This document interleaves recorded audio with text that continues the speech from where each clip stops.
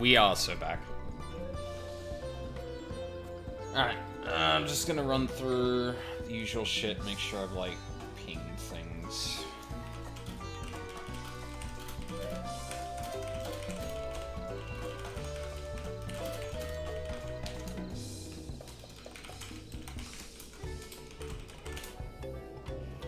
I'm probably not gonna spam other Discords with it.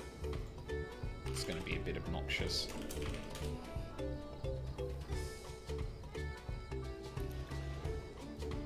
Alright. Yeah, put the word out. Alright, I got lunch. I've had a good walk. And exercise. My Pikmin in Pikmin Bloom are happy. It's time to get back to some MSQ. Hi, random player. Alright. So when we left off, we learned a lot about... I watched the Not Like Us music video. Yeah, I did too.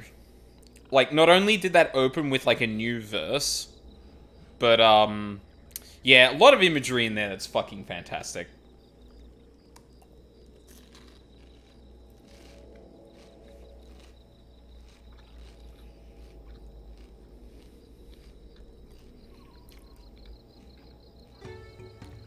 Just, like, the idea that Drake is trying to sow kind of, like, seeds of doubt and or calling out shit he thinks is true.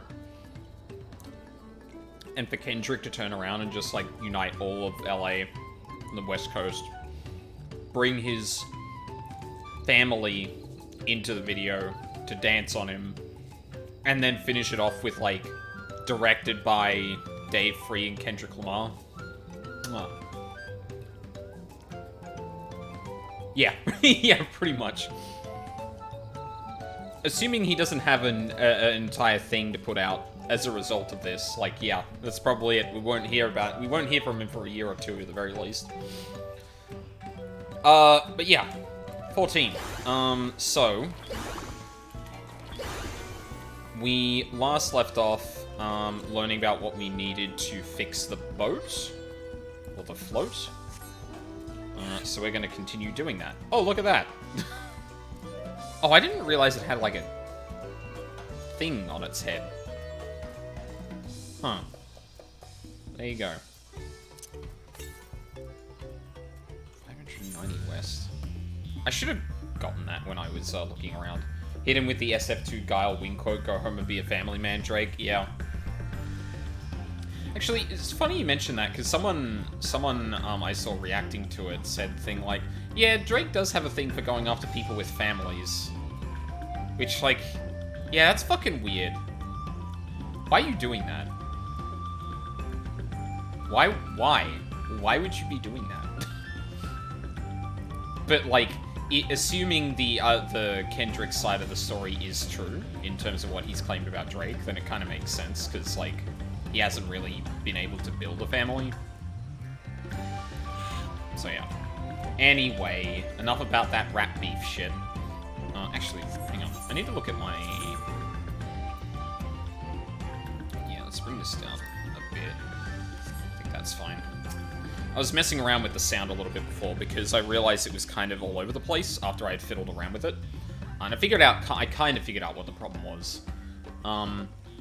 The BGM balance was off compared to the voices, and it meant that I was adjusting the volume for the BGM more than anything else, and it was, yeah, it was playing a bit weird with cutscenes.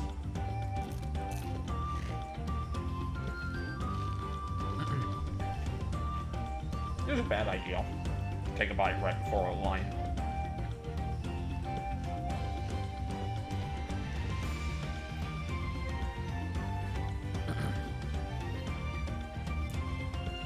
Okay, Kikitola is southwest of Okanu. We can return to the village first, then head there on foot. Fireworks time? I'm so sorry.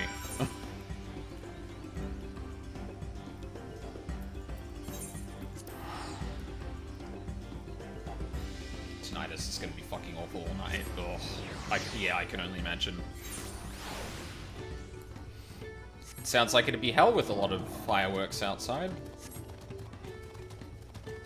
We don't do fireworks too much here in Australia, but, like, I think particularly around where I am, sometimes there is a little bit more than I would have expected. For seemingly random things too, but, like, I imagine if I looked into the dates a bit more... The thing was, I don't think to look up the date and if it coincides with the significant thing until, like, after the fact. I'm usually just, like, annoyed initially, and then the next day I'm like, oh yeah, I wonder why that did happen. Or, like, days down the line. I almost envy how effortlessly he can shift from one mood to its polar opposite. At least I presume he does so by choice. Southwest of here, was it? Let us be on our way.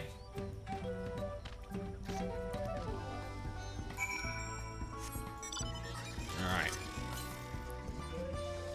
Oh, would you look at that? Southwest. Awesome.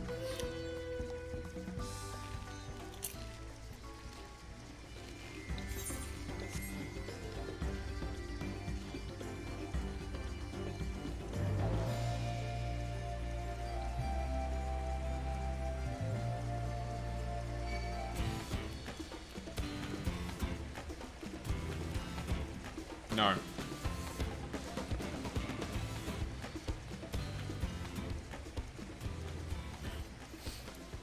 Anyway, no combat in this game. Look, you can see the falls at the back of the cave. These hollows must have been carved out by the constant deluge of water from above. The new nuts mount is so sick. What is it? Oh, yeah. Cave Kikitola, as promised. Oh, to many deadly creatures. Venture inside if you feel confident, but I will conduct my own search out here. You can spot raw Abokisha by its green-hued glimmer. Bring anything matching that description to me. Solution 9 aesthetic adamantoise reskin. Oh, yeah, I think I've seen that. I shall help scour the inside of the cave then. You take the west half and I'll take the east. Yeah. Battle-hardened Kryl, let's fucking go.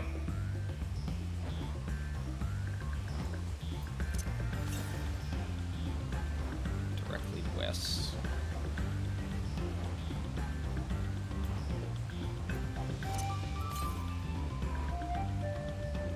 A bit further? Oh, there it is. Oh god, this is moving so slow.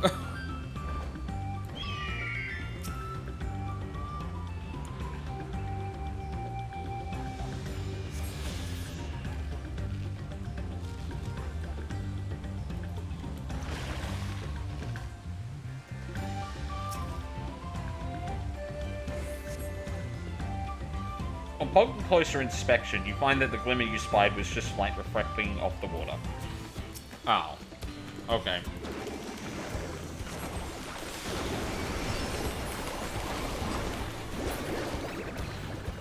Get fucked.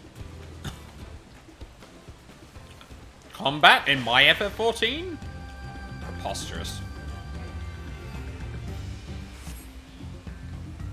You find a chunk of stone glowing a distinct shade of green. Seems like the exact kind of mineral Linuhanu was looking for. Oh, nice. In my visual novel? No.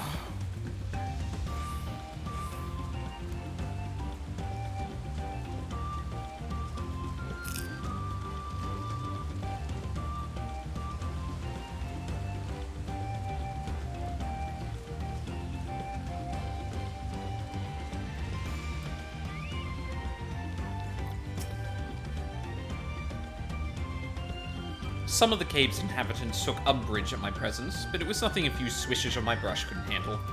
Hell yeah. I picked over the ground near the entrance, but found nothing.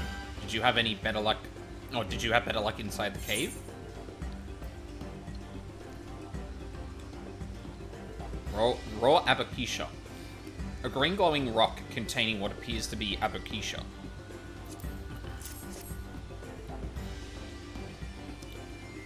Yes, this is Abokisha.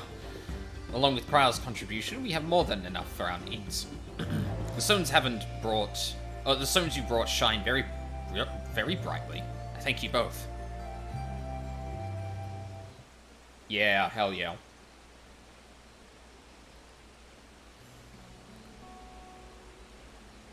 You would have been happy to know we were putting things right.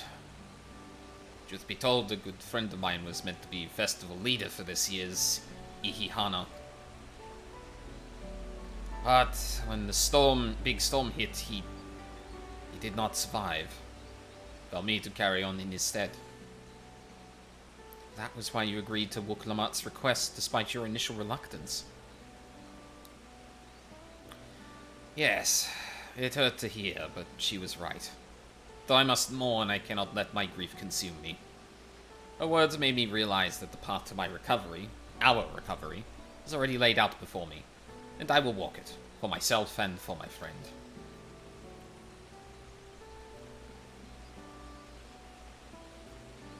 Thank you for sharing your story with us. Please rest assured that we've taken your plight to heart. I'm certain our companions are procuring the other materials as we speak. Everything will come together, and the Hanu shall host a splendid uplifting festival. That we shall. With that, let us return and deliver the Abokisha into Wook Evu's waiting hands. I wonder what the significance of the similar name is.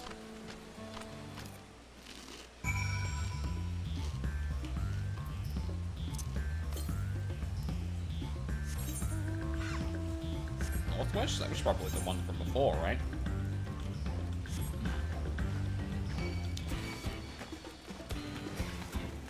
Oh no.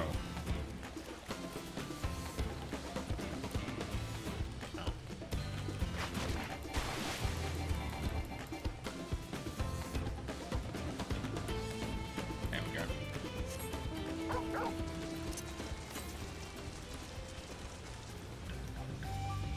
Oh, FF5 Kryl is one of my favorite characters, so it's always kind of bummed me that she was just a minor supporting character. Yeah, agreed. Oh, it's gonna be in the fucking thing, isn't it? Yeah. It's gonna be up here. Oh, don't mind me. Oh, no, no, no, no. It's right here. It's right here. There we go.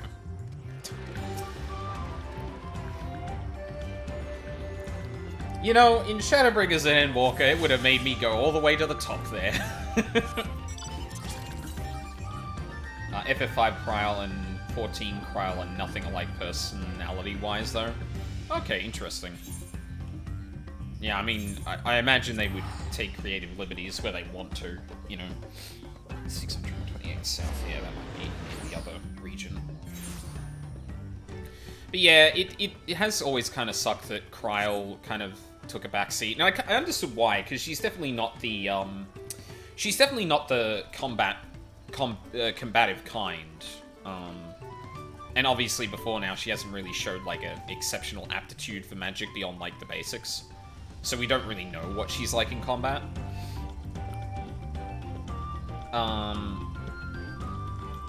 But yeah. Oh, FF5 Kryl is like half Disney princess, half feral gremlin? Oh, jeez. Okay, yeah, not a lot like Kryl then. Kryl 14.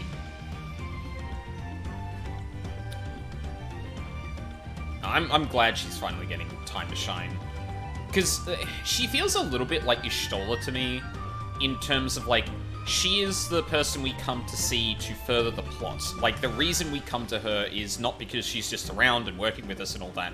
Like, she explicitly has something to further the plot forward. And at least with Y'shtola, she's around other characters enough, and with the main entourage, that you kind of get a bit more character out of her, even though I wish she kind of have a bigger arc at some point. But yeah, with Kryl, it's like, she's only around in desperate situations, and you kind of only see her in that light. I hope Lamat's foray was as productive as ours.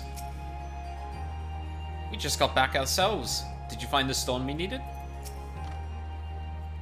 We've come too far to stop now. Lifting wings must go on. Thanks to the third purpose and her mighty swings, we've collected some suitable logs of Uyu Ippo. What of the Abokisha? We got it.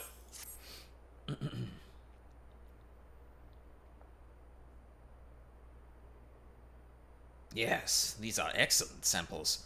A goodly quantity, too. At this stage, you'll likely surmise that the lifting with the wings encourages the crops to grow. But not exactly how, eh? Well, if you're in for a treat, if all goes to... if you're in for a treat. If all goes to plan, the results should be spectacular. Sweet. Now, to get to work crafting these pieces for the float.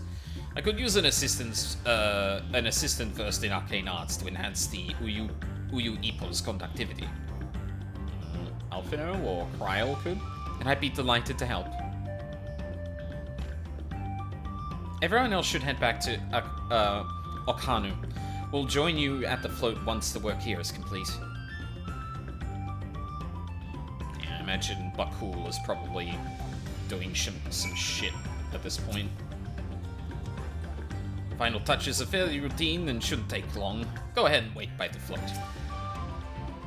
I'm excited to see how Ihihana turns out. They're putting ether in the reeds and turning the freaking Hanu gay. Have you seen their feathers? They're already gay.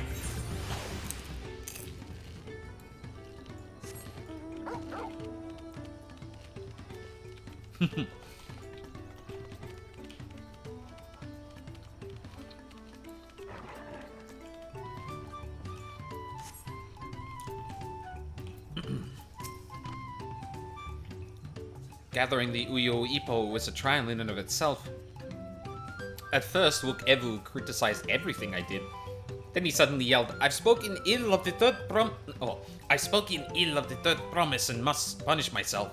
And proceeded to slam his head into an Uyo Ippo tree. Oh god. I'm not saying the name, but you know exactly who I'm thinking about. I told him not to worry about it again, and it was like snuffing out the candle. He's an odd one, that's for sure. At least we've seen to the poles in the new eye. Now we just have to wait for the feathers from the twins.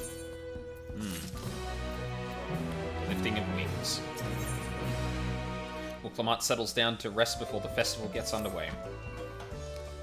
We should get some rest before the excitement begins.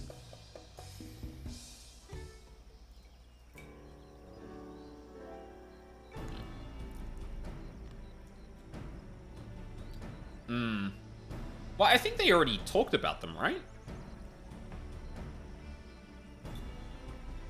Over there by the float. Isn't that the third promise? And the rumors are true.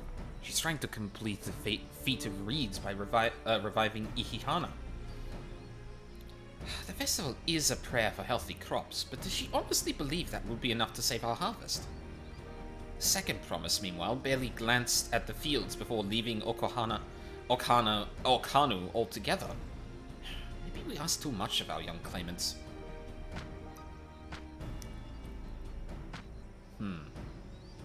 They mentioned like every non-playable race in Toral during the FanFest, so hard to narrow down from that. Really? Maybe I'm conflating the Allied Society descriptions with the ones you would be helping. Oh, I wouldn't be too quick to count Koana out.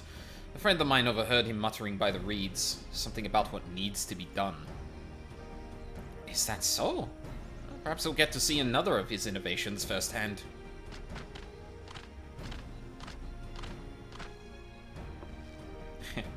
That sounds like a Koana. One look at the reeds was all he needed to think up a solution.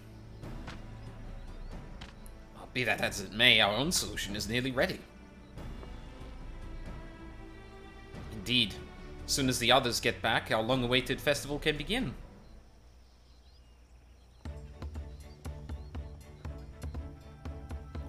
It took some doing, but we managed to gather competitors to vie for the title of Winds Chosen. The winner was only too happy to donate his feathers. You should have seen it. He called forth an incredible gust that sent his feathers sailing for miles. We had to turn ourselves, but it's more difficult than it looks. Poor Erenville's twirled in the air for a moment before landing on his foot. I am a gleaner. Magic is not part of our training. Did you know we were gonna get Numo quest, but they decided to pivot to the Kikern super late in the process? Huh. Interesting. As for us, we bought the wood and gemstone replacements crafted by Wook Evu. All that's left is to attach them. Has it been decided who will ride the float? Papa was the guest of honor the last time I was here. I remember being surprised that they could even lift the thing with his hulking weight on top of it. The rider must be a personage of great esteem, which is why an invitation is usually extended to the Dawn Servant. This time, however, I have another in mind. Oh? Who is it? She doesn't know, chat. She doesn't know.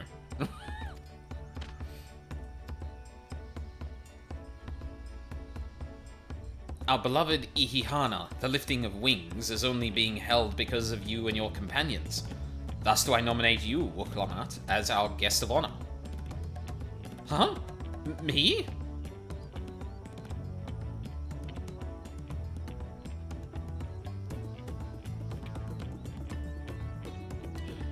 This boat won't make me seasick, will it? I don't think so. Then weigh anchor. I can hardly refuse a request from one even more enthusiastic about the festival than me. I would be delighted to ride your float. Thank you, Wuklamat. I have roles for the rest of you as well. We'll be carrying the festival float in a slow procession towards Kozanuaki. Key? How would you do IY? Have I got anything? E? I got I after Y somewhere in here? No. So I has an E sound. So it's Kozanuaki. Kozanuaki?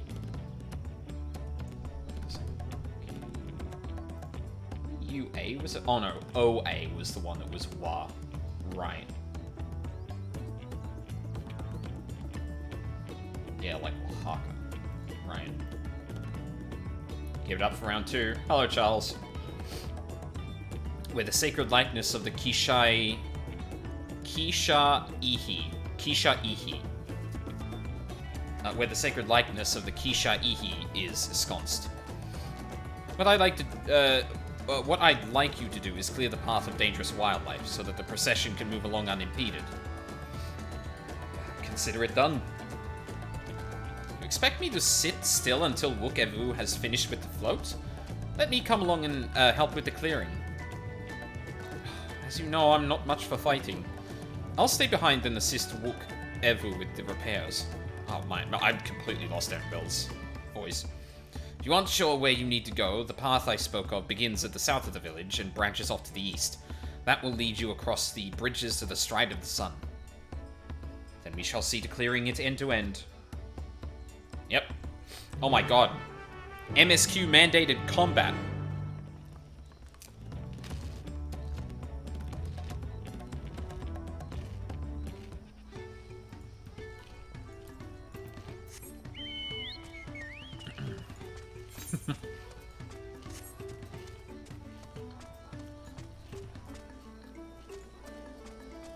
God, the fucking chocobo sway. It's so aggressive.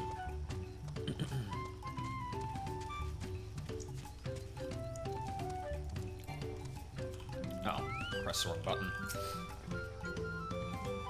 As Linuhanu said, Kozanuaki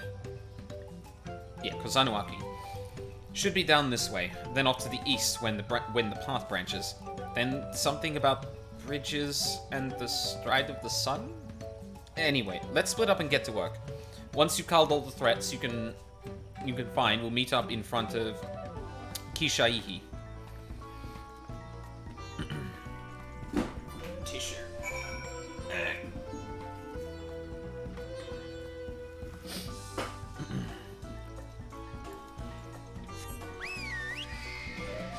Yeah! Perfect.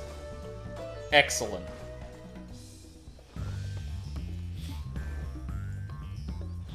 Wait for it. There it is. I'll go burb. Actually, hold on. Let me just prep all of that.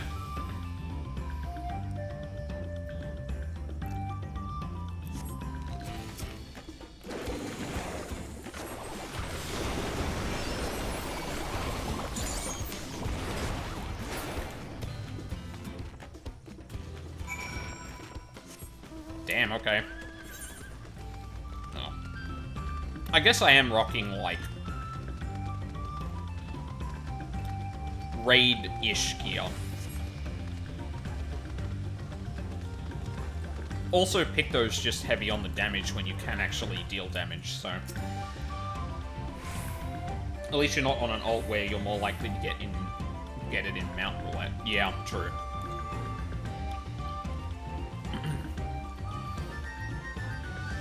I told you, you don't need to watch over me anymore. Kryl? I'm just seeing how you doing. Nothing more. Oh, there's another one.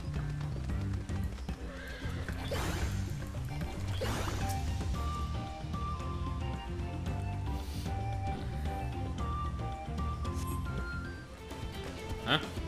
Oh.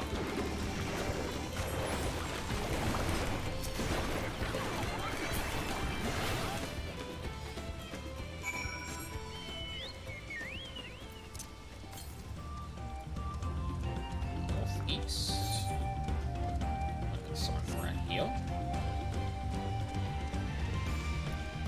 God, this area is really good. Oh, I just realized the first dungeon is probably going to involve this place.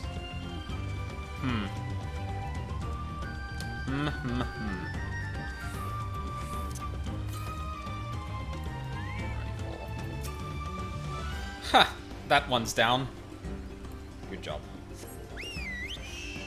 Oh my god, are you serious? Damn. Two in a row. No, or not in a row, but two very close to one another. How many mounts have I got? I forget. 26. So it's a 1 in 26. So that was a 1 in 26, and then 25 and 26, and then a 1 in 26.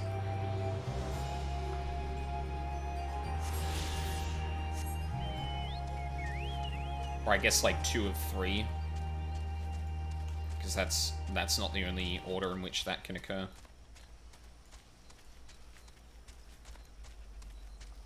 Yeah, it really likes my chocobos and the thing. Oh, actually, hold on. No, let me help.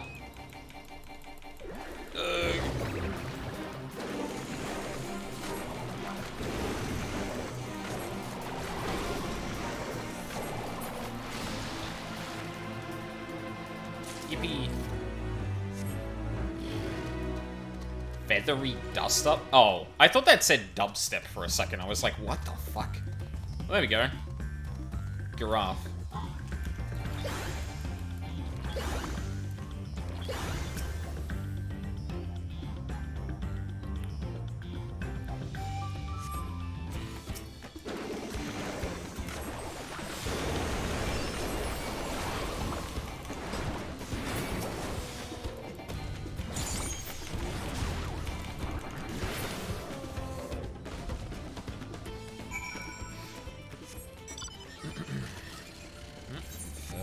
Ahead. 270 east, huh? Let's just have a wander over here.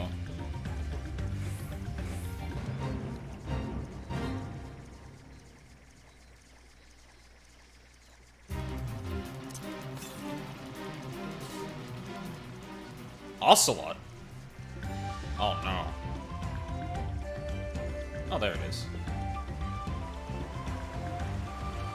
Oh, damn it.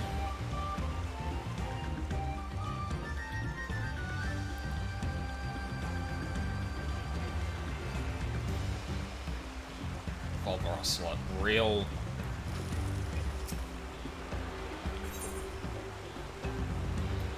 rest of this seems to be up on the cliff. Oh yeah, there's Rukapacha over there.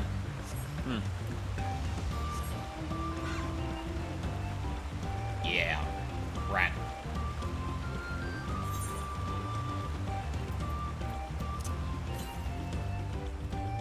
Yeah, okay. I think we're good for now. Travel, ether currents. Yeah, that's half the waypoints.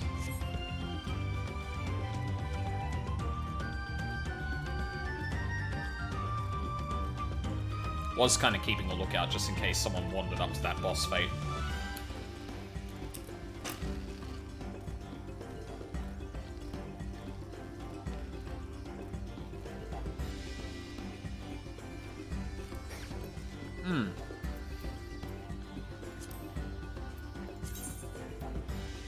How many fates do you need to do to get, like, rank 2 in an area? 6. Okay.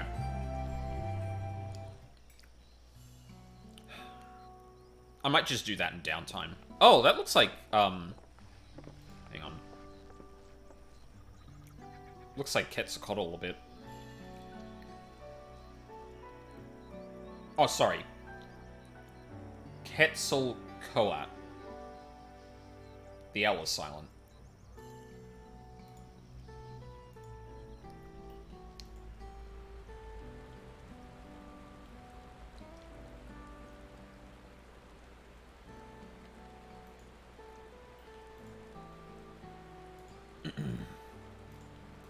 Where'd my OBS go? There we go. Ah, you're a step ahead of us. This must be the likeness of Kisha-Ihi. The Hanu-Hanu deity of the harvest.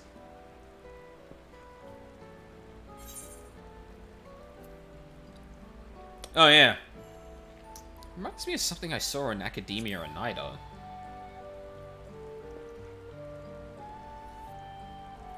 Quetzalcoatl. One of the ancients' creations. 'Tis possible a vestigial memory of that time endured. Subconscious recollection from the inheriting soul proving the basis for an entirely new religion. I have no idea what that means.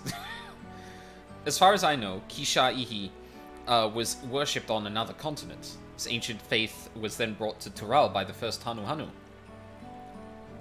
Hanu migrated here from another continent. Maybe the two do share a common ancestor. This is all very fascinating, but shouldn't we be getting back to Linuhanu? He'll want to know the path is safe for the procession. Right, and I need to ride on the float. I'll run ahead and tell him we're done here.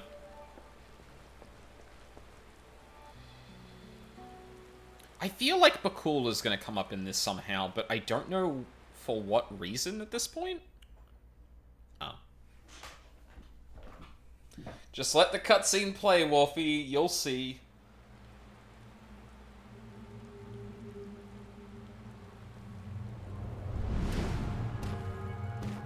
Oh, what the fuck now? Not sure we heard you right, old man. Why don't you say that again? As many times as you'd like.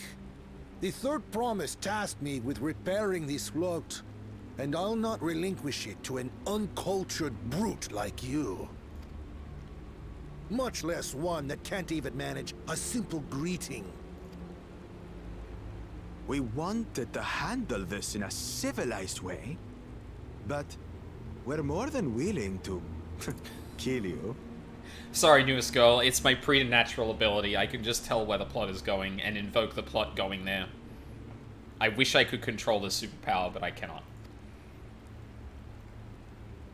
Bro, do you really think that would fly? We have a two-headed problem. Yes, please hurry. She's on her way back already? Stand back, Wukevu! I will protect the float! Linu, oh no. Bro. Are you trying to be brave? little bird. What is his goal here? Like, literally anyone could tell the leader of the eldest of the village what was going on, and he'd probably be fucking disqualified. Or he just wouldn't be given it to it, and he wouldn't be given the keystone, and that would be given to Wuklamut instead. Like, what do you... I could never have repaired the float alone. Not properly. But thanks to Wuklamut and her friends, we can hold Ihihana again! This is a priceless treasure! And as festival leader, I would die to protect it! Very well, if that's what you want.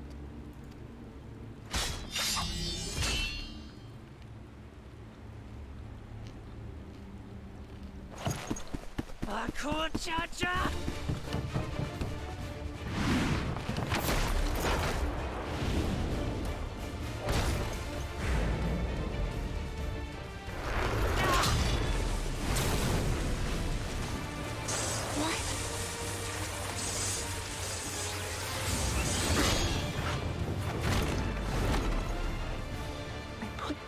Into that blow. Good. The better for you to understand the gulf between us. But you need more lessons. We'll carve them into your mangy hide until you cry and beg forgiveness.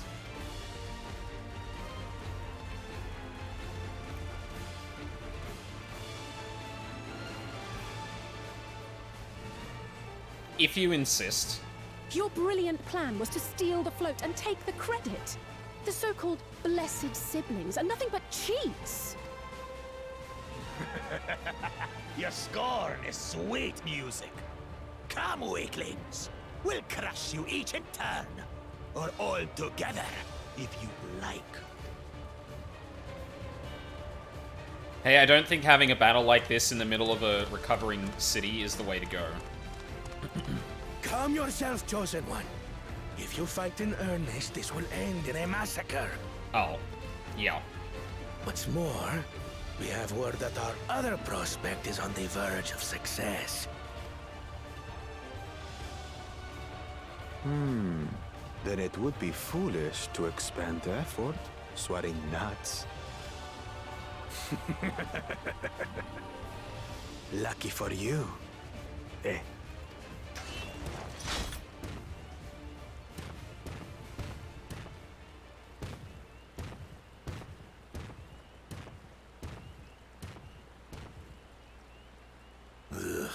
Two heads. I see Mamuk still clings to that loathsome hope. Huh? Oh, he's a cultural nerd. We need to talk to him about stuff. Talk to us, Third Promise. You're not dying, are you? What? It'll take more than that to kill me. So, She didn't even... are we having this festival or not?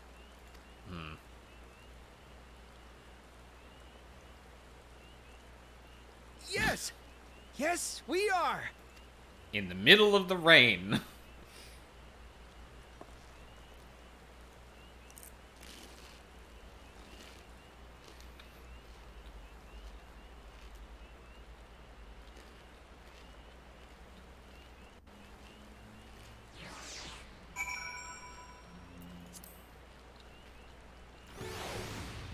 I see Mamuk still clings to that loathsome hope.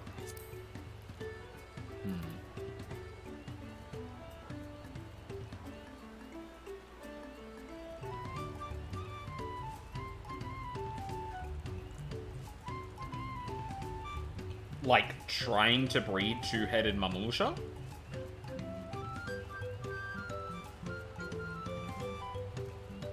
I wonder what that's referring to.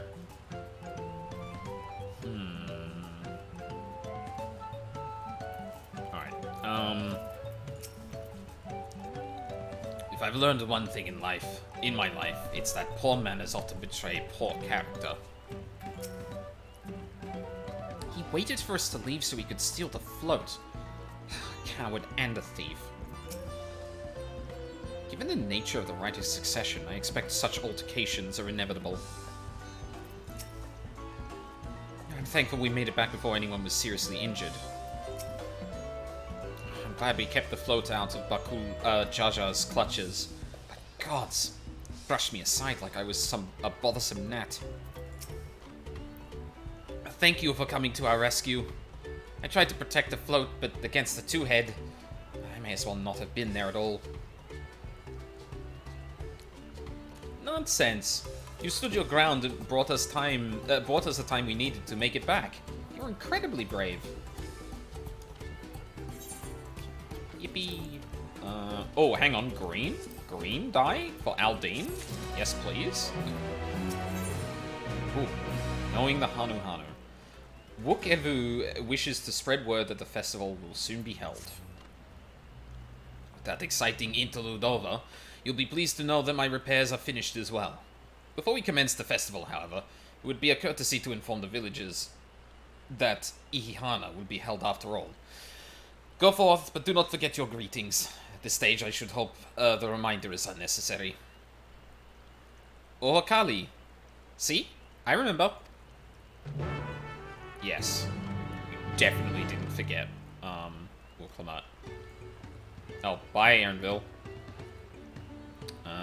Oh, good, we got more of this. Yippee.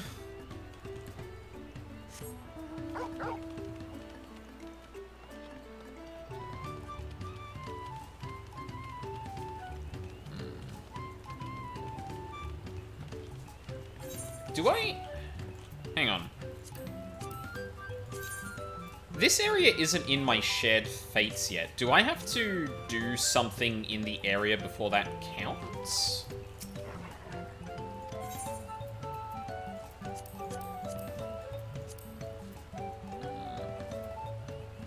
Is that just crafting materials? Yeah. Because I'm almost maxed out on gemstones. Oh, only gold medal fates count?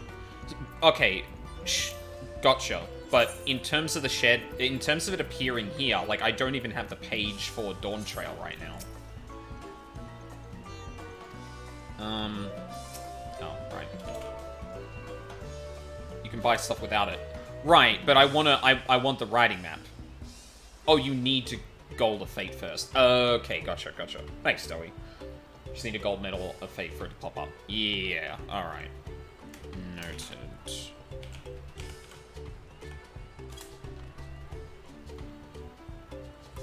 Do we get an emote for this? That'd be great. Oh, Hokali. Hey, the festival's happening. Oh, thank you for letting me know. I would very much like to attend the festival, but the repairs should be finished as soon as possible. What to do?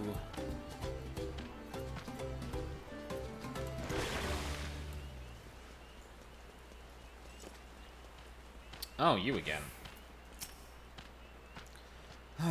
There's nothing to look forward to anymore.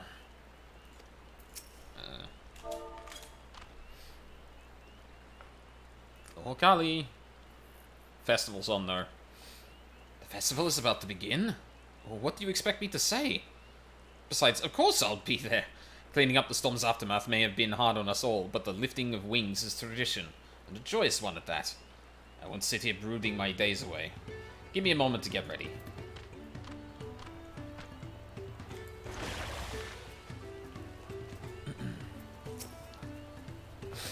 So much has been taken from us. Why even try? Because festival.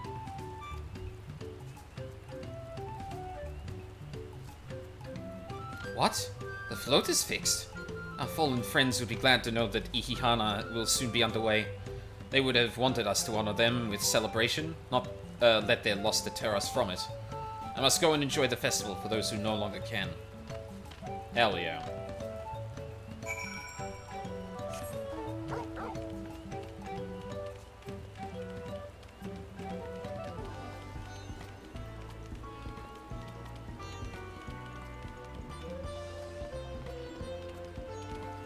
I did it. Are you happy? Are you happy? Yep, forget that thought. Anu were pleased to hear the festival was going ahead, I imagine? Yep. That is well. Once your friends return, the lifting wings can begin at last.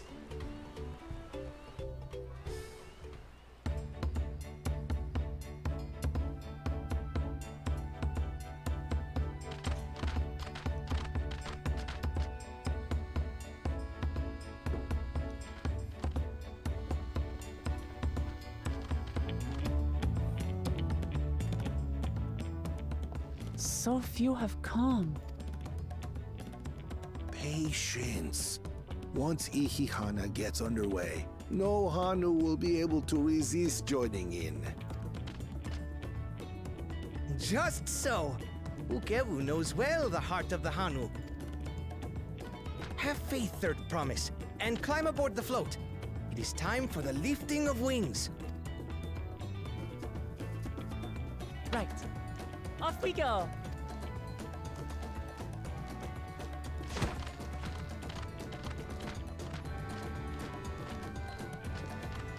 Ihihana is a prayer for bountiful harvest, but this is not its only meaning. It is also an exchange of pledges between rider and bearers, a commitment to a long and fruitful friendship. Listen well, friends!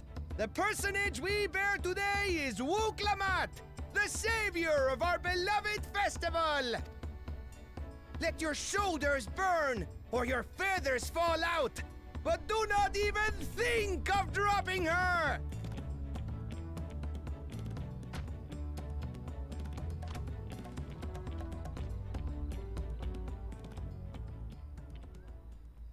Ready and...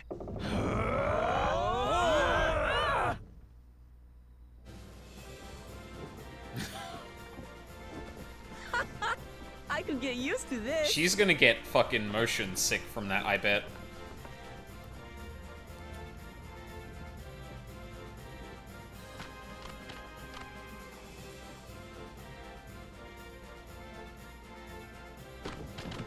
Will empty bellies stop you from joining in the fun?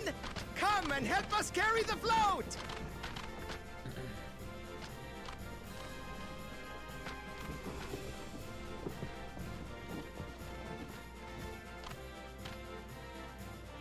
Well, well, well.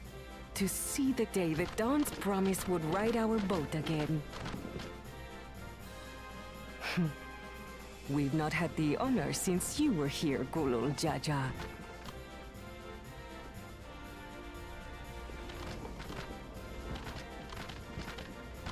Right, we've enough bearers now. Onwards to Kozanuaki!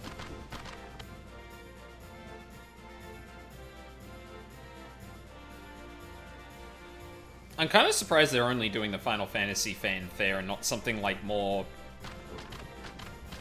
of the region, I guess?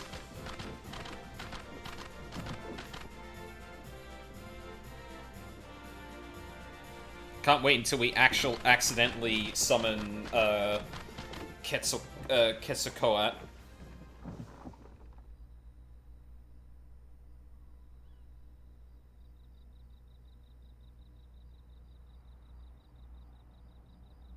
Watch well, for you are about to bear witness to the true glory of Ihihana.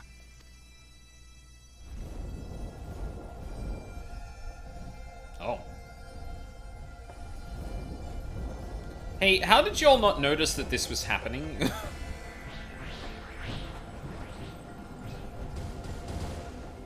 The float draws upon our life force, concentrating and amplifying the energy. Keshaihi then receives that energy and expels it in a great burst, where it showers down upon the land to replenish its vital currents.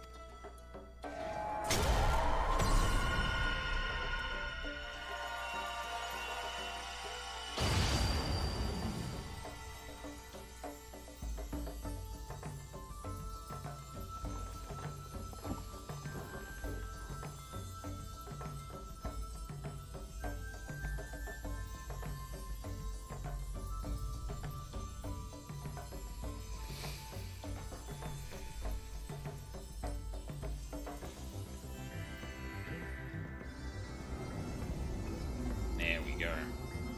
So it was an ether problem.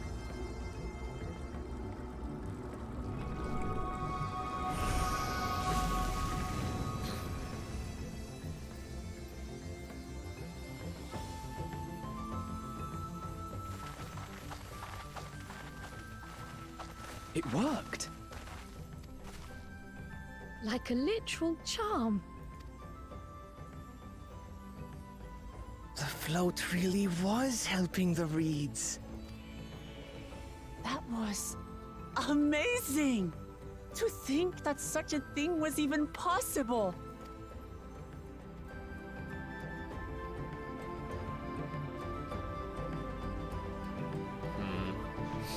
I do wonder, like, if... It's one of those crises where I feel like the leaders should have probably realized that this was kind of out of whack and was probably the reason shit wasn't growing. Because it's a little weird to consider that, like, the Hanu just didn't know, and Wook Evu specifically is the only one who was like, oh, wait, you're not doing the festival? Well, why aren't you doing that? That's the thing that was giving your land life. But like, with this whole thing being framed as a challenge, maybe the leaders of the, I forget her name,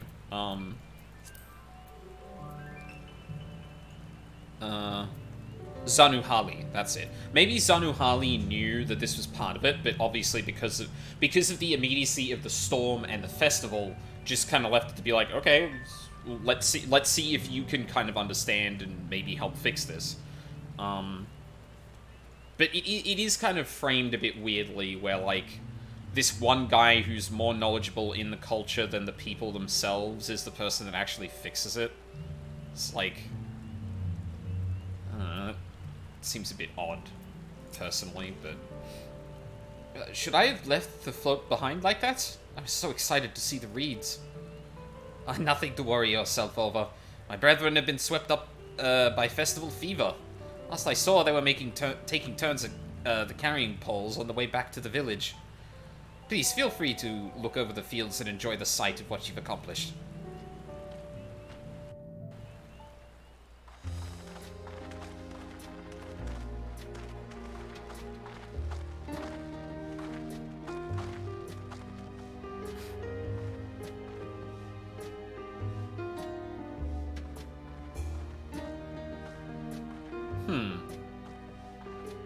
Not quite all of it.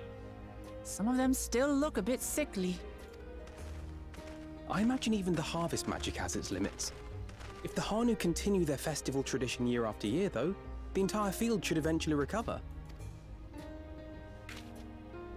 Where does that leave us with the feet, then? You've got nothing to fear on that account. Our situation could never have resolved itself. The revival of even a single reed would have served to demonstrate your commitment to the task. That you recognize the nature of the float and found a near-perfect solution in Ihihana proves your dedication. Okay, so, yeah, I want to interpret this as, no, she kind of knew that this was a possible solution, but obviously, like, coming to that conclusion would involve thinking about their culture and how they kind of work, what's been going wrong recently, what the storm would have contributed to things. What's more, I don't think I've seen the festival produce such impressive results since I was a mere chirper. We have been lax in maintaining the float, diluting its magic, and reducing Ihihana to hollow theater. Oh, that's an interesting take, actually. Oh. Kona! Hey. I was delayed by an unpleasant encounter, but it seems I arrived at a good time.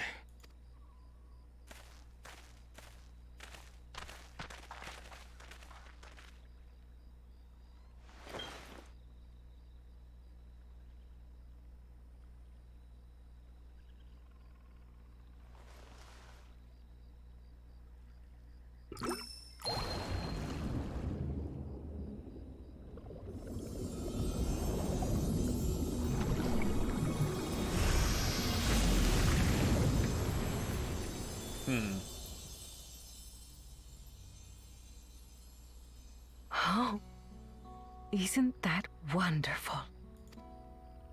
What? You just pour in some mystery liquid and problem solved? Stagnant ether was to blame for the reed's poor condition. I assumed that was an alchemical concoction which enhances ethereal conductivity. It utilized the flowing water as an ethereal current, thereby promoting the transfer of life energies. A method I could not have devised without the education I received at the studium and the cooperation of my Archon allies.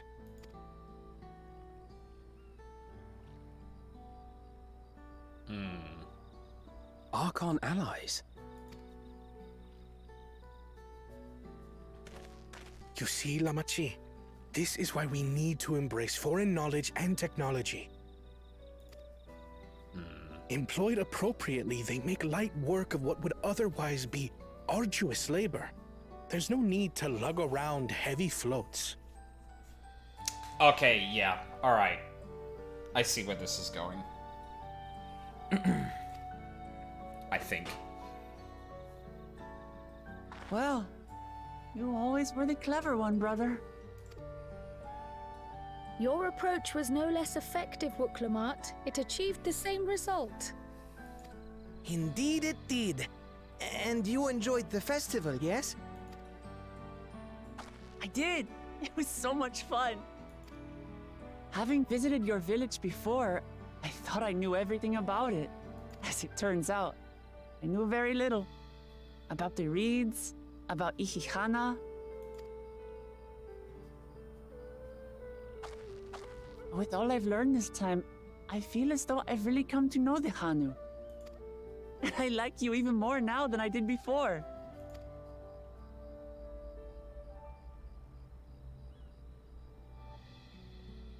The feeling is mutual. And it's not just you who had a lot to learn either. I'll never look at our float the same way again. The two of you have exceeded expectations. Come forth and claim your stones.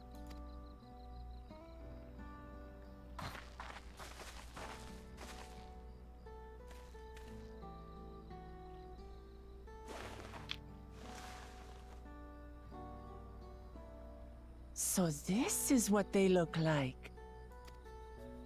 Go on, set it in the tablet. Don't need it.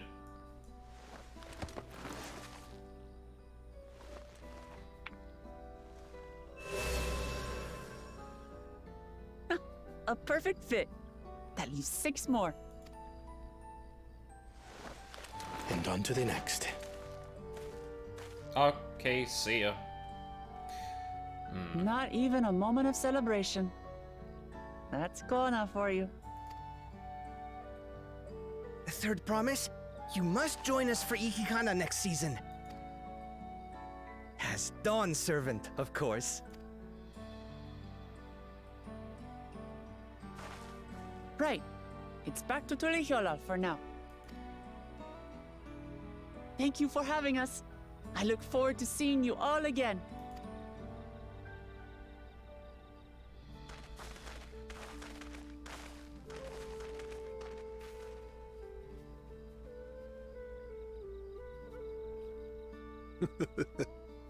These are interesting times indeed.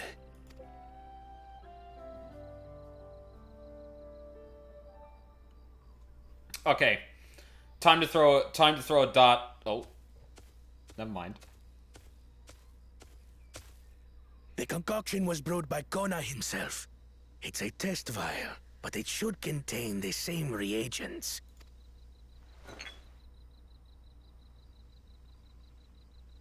Good work. We'll use whatever we must to win. For win we must.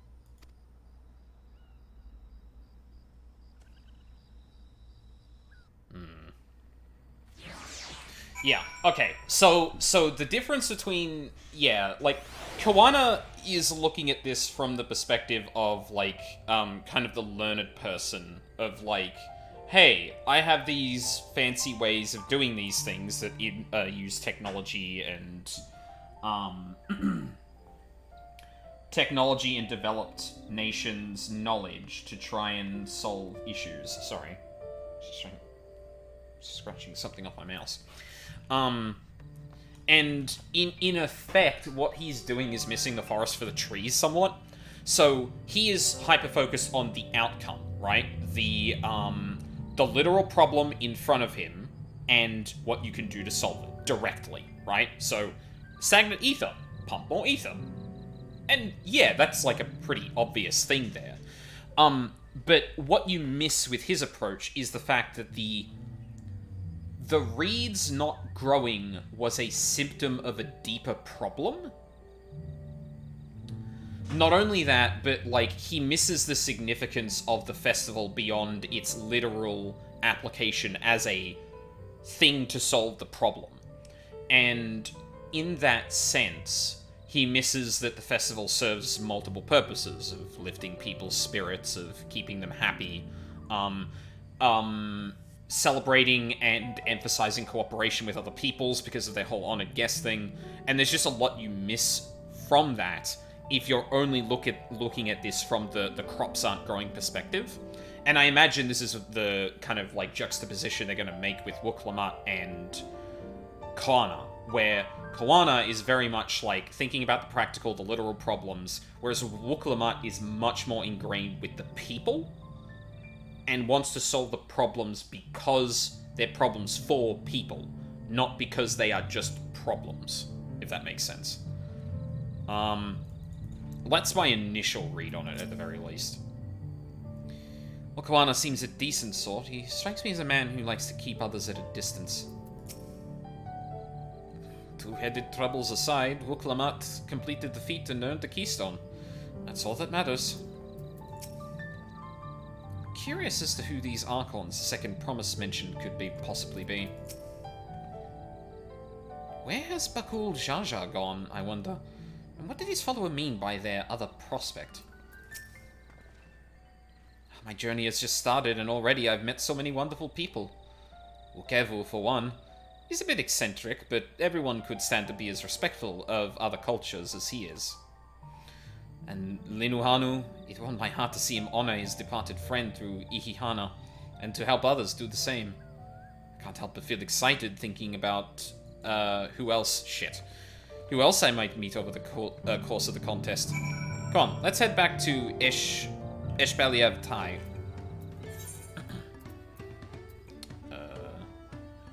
Whoa.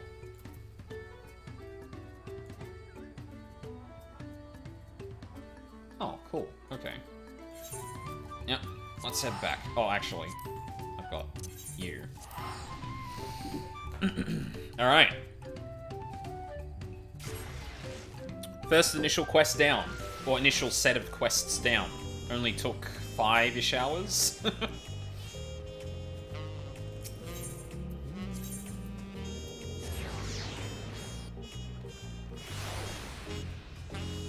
Yeah, I might end up doing the Fates when I, yeah, easy peasy. I might do the Fates thing off stream. That just seems like a nice, like, cooldown kind of thing to do. And just like that, we found an Elector and won our first keystone. I know I was right to trust your instincts. Go on, let's keep things moving and march towards Ukopacha.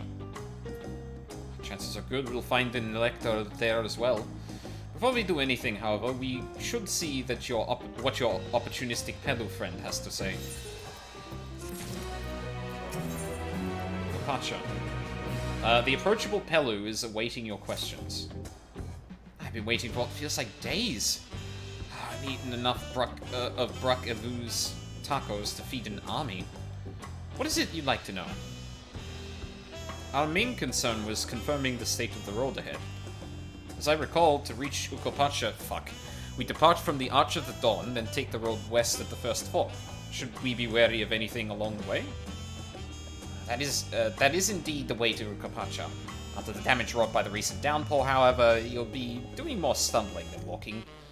But do take heart. When it comes to rugged terrain, we have a most dependable solution available. Come with me.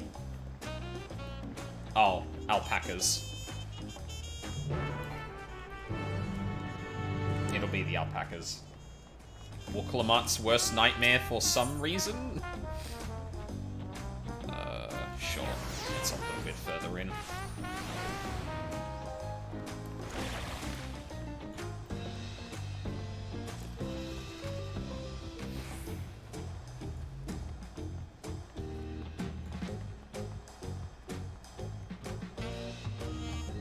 Yep.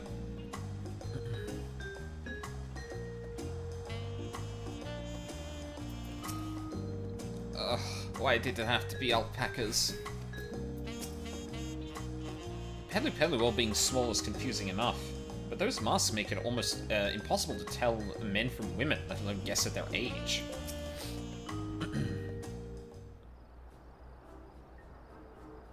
May I introduce you to our most dependable companion, the alpaca.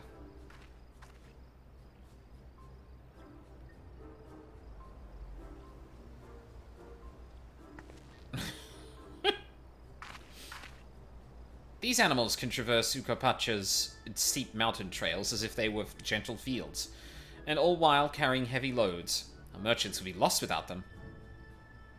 So they fill much the same niche as our chocobos back home. You don't have alpacas in Eosia? Alpacas are native to Yoktorol. Eosia has its chocobos, and the eastern lands have their horses. Why go to the trouble of breeding another pack beast in a place which ill-suits its qualities and where it is not needed anyway? But must we ride these little monsters? I get the impression you aren't fond of alpacas. When I was small, being a bit naughty, I went around pulling on their wool. One of them spat on me, and it was the foulest stench you can imagine. I see. What do they like to ride? Alpacas bred as mounts are inquisitive and docile. Even those without experience find them easy to handle. Really doing this then? So, was my information useful to you? Yes, very helpful. Even if it wasn't what I wanted to hear. Good, I'll take my payment now. You want me to pay you? I guess I should have expected as much from a Pelu merchant. Let me see what I have on me. Pelu Pelu value the act of spreading joy through trade, as you should know. They take pride in making deals that benefit both parties.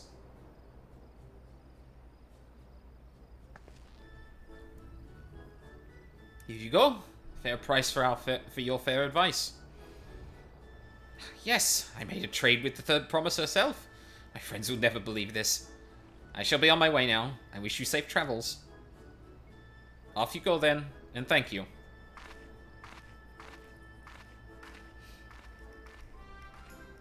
Better not get spit on again.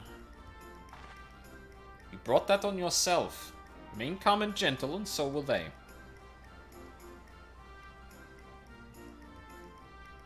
I'm still not happy about this. But if we need to ride alpacas to reach Ukopacha, then that's what we'll do.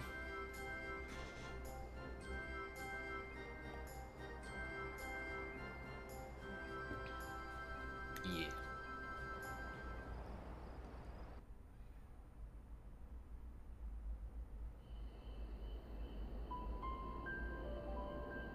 Oh no, not the fog. Turali poets of yore sang of a mountain that would stand tall, even should all other lands sink beneath the sea. Indomitable and eternal, it arises from Urkopacha, the 100 peaks of time. Of all the beasts which crawl and fly, only the legendary Valigarmanda could hope to disturb the summit's serene majesty. Yet, with that flying calamity imprisoned by the Dawn Serpent, what great feat remains for those who would claim the throne? That's a good question, Erinville. I don't know why they don't force the weather in these situations. That seems like it undersells this area so much. So this is Urkopacha. I've never actually been here before.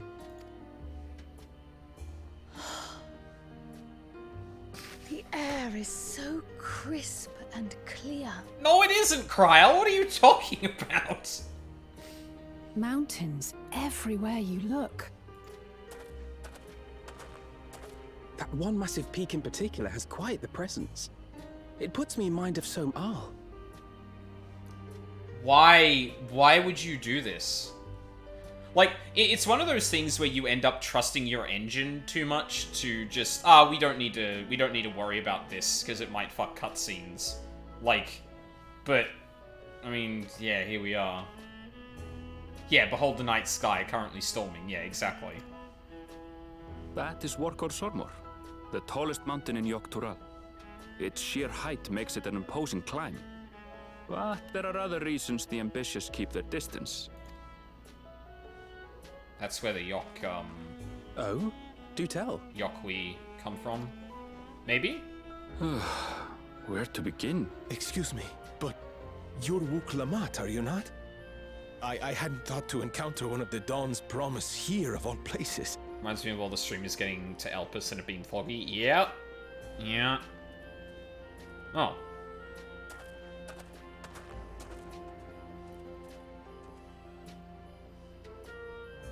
Hi. But I should introduce myself. I am Bol Nok, a weaver by trade.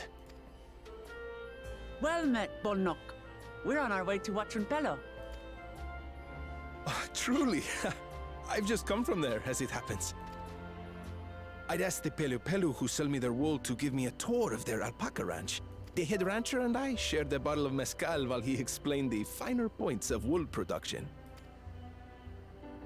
Mezcal, is that a local beverage?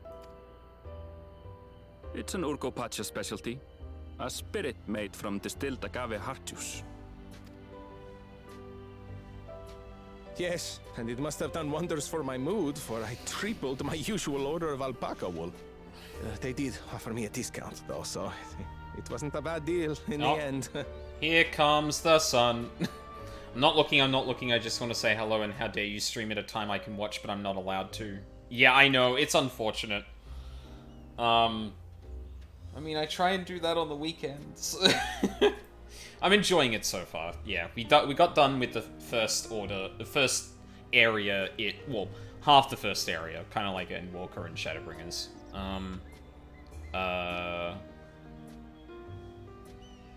Yeah, and we're on to the second.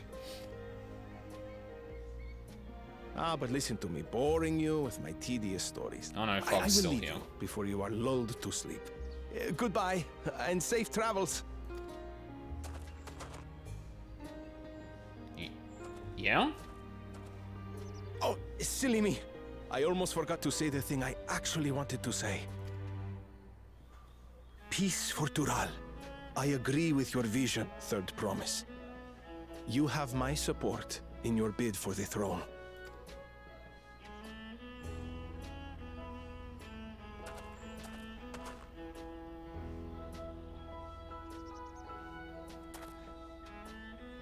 I gather from his tale we would be foolish to underestimate Pelu merchants. Yes, I imagine we probably need to look after a certain person and their coin purse. Otherwise, they might spend way too much on something.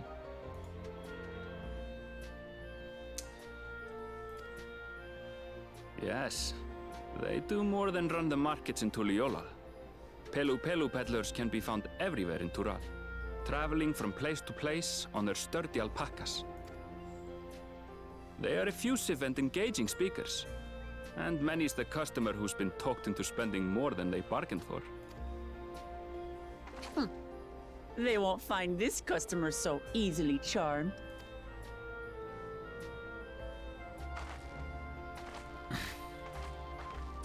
Watranpello's down the path! Off the main road! Don't get lost! It's right there! Oh, I love them.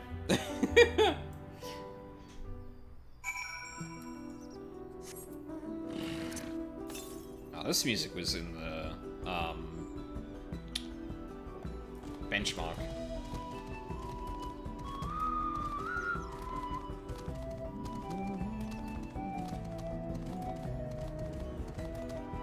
hold on one sec. I caught the scent of an ether current.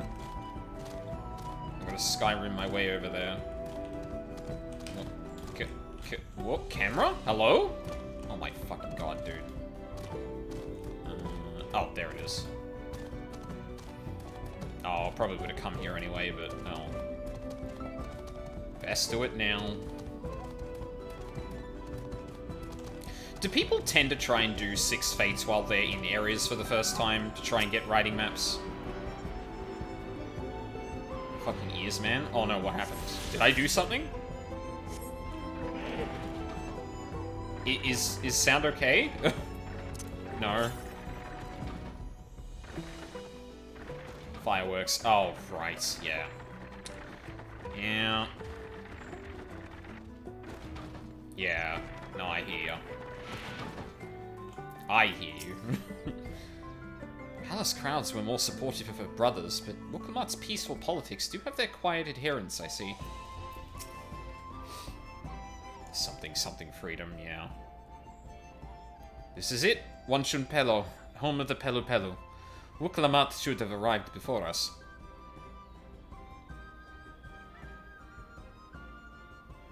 Oh no. Oh, that's not good.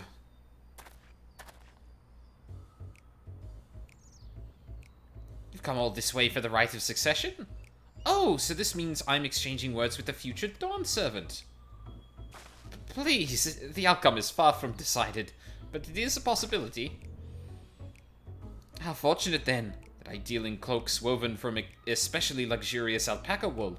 Such a garment would look magnificent when draped over the shoulders of our budding ruler. And a nation's ruler should dress her best for her adoring people, yes?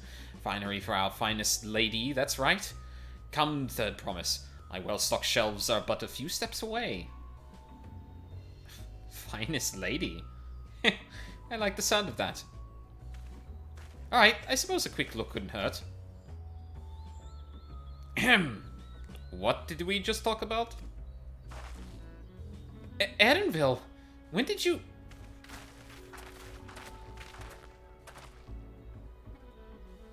Ah, a Shetona from far-off Shaktaral. Northern winters are bitterly cold affairs, I'm told. Cannot imagine how you survived them without a lovely warm cloak of quality alpaca wool. No, thank you. I'm not in need of any new clothes at the moment, and neither is the third promise. Perhaps another time. Of course, of course. My shop door is always open. To answer your question, I always do the 6 fates right away to get the writing map. Yeah, maybe that's worth doing as I'm walking around.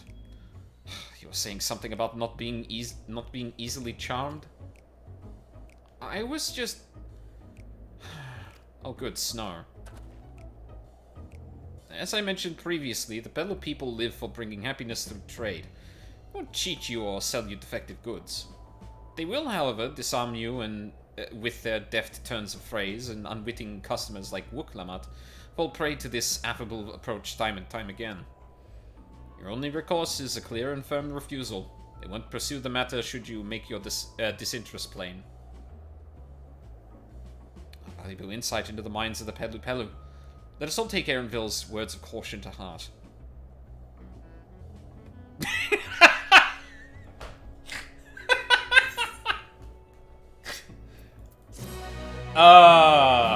They know. They know. It's like, yes. Yes, Alphinaur. Let's take that to heart. Let's make sure we take that to heart. Oh hey, 91. Yay. Yay. Wow. No fates? Huh. Let's all take note of that, Alfie. Yeah. Traders of happiness. Wooklamat is ready to search out the Dawn Servant Selector. Not my finest moment, I'll admit. But now that we're here, let's do what we came to do. Find the Elector. Allow me to propose a strategy then. Kryl, Alize, and I will speak with the merchants. Wooklamat, you and Erenville might try approaching travelers and passers-by. Aldine, pray investigate any of the other establishments which catch your eye. Should we learn aught of use, let us relay it to the third promise. Alright. I'm on my own. And I think here's probably a good time for a break. I'm running low on, water anyway. So, yeah. Area 2. We're almost to the first dungeon. Almost. Yeah, so I'm gonna get a quick drink of water, and when we come back, more.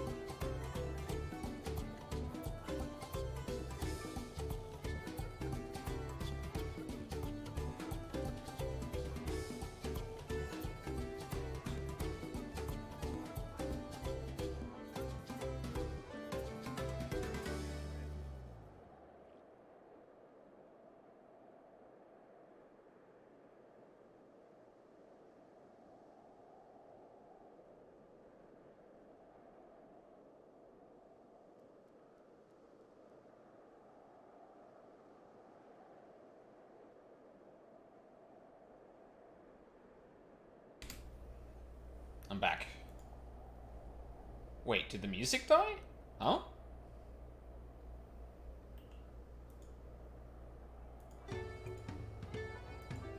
I guess it briefly did.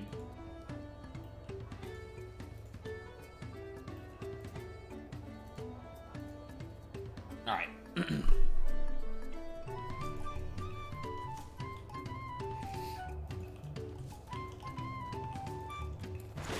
Goes quiet for like 30 seconds before it loops again, I think. Huh. Interesting.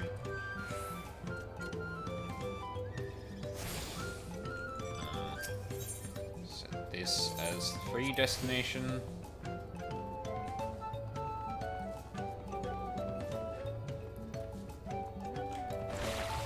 Hi. The Dawn Servant Selector? Oh, I thought you were a new face in town. Here for the right of succession, I take it. Me, I don't much care for who sits on the throne so long as they keep Torald peaceful.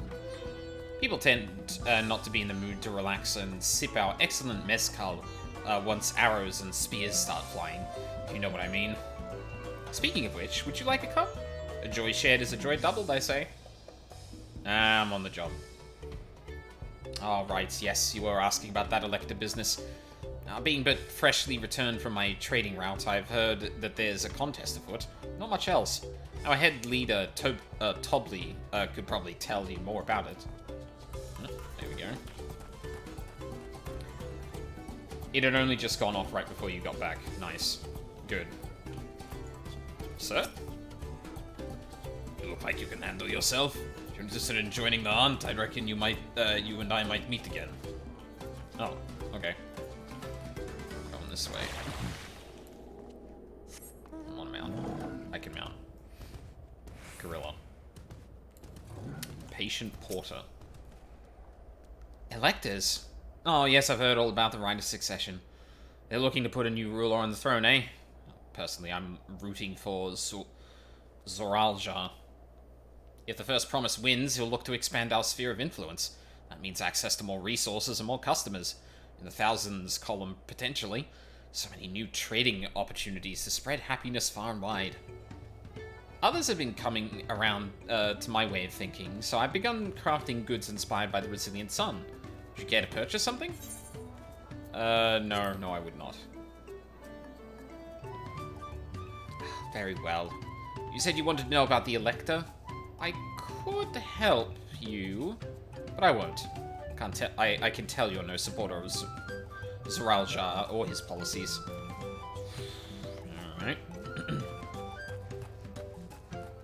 Tobley. That's the name of the main Pelu you interact with in FF10. Oh, nice. Mablu. Hello there, I'm Mablu. Do you have a question for me? Sorry, I don't know about any electors. You should take a moment to see our prized alpacas before you leave, though. Oh, but be sure to admire them from a respectable distance. Get too close and our nervous darlings may be tempted to spit on you. That stuff stinks. Happened to a visiting buyer not so long ago. Tobley, that's the head rancher, was so mad at me for not giving a proper warning. No one makes a mistake without Tobley noticing. He knows everything that happens on this ranch. I see. So I think we want to speak to this Tobley.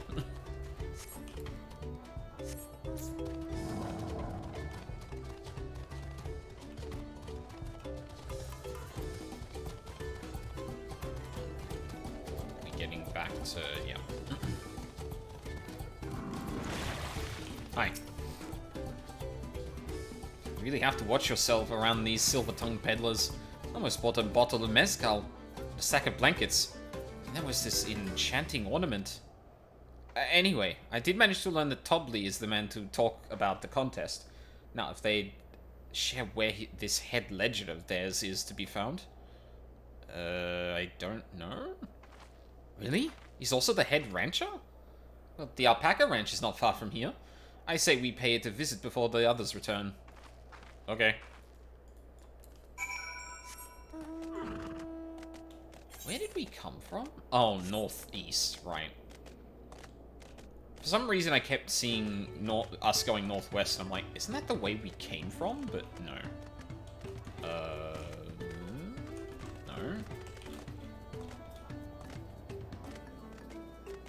Where the fuck? Oh.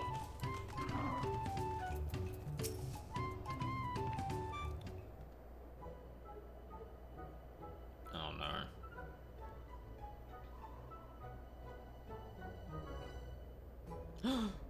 That is a lot of alpacas. Still, we know the head ledger could be here somewhere. I can't let fear deter me. Not to say that I'm scared, of course. SideQuest XP is crazy low this X-Pack. Really? Interesting.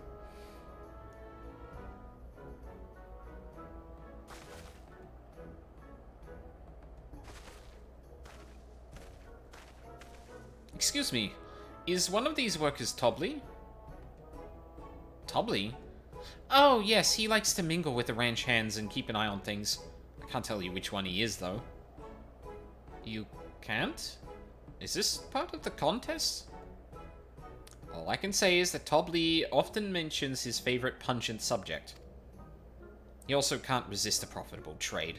Though who among us could, am I right? Oh, also among us. Still, if you bring him a very good deal, he might let his identity slip. Got a job from 80 to 87 on just side quests in EW, and I'm halfway done, only have Reaper at 92. Oh, oof. So it's like a game. Easy enough. All I have to do is offer Tobley a deal he can't ignore. No problem at all. Well, maybe one problem. I don't think my purse is deep enough to pay everyone who we think might be Tobley. Let's just ask some questions first to narrow down the field. Great. We can meet back here to share our impressions. Favorite pungent subject, huh?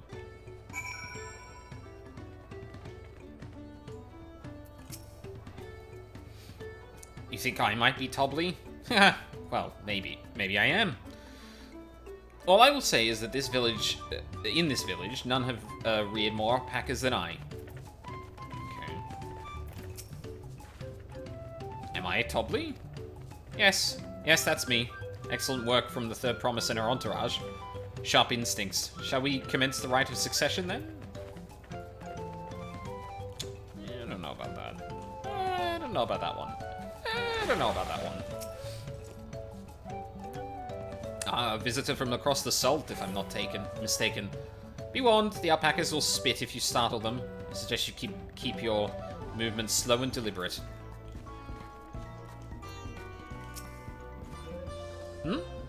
Well, obviously, I'm not Tobley.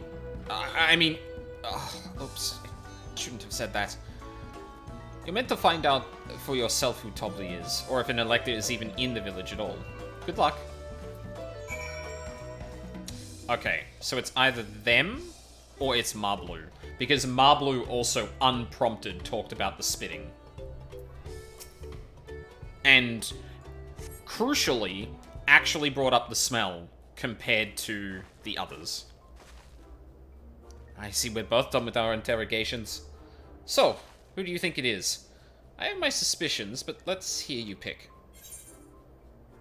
Oh.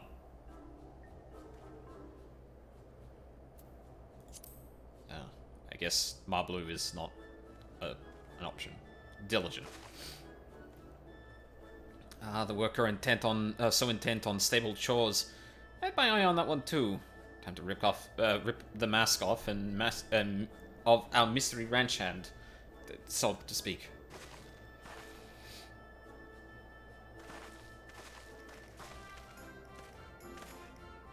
We know it's you, Tobley, and to prove it, I propose a deal. A generous sum of coin for confirmation of your true identity.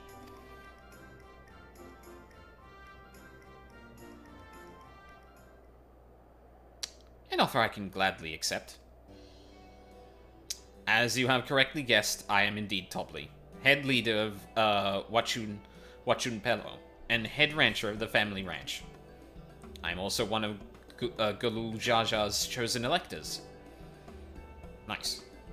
Aha! A place featured in Tuliolal's saga, just as we thought.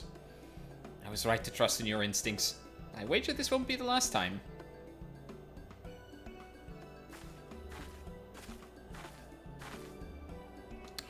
She found you out fair and square, Tobley. And I'm glad she did. Would have been a pity had her bid ended here.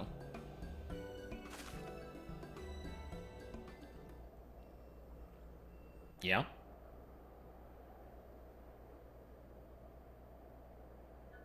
Deducing the Dawnservant's elector was the first step of the feat.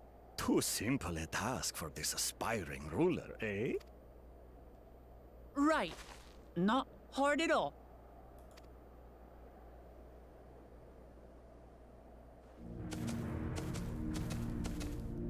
Oh.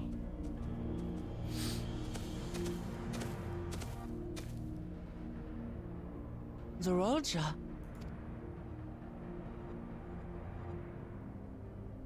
I am told the head ledger, Tobley, is to be found here. You have to guess which one of us is Tobley. That's part of the test.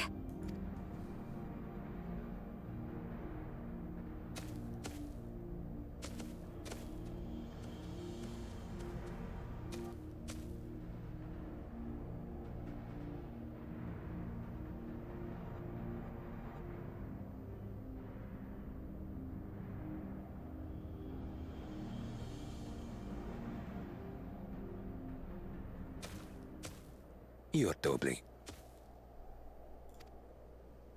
Without even asking a single question. Very impressive indeed. With that amusing prologue out of the way, we can proceed to the actual challenge. Per the Dawnservant's instructions, I was free to devise any manner of feat. I considered a number of possibilities in the 10th column. But I think I have a good one.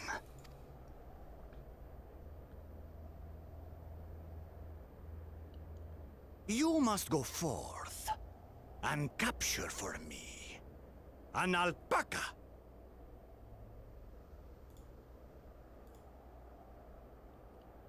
Sorry, what?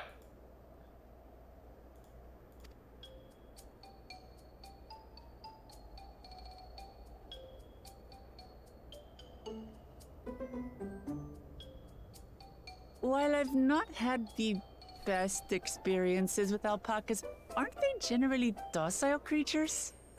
That doesn't sound like much of a challenge. Bring out the example! The example?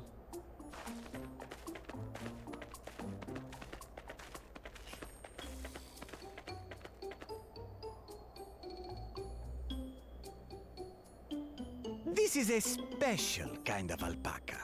Would you please approach the animal, Third Promise? Who? Me? Well, it should stay calm if I stay calm, right? That's what Erinville said.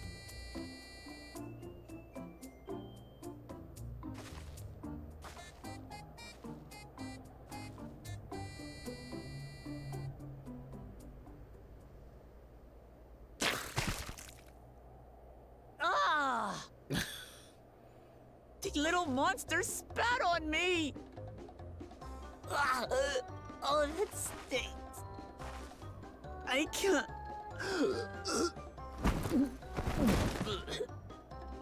Holy shit. What? Huh? Alpacas are paradoxical creatures, being both extremely curious and extremely cowardly.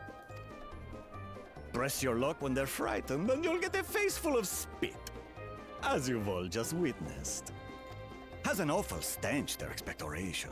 The globs contain half-digested food, you see, making it an effective deterrent against perceived threats. Wild valley breed like this one are especially timid and can therefore be quick to lash out. They're also especially hardy. Indeed. We take the rugged wild alpacas and breed them with our gentle domesticated stock. This produces the strong but biddable pack animals prized by our traveling merchants.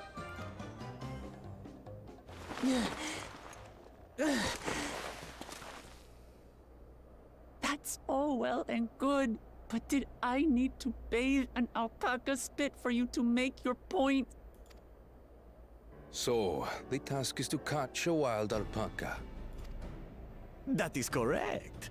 But be warned, that it is a feat easier said than done. I suggest you prepare well before you enter the valley where the creatures dwell. And by you, I mean the claimants only. Allies are not permitted to assist with their catching. Ah. Shit. The alpacas will help me judge which of you is worthy of receiving a keystone. So I'm to chase down a fluffy, spitting demon, and that somehow proves I'm fit to rule? As I said, the Dawn Servant granted me the freedom to decide my challenge. And when you reach the end of the ride, I dare say you will understand why I chose what I chose.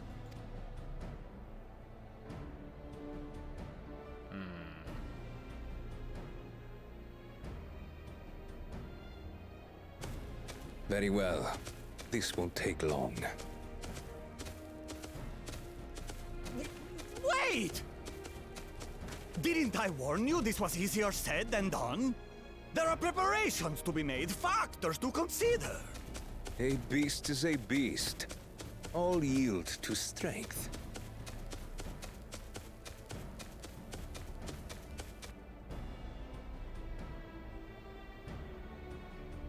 So far, this experience has done absolutely nothing to improve my opinion of alpacas. I imagine that's a ways off, Wook. But that doesn't mean I can't do this. Revolting spit aside, they're just another animal.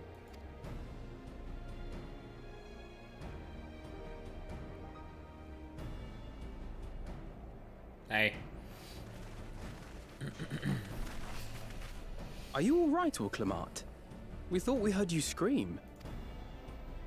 The third promise does not scream. It was more of a startled yelp. Scream, in other words.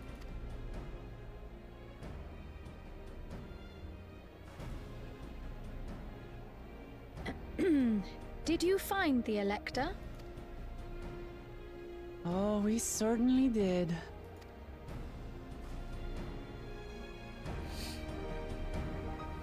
Oh, this is gonna be fun.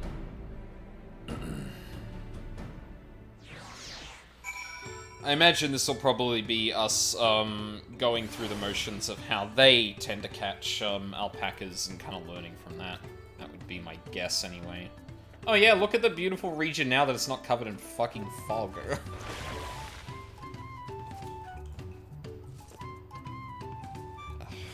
Man.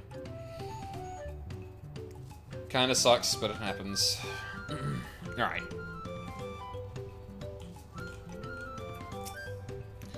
I have to go wash that nasty stuff off my face. I think I got all of it. But would you mind taking a sniff of me just to make sure? The stench just ruined my sense of smell. Hey, I saw that look. The Feet of Gold. Erenville wishes to discuss the Feet of Gold.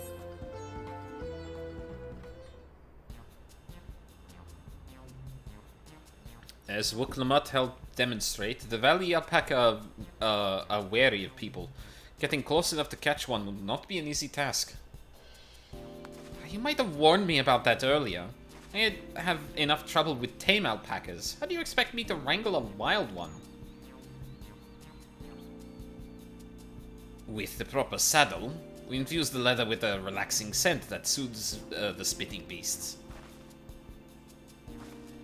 Wonderful. Give me one of those then. Have you perhaps forgotten we are a clan of merchants? If you want a taming saddle, then you'll have to find a saddler and make them an offer. They don't come cheap, of course. Crafting a saddle will cost you the equivalent of 10 pel, in the thousands column. You mean 10,000 pel? I don't have that kind of coin. Converting to gil, that comes to around 1 million or so. Mayhap if we all pitch in. I've got 9. I'm good. We're good. No, no, this is my feat to accomplish. Wouldn't feel right about having others pay the cost. I'll find the money. Somehow. Oh no, she's gonna have to do trade with a bunch of people. And do the bullshit, hey, I worked up 10,000 from just, like, alpaca spit or some shit. In that case... 2 pel. Or a single pel. That basket of wool is worth the sum you paid me earlier. 1 pel in the hundreds column. I was just like, let me pay Alphino trying to offer my wallet when his family's rich. I was ready to punt him down a hill. Beginning... And then I spent 7.5 million on a mount, damn. Beginning with the wool, you can trade for ever more valuable goods until you have something suitable to bargain with for the saddle. That's a nice gesture. But you think I can turn 100 pel into 1,000,000? That's 10,000 times more.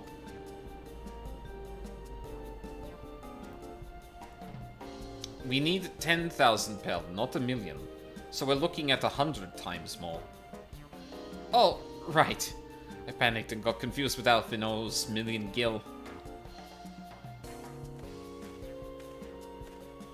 That's like nothing to me, though. I could just bankroll this. I'm not so sure about this trading idea. You almost talked into buying a cloak you didn't need mere moments after you arrived. But I just... I hate it when you're right. And let me help you with your deal-making. Oh, hello again. Mablu. I work here as a ranch hand, but I've also learned a lot about the peddler profession. It's alright if I aid them now, yes? I guided the claimants towards the first step of the feat, like you asked. As long as Wuklanat goes alone to capture her alpaca, she is free to accept assistance from whoever she likes. Hooray! Let's see about getting you that saddle then, Third Promise. I don't know why you made your offer, but I could use an ally with a beak for bargains. Welcome aboard, Mablu. Should the rest of us stay behind, perhaps? It may be easier to haggle over prices without so many voices chiming in. Yes, stay here and pitch in with the ranch work. With Mablu gone, I'll need extra hands to tend to the alpacas. Gladly. Although, Aldine, I think you should go with Wuklamat. You've seen markets and bazaars the world over, and surely have sage advice to share. I'll try. In that case, you should also hold on to the alpaca wool. If it's misplaced or soiled in some way, you'll have nothing to bargain with. Oh, I should. Eye drops. Forgot to do those after the break.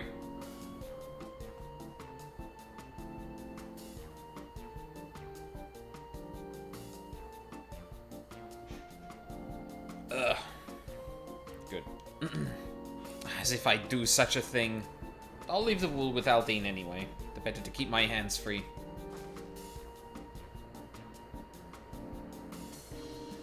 Thank you. To begin, I suggest we try trading the wool to Havli, the saddler. He won't agree to the deal, of course, but it'll give us an idea of how much he'll accept for his wares.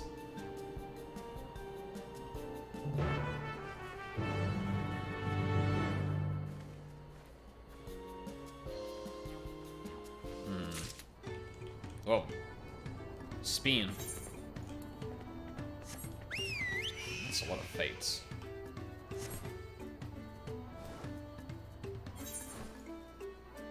That one's not too far away. Fuck it, I'll go and do that one.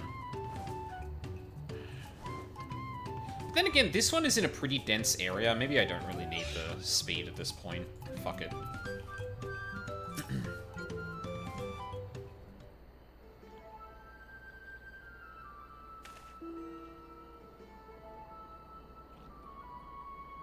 Hi. Something I can do for you? We've come to bargain. I need one of your special taming saddles to catch a wild alpaca. A saddle, is it? And how will you be paying for it? With this basket of fine alpaca wool.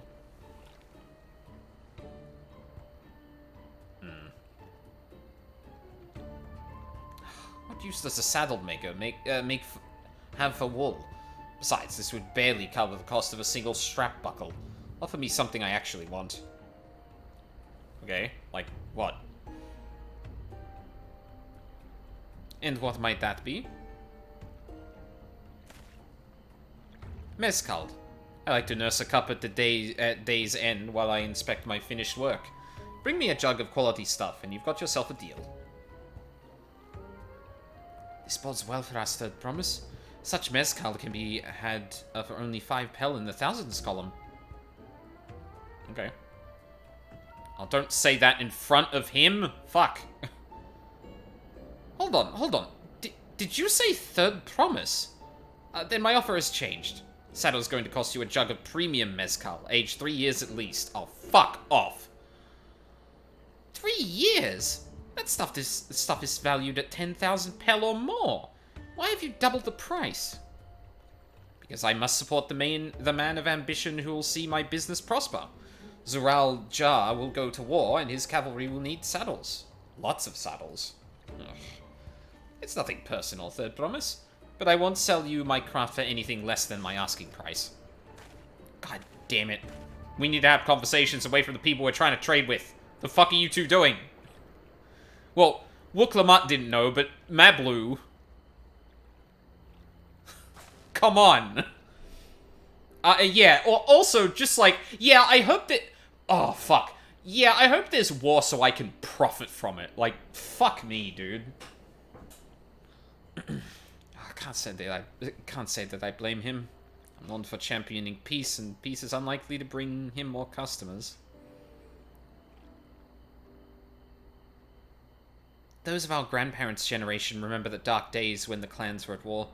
Many of these Pelu pray for your victory, Wooklamat. The younger ones, though, to them strife and bloodshed are as children's stories. They think themselves safe from these horrors and take the peace we know now enjoy for granted. Still, others are unsatisfied with this quiet prosperity and crave the future the second promise envisions. They become obsessed with innovations like the dirigibles that have made trade swift and easy. Then you have those like Havli, convinced the first promise's plans for conquest will afford them opportunities for great profit. What about you, Mablu? Aren't you of the younger generation? At least a year or two younger than me, I'd say. Oh, I was raised on the old tales. I memorized the accounts of what it was like when the Yokwi ruled our village. That's why I offered to help. I want you to become Dawn Servant, to keep our nation from going back to the way it was. Well then, I guess I'd better make sure I win the contest. But the type of mezcal the saddle maker wants is so very expensive. Weren't we expecting to need 10,000 pel from the outset? Nothing's changed, we just need to get on with it. I may not have a head for trade or the stomach for alpacas, but I won't give up with the piece of Tuliolal on the line. Then neither will I. We will make you Dawn Servant. Aiming for that 10,000 pel jug right away will only bring us failure and frustration. So let's first try exchanging the wool for anything even a touch more valuable. The trick is to find someone who needs alpaca wool and is willing to trade at a loss to acquire it. Someone who supports your bid for the throne, for instance.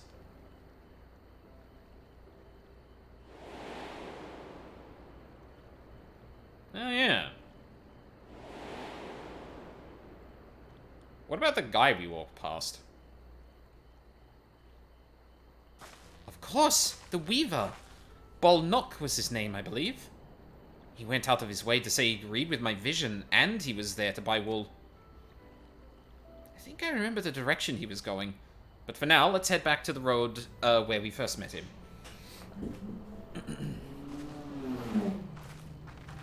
Vroom.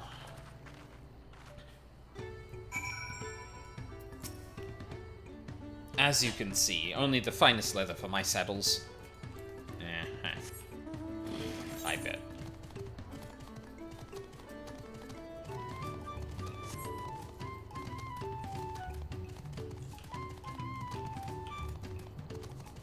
God, the swaying.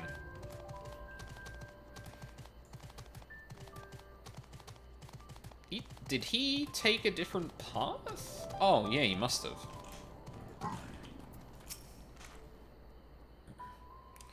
This is the spot. After Balnook talked to us, he walked off the south. And he was probably going to Ikuvlo. We got anything for that? Ikuvlo.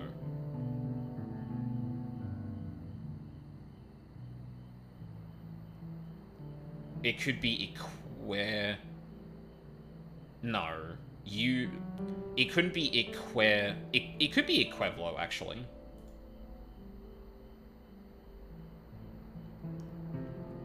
Before E. Oh, C-U-E would be the Quare. Okay. Ikuvlo's Inn. Most visitors to Wachunpelo end up staying there. Whoop, hold on. OBS. Let's go and check, shall we?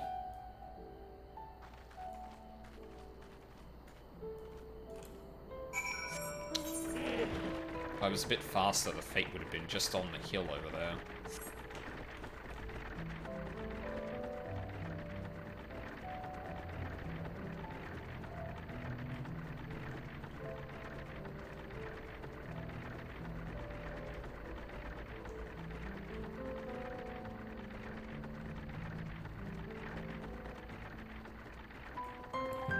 Oh, there he is. Ah, we meet again. But wait, weren't you all on your way to Wachunpelo? Can I have that basket, Aldine? Yep. A basket of standard quality wool you received from Tobley, worth 1 pel in the hundreds column.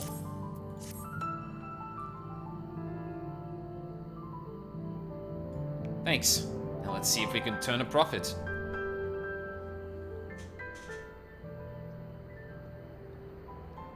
Balnock, I'm glad we found you. Are you interested in making a trade? That promise. You wish to do business with me? Might I ask what this is all about? Sure. Dawn Servant. Trial. Thingy. We're trying to help Wuklamat. You want to help Wuklamat, right? Who would not want to help Wuklamat? I see. So the goal is to turn that basket of wool into a jug of 3-year-old premium mezcal. Then allow me to invest in your efforts. Peace in Tural is what allows me to cross freely into the lands of my suppliers. Naturally, I would prefer that one pledge to preserve that peace win the throne. Thus, do I humbly offer you this wool poncho, small token, and that I pray contributes to your victory.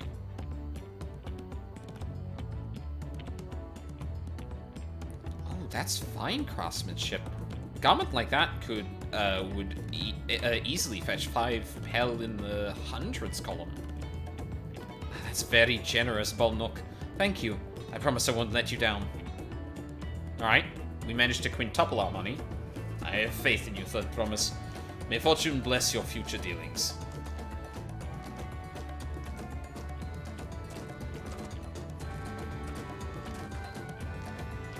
I believe you quintupled your investment with your first deal. You're off to a spectacular start. Only because Aldine remembered our weaver friend. All I did was hand over the wool. That's not true. The connections you build with people are vital. This is one of the most fundamental precepts of trading, one which you've instinctively mastered. It is very true. You think so? I know so. Now, let's take our 500 pel poncho and trade it for something even more valuable. Here, Aldine, you take the poncho. If I lost it somehow, Erenville would never let me hear the end of it.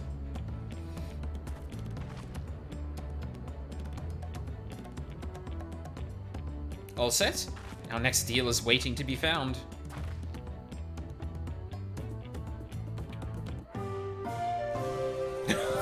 Oh my god! What? Success. You traded a 100 pel basket of alpaca wool for a 500 pel wool poncho. Oh god. That is 100% at some point going to go downward as well. I love the little UI they made for that. Yeah, but, okay, but that scares me because, like, what else is that UI going to be used for now? Like, that's not the end of it, surely. We turned 100 pel into 500. I know it's only 5 times more, but it feels like 500 times more. It feels like 500 times more when you can't do math.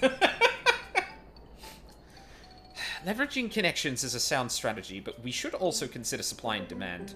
An individual in urgent need of a good poncho will offer more than a merchant simply looking to stock his shelves. She just like me, for real. Nah, couldn't be me. That makes sense, but how do we know if someone needs a poncho? They aren't wearing one? Yeah, despite the fit, Aldine's not the most versed in fashion, I'm gonna be honest. I'm too pretty to know basic math. Ouch. That's the obvious answer, isn't it? We look for a person without a poncho and hope they're eager to buy ours. Yes, there we go. There you go. We find this demand for our supply. So, where should we begin our search for prospective buyers? There are any number of places, but we could do worse than starting right here at the inn. There might be interested travelers. Yeah, it's probably a good place to start. Someone who's been on the road might have had damaged goods. Who here needs a poncho?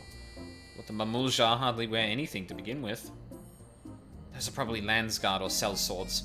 Mamulja, who soldier for a living, prefer not to wear much above the waist. It hampers their movement. So even if they have bared shoulders, Mamulja carrying arms can be struck off the list. Okay. Yes.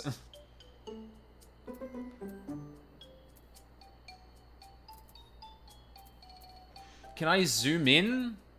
Okay. They're already wearing one. They've got a weapon. They've got a weapon. Maybe this person. Damaged goods. That was my high school nickname. Don't you, dude. Let's see.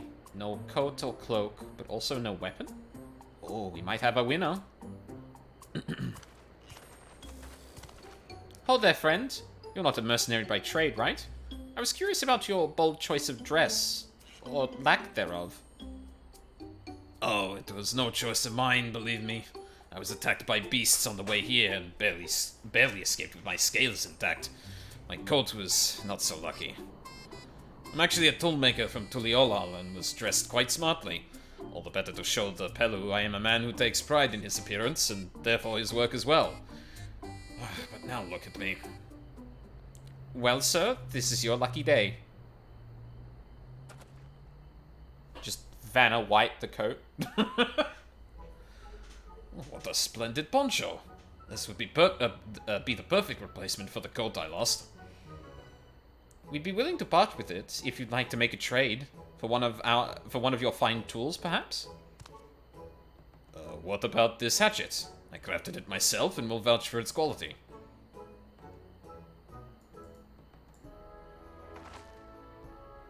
The blade looks sharp, the half well made. I'd value it at 1 pel in the thousands column. Okay, doubled it. We got 10 times so far. Oh, from 500 to 1,000. We have a deal. Wonderful. A fine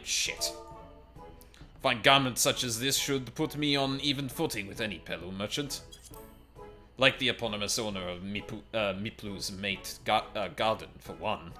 Her field hands use hatchets to harvest the mate. Mate? M-A-T-E?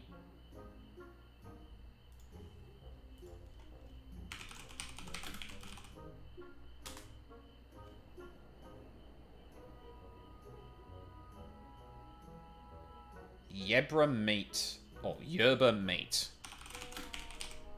is a plant. There we go. Plant species of the holly genus, native to South America. It's named by the French botanist. What is it? Leaves of the plant can be steeped in hot water to make a beverage known as mate. Brewed cold, it used to make terere. Huh. There you go. Mate. Ah, thank you. Her field hands use hatchets to harvest the mate, and I thought to impress her with the tool I sold you. No matter. I have other wares to sell. Glad I am to have met you. Did you hear that? We already found our next buyer. To Miplu's Mate Garden we go. Yes, but it's a fair distance on foot. We should take alpacas. Oh no. These ones will be the calm type, right? I love her. Yeah, we did it.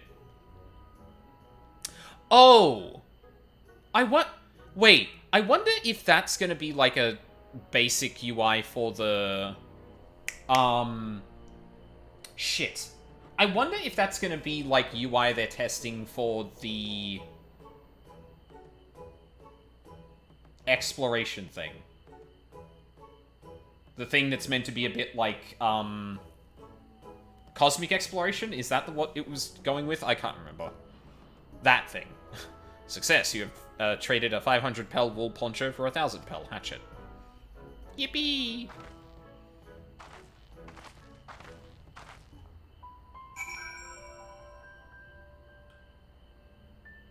Cosmic exploration crafting? Maybe. Yeah, like, I don't know the form it would take or why that would make sense, but, like, that's the feature that immediately comes to mind that would use a UI like that. Like, maybe the whole thing is, like, kind of working up to building more things, and part of that is actually trading things you've crafted for other things to kind of make the thing go along, but... I will be interested to see if that comes up, that UI comes up ever again, and where. Well done recognizing that toolmaker as a potential customer. If you've a mind to change professions, you'd make an excellent merchant. I'll stick to what I'm doing right now. Marblu's dream. Wooklamat steals herself for the ride to find your next trading partner. Before we get moving, you should be the one to hold this. Yeah, give me the axe. With that, I suppose we should hop on the alpacas Marblu has so kindly provided. Ready to go? Let's mount up. Oh, actually, hold on. Before we go... 200, that's pretty close. Hold on. Could probably get wherever that is. Fugiluja. Is it gonna be up, maybe? Southwest? Oh. That direction? Oh, I don't know if I'm going to be able to get this one. Never mind. Unless it's, like, deep in this bit here?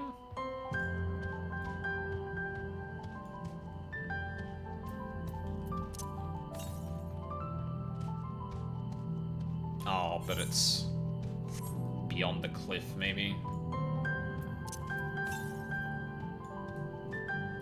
Directly south, yeah. Whoa. Hear them shit sizzling.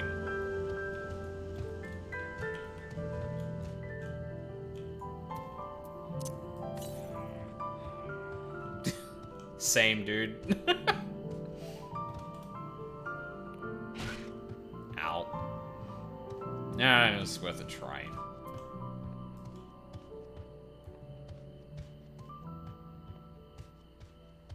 Alright, yeah, I'm ready for it now. And it's off to the Mate fields we go. Please don't spit, please don't spit. You'll be fine. These ones are accustomed to people. I still don't trust them. You have a knack for riding, no matter what you say. Without our alpaca friends, we Pelu would never have become traveling merchants. Can you imagine walking all the way across Tural?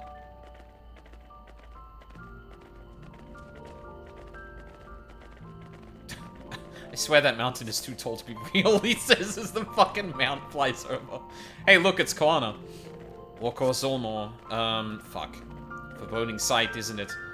One I've never appreciated up close.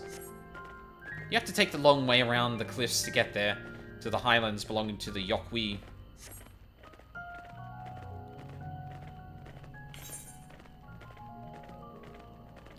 So Mablu, you said you were learning about the peddler profession.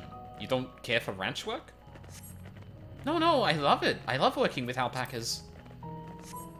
But becoming a peddler has always been a dream of mine. It's just... I'm not sure I have the talent for it. If I can help you buy the taming saddle, though, then it'd be proof that I can do this after all. In that case, you'd best get ready to be a merchant. Oh. Cactuar.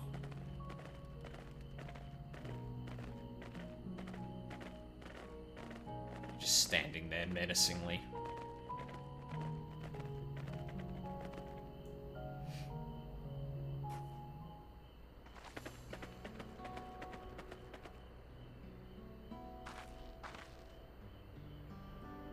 We made it, without a single smelly incident. I sent the alpacas back to Ikuvlo's inn, so we'll walk along the main road when we return to the village. Speaking of the roads to travel, you were adopted by the Dawn Servant, weren't you, Third Promise? That I was. Then perhaps you understand. I was an orphan too, you see. Tobly took me in. He took in all the ranch hands, actually. All of them? Yes. Everyone works hard at their chores, grateful for the opportunity to repay the head ledger's generosity. Yet, here I am, the only one wanting to go off and be a merchant.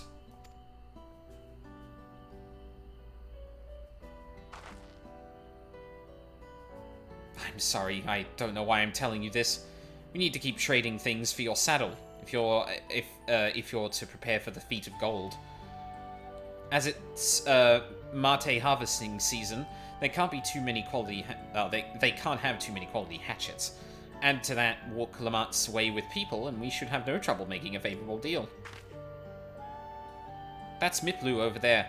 Pass the hatchet to the Third Promise, and let's get to bargaining.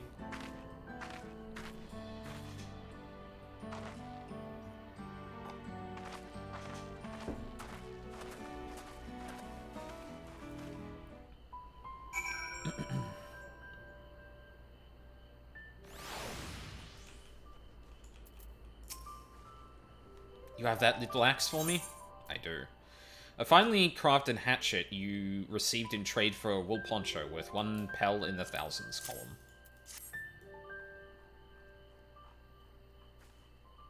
Thanks. Now to see what we can get for it.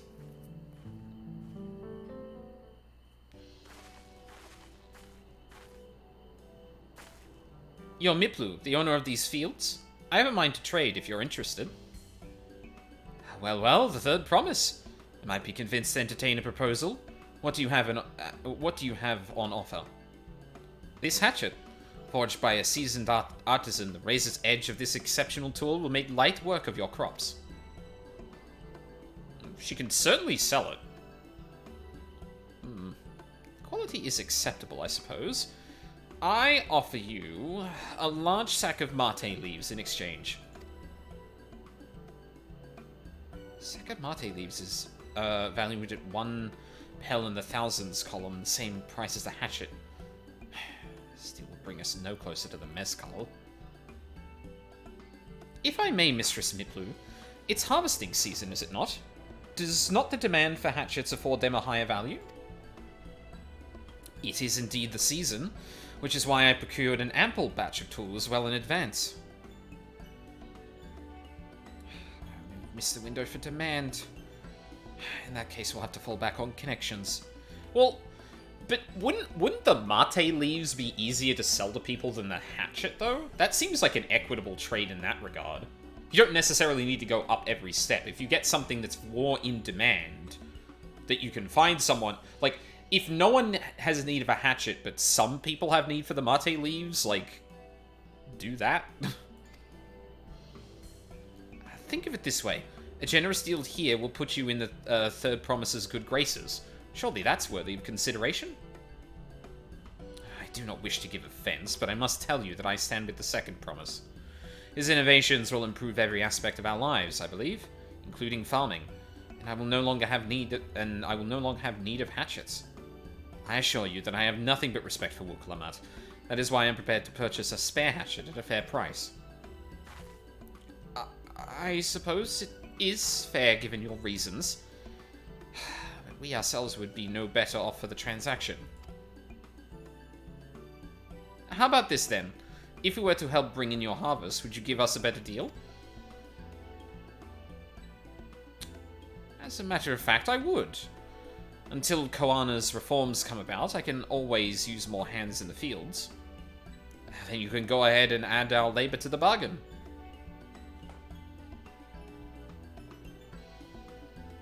Added value to tip the scales. How could I have forgotten one of the most basic rules of trading? You can rest here if you like, Mablu. Aldine and I have mate together. Oh no, I'm helping too. Off to the fields then. And mind you pick the healthy leaves. I'll take 5 good bundles from each of you. Never forget the power of our labor. Yeah, exactly. That's another aspect to Koana's, kind of deal here. Is it's very, like, again, it's very focused on the immediate problem and not really thinking about the wider thing. Like, you know, what would a bunch of people with most of the power and money in society do if they could just cut out all of the labor from people and take more of that money for themselves and give money to less workers? Just a wild guess, but I feel like they might try and do that. I feel like they probably lean that way, personally. It's kind of, it's interesting, in that there's a weird game that comes to mind when it comes to that, and it's AI the Somnium Files Nirvana Initiative. There's a really great essay, joint essay, mind you, by a friend of the stream, Mina, and a writer friend of hers, that goes over kind of like Tokiko's mindset, where there's parallels to the way that people view technology as like the cure-all, solve-all problems thing, and not really think about the effects it has beyond that. And more to the point, like, the short-sightedness of just seeking solutions in technology at all times and not thinking about the impact that would have outside of it. There's a lot to go through there. I'm trying to see if I can find the fucking link to the essay.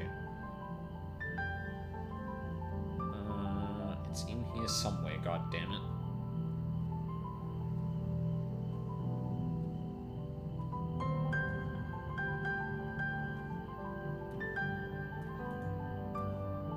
Fuck.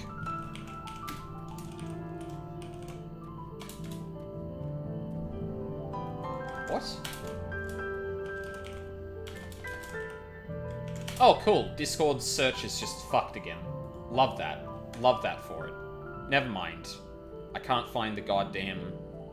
I'm not going to be able to find the goddamn link to it, because... Oh, no, hold on. Here it is. It's attached to a tweet, but you should be able to get to it. Actually, no, let me just copy the link directly. So... Oh, fuck. God damn it. Why? Goddamn shortened Twitter link bullshit. Sorry, there we go. It goes a bit into that there from memory, but to keep it short, basically, like, seeking the absolute one cure-all that technology often offers can lead you to forgetting the reason that you need to fix those problems in the first place. And that's the people it affects. So if you're just looking to solve problems, you're gonna be misguided in actually solving the problems in a way that benefit people. And that's like a really important aspect of this. It's probably going to come up where Koana is not considering the importance of these things for people's cultures. He's not considering the impact this may have on labor in this continent. There's just, yeah, a hell of a lot of things that he's leaving to just... Oh, no. This is better, so obviously it is necessarily strictly better. You bought me some leaves, then. A sizable pile of freshly harvested mate leaves.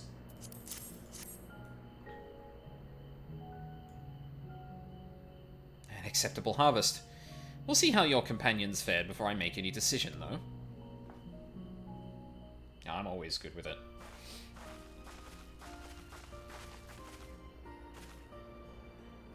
Yeah, we brought our share as well.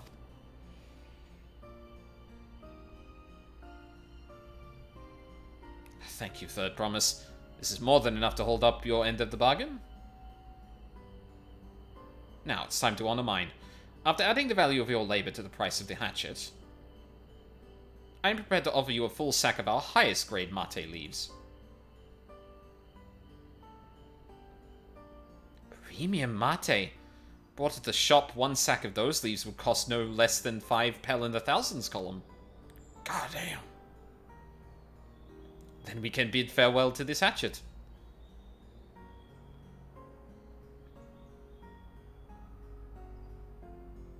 I'll give it a good home. Talk of the contest aside, I'm glad we could come to a mutually agreeable trade. As am I. All the best with the rest of your harvest.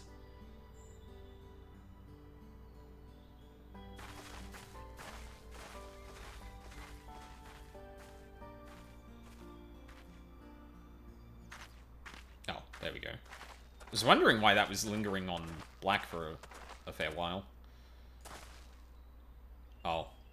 Mablu? What's wrong? It's as I was saying before. Even after everything Tobley's done for me, I'm planning to abandon it all and become a merchant. But then I needed your help after forgetting a basic rule of trade? How can I expect Tobley to accept my decision then? Have you mentioned your plans to leave?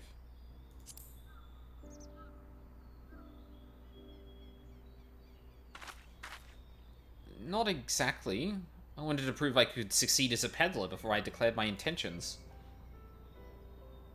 I seek to follow in my father's footsteps, but not because he expects it of me. I want to preserve Toral's peace, and become Dawn's servant happens to be the best way to do it. You should live a life of your own choosing, and I wouldn't be surprised if Tobley held the same opinion. So talk to him. You're right. It's better to find out for sure than worry over what he might say. Thank you for the advice.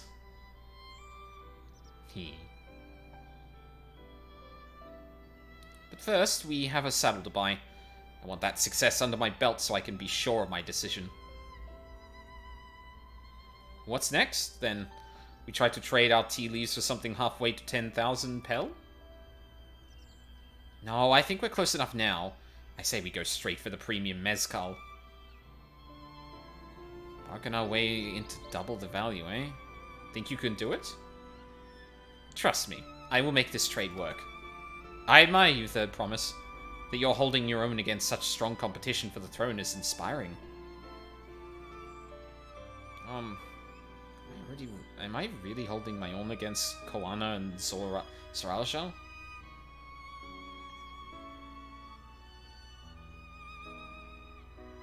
I mean, of course I am. I'm Wuklamat of the Dawn's Promise, after all.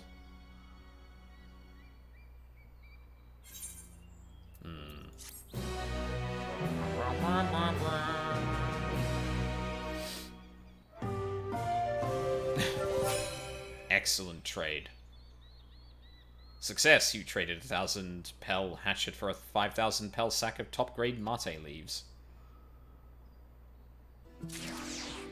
Seems to pay well for labor at the very least. Although I guess it was 3 people's labor, so kinda makes sense. Premium deal. Wuklamat has her eye on a jug of premium mezcal. Before we go, let me give you the mate leaves. I don't need to risk proving Erenvel's point.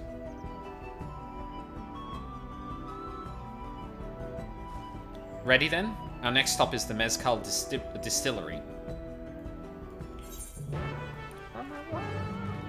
Oh, there's a fate.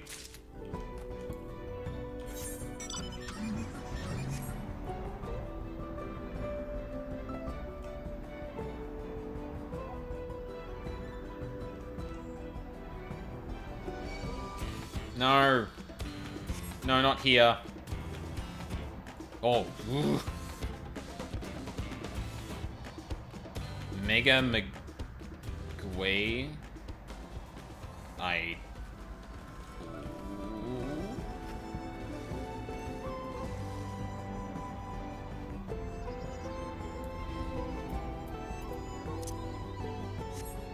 We could have gotten even more Pell if we unionized. True. Yeah, I'm sure she won't mind us unionizing her workers.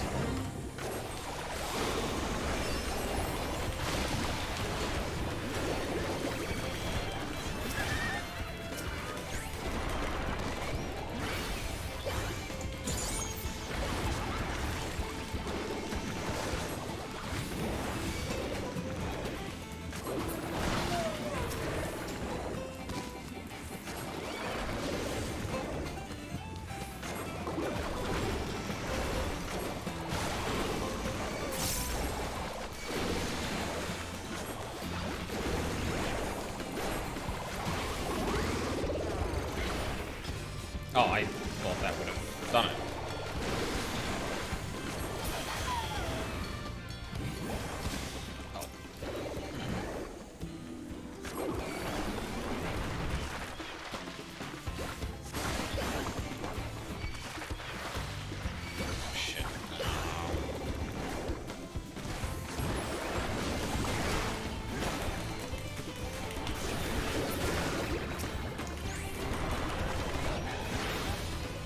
Heal? Heal? Heal?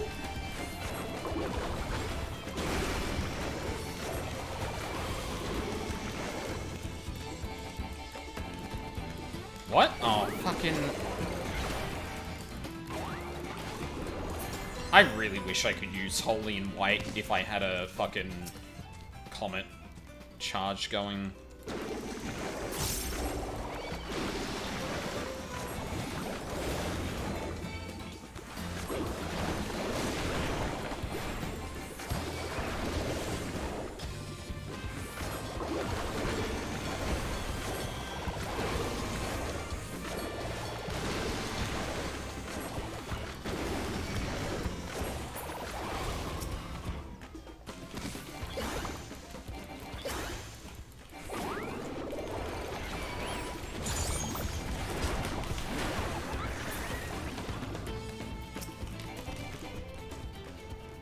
Move? Hello?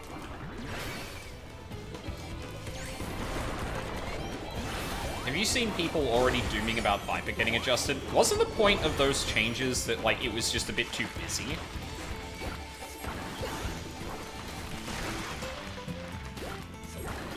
Like, fuck, I feel like I saw a Mr. Happy video on that. Like, I don't know, people are dooming over some dumb shit, from what I've seen. So, like, it doesn't surprise me, but at the same time, like...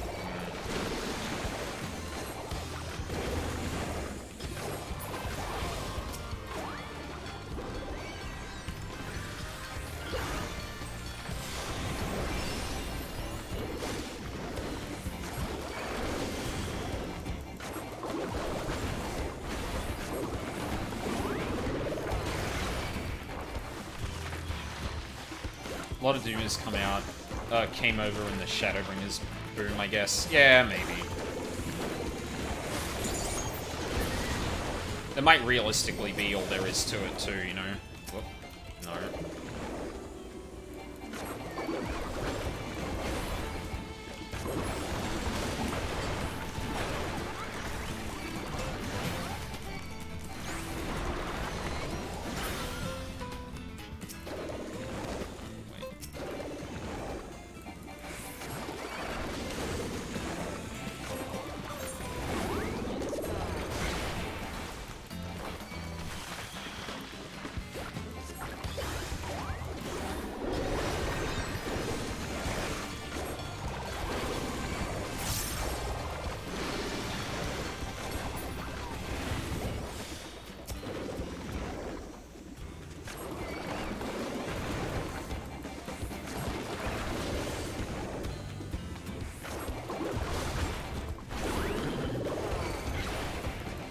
Victor remind you of any other classes you've played in that other game?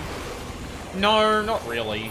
Like, the most I could compare it to is how Warlocks used to play before, when you had life tap.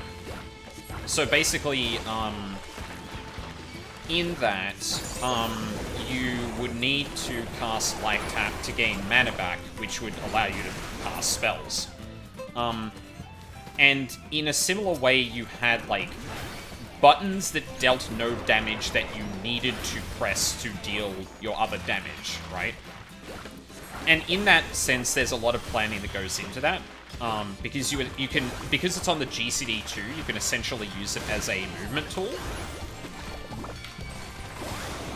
And it's really powerful at that.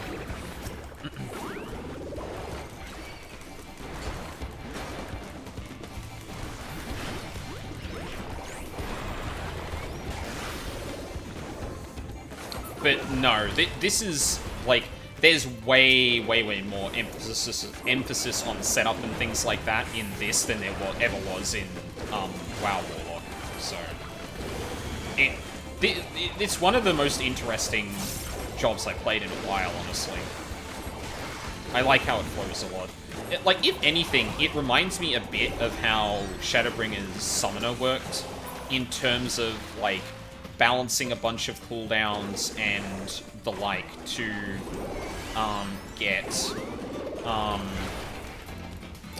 get your movement tools to then use your movement tools and things like that. That should be enough. Yeah, there we go. Nice.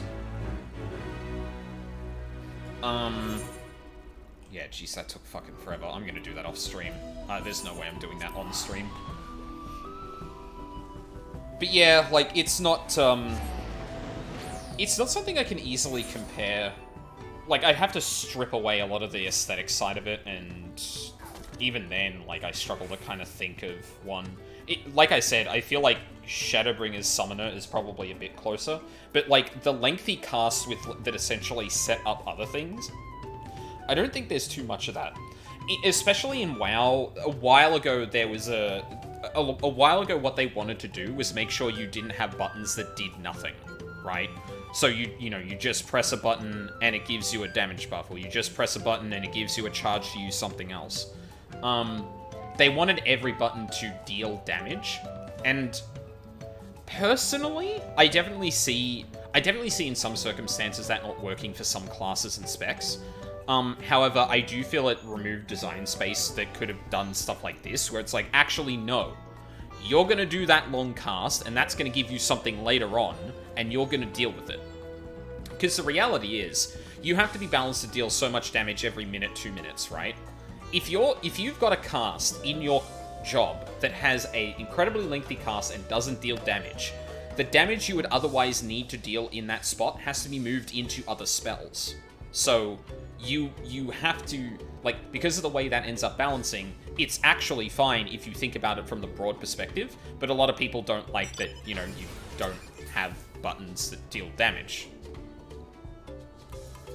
Which I would say tough luck, but yeah. We want to speak with a man by the name of Gobley. Even among his fellow distillers, he's regarded as a master of the craft.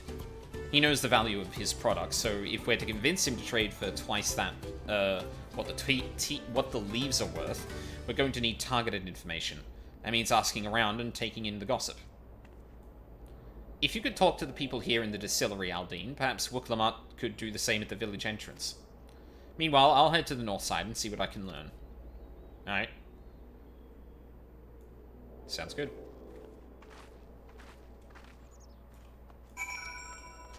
Bebilja. Me? I'm a chef from Tuliolal. I often come here to buy Gobley's mezcal, the finest in Tural according to my customers. He always brings out a jug during our dealings, but I can't handle the stuff too well myself. I take small sips, not wanting to be impolite, you understand, but still end up so addled as to agree to whatever price he quotes me. It would be nice to have less, potent refreshments during such conversations, else I might have to seriously reconsider our arrangement. Suvli. Gobbly might be a deft-hand at distilling, but he's got no sense when it comes to appearances. Rumor has it he's been invited to the palace for business negotiations. If he presents himself to the court wearing his usual crumpled attire, though, he'll be laughed out of sun perch. Okay. Odd thing to take issue with, but...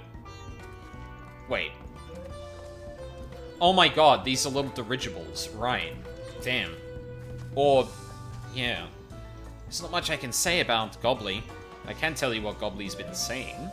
The other day, he was muttering about monsters prowling around agave jaws. That's the field where they gather ingredients for the mezcal.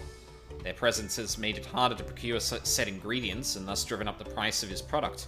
A boon, some might argue, but it's hard to celebrate when it affects the work as it does. You can't rightly bring joy to people if you can't keep making the thing they love. I see.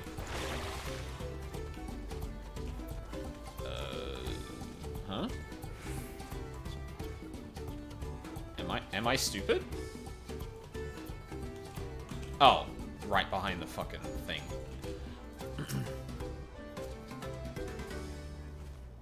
So, what did you find out? Oh, we can make use of all those tidbits. The deal is as good as sealed. As for me, I found out where Gobbly is working. There's a millstone at the top of the slope behind the distillery. You can go on ahead, I'll bring Wooklamat. You know what, I am gonna speak to you. So I have the point. Because this place seems like it would be a good idea to keep those around. Guessing up here.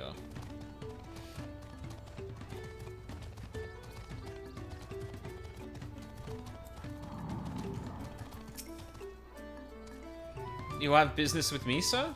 Why don't we talk down below as not to distract the alpaca from his work? Oh, okay.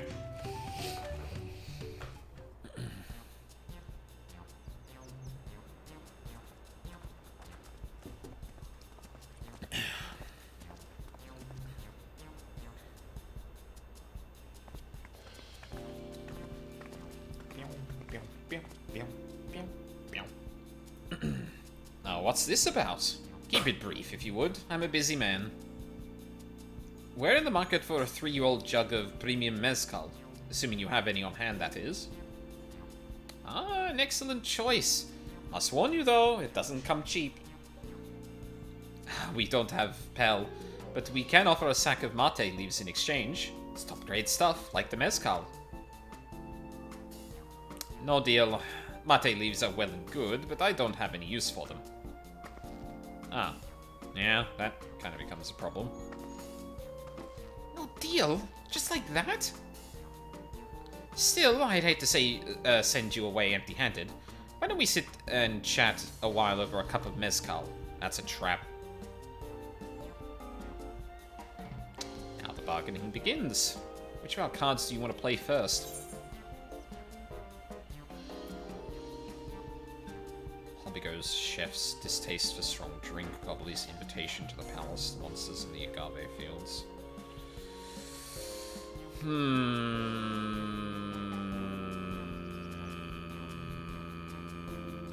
Monsters in the agave fields. Let's hold on to that one. We need to consider our timing. Oh, for fuck's sake. Okay, invitation to the palace. If you ask me which one of the... God damn it! Okay. But what has that got to do with anything? That feels like it's nothing.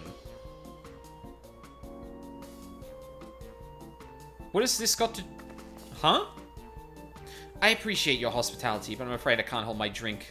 I've heard one of your regular customers, a Hobbigo chef, is the same. Seeing as not everyone can enjoy mezcal, I wonder if you might benefit from having other refreshment to offer. Something like mate tea, for instance? And brewed from the finest leaves, of course. Right, okay, yep, This is why I'm not a salesman. Ah, you're right. Absolutely right. I had noticed a growing reluctance on the part of my Hobbigo friends. I did not realize I myself was to blame. I must endeavor to be a better host. Still, even with that added value in mind, no sack of leaves is worth the mezcal you're after. Okay. Now the monsters in the... Should we offer to cull the monsters cause into trouble? Not yet. We'll keep that card up our sleeve until we need it. Okay, I appreciate they actually had an input on this. As I expect you're aware, the rite of succession is currently taking place. That's why the third promise has graced us with her presence. When the contest is decided, the subsequent ascension ceremony and banquet will be a prestigious affair. If your mezcal were to be served there, it would bring your distillery immeasurable fame. Wait, could it be that your rumored invitation to the palace is to discuss that very possibility? As a matter of fact, yes. I must admit, I'm still reeling from the abruptness of it all. It would be a great honor and opportunity if I can secure the deal. Well, I should think your exceptional mezcal would speak for itself. That said, there's no such thing as being too prepared, and first impressions last. You'll want to be wearing your very best when you walk into Valuk Shunsa. It would be such a shame to miss this chance of a lifetime simply for want of proper garments. What's wrong with these garments? I guess they're a little less red than that in the background. That it would. Are you saying you have garments to offer? Something ideal for court? We have no garments on hand, I'm afraid, but we can provide you with the next best thing, an introduction to a weaver. His name is Bol Nook, and his works are highly regarded in Tuliolal.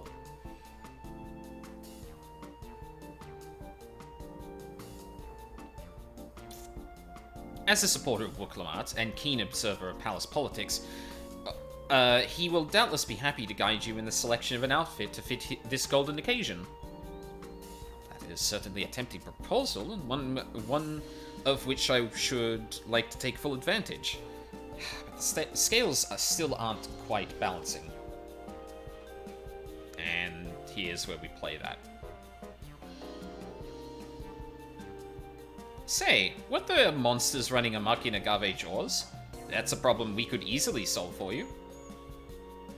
Truly? I would be most grateful for your immediate assistance. I was resigned to hiring sellswords to clear them out. Factoring in that saved expense and an introduction to a trusted weaver, this is shaping up to be a sound bargain. Alright, you have a deal. Fuck yeah. Yes, I knew you'd come around. Give us a moment and Aldine and I will take care of those prowling nuisances. In the meantime, I'll use the time to pen an introductory letter to Bol Nook. The fields you're looking for are just north of Wachun Pello. Be safe.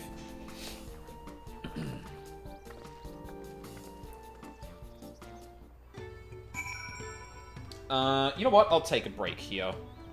It's probably a good idea. God damn, I would have thought we've hit the first dungeon by now, but, I'm gonna yeah. I want to do at least the first dungeon tonight. I hope that's not gonna go too far into the stream, or too much longer into the stream. Like, my estimated time, my finish time was like 6 o'clock, I think. Well, 6:30, I started a bit earlier. So, yeah, latest like 7 o'clock, that would give me time to kind of cool down afterward. Yeah, I should be able to do that, I think. 2 hours to get there. Fingers crossed. But in the meantime, I'm gonna get a quick drink, go to the bathroom, rest my eyes and that, before we go onward.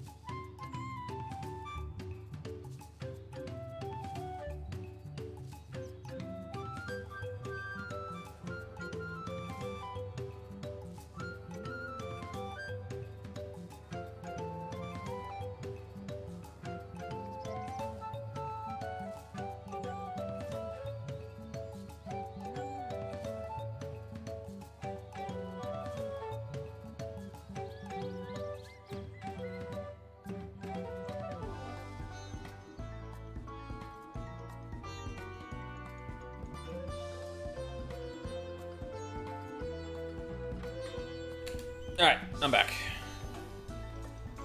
And it's 5 o'clock, so fuck it. Grab myself a... Fuck?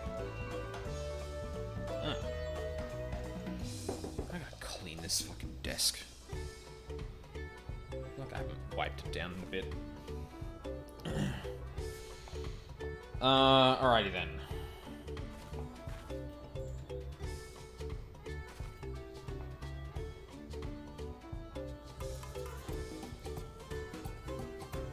Oh shit.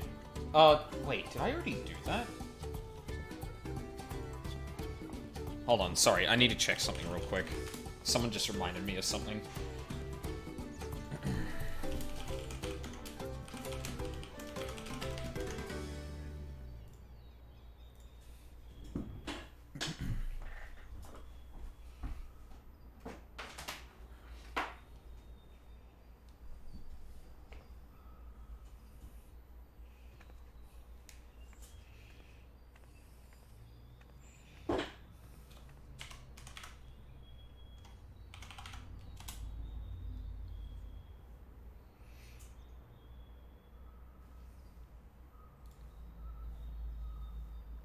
Okay, good.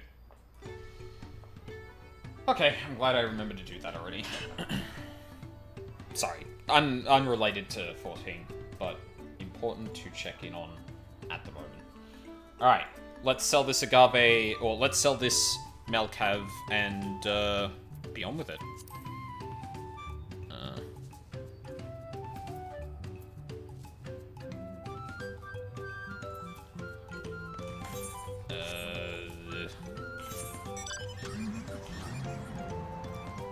This way. Not quite. I haven't been looking for these either. I'll probably just look for them after stream, honestly, while I'm doing fates. It's probably the best way to go.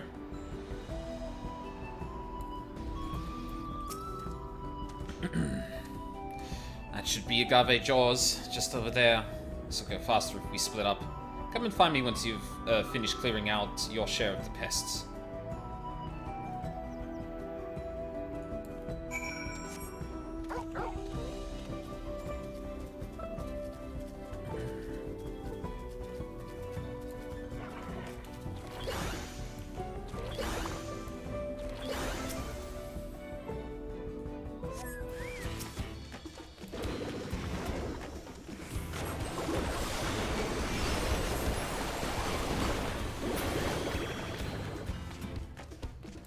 Get bodied.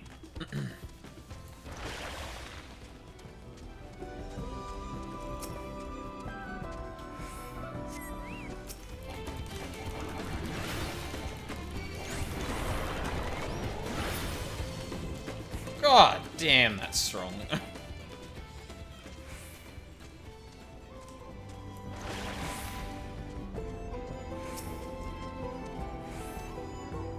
Oh, I should have. It's fine.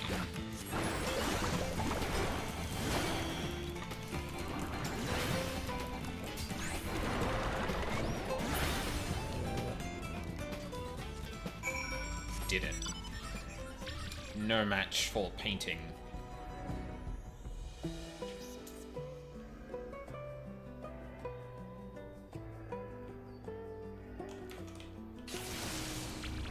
Oh, damn, I forgot how big that was. Compared to the creatures I hunted with Papa, this is no challenge at all. Go on, let's head back to the distillery. All that's left is to give Mablu the sack of leaves so she can seal the deal. Oh yeah, I probably should have left that with them, huh?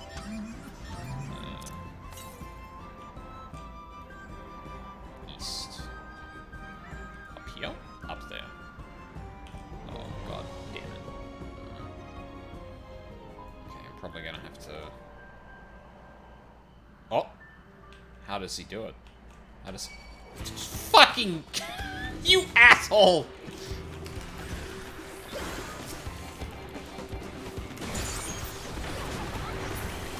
Oh, nice.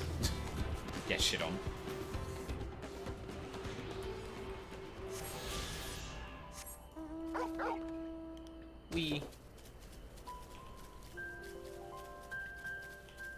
Whoa. Oh my god, that's a big bug. God damn. Oh, you know what? I could probably just do this, actually. Could probably just do that, actually.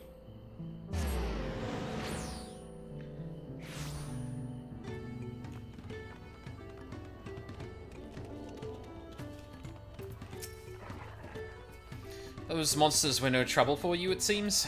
Now, if I could just have the sack of leaves. A large sack of premium mate leaves you received in trade for a fine hatchet and an investment of labor, worth 5 pel in the thousands column.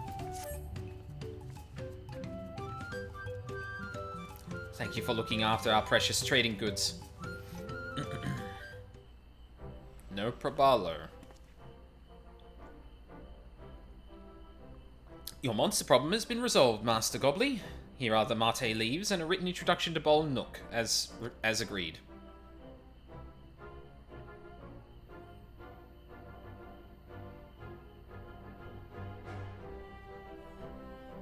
Then the deal is done. Here, your jog of premium mezcal, aged 3 years. Please accept it with my compliments.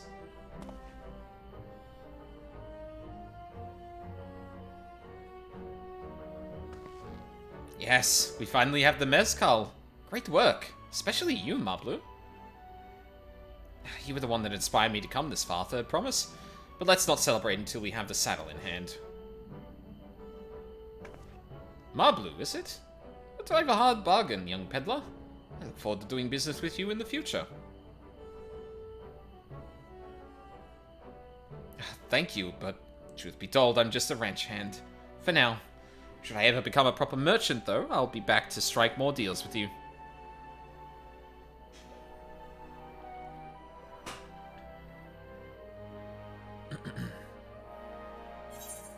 Hell yeah.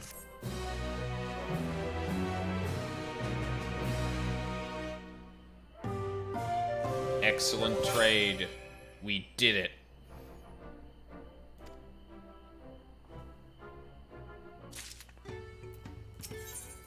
Wooklamat in the saddle.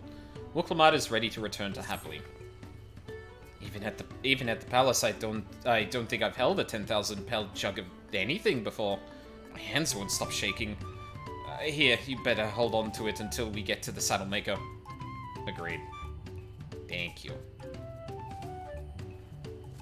Can you imagine if we dropped it and we had to start all over again? Luckily, Havli's place is not far. We just need to head across the plaza. Sure hope fucking nothing happens to it. Otherwise I'm gonna be back for this thing, this person's neck.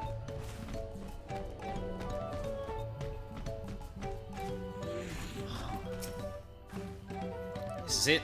The trade we've been working towards. A high-quality jug of mezcal you received in trade for premium mate leaves, an introductory letter, and the swift culling of hostile pests. Worth 10 pel in the thousands column. Phew, still in one piece. Right, time to make our deal.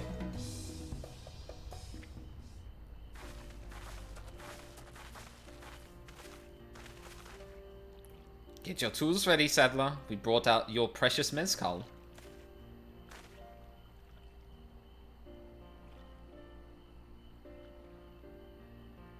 Wait, you actually got your hands on Jug.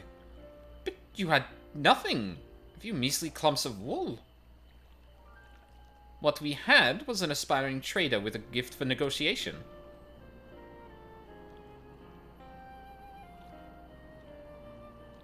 Aww. Head cut out of the frame. Nice. Though I'd sooner aid no claimant but Zoral Jar. I cannot go against the guiding principles of the Pelu Pelu. The trade is a fair one. I will craft your saddle, third promise. Great! Stay and wait if you like. I have all the requisite materials, so this won't take long.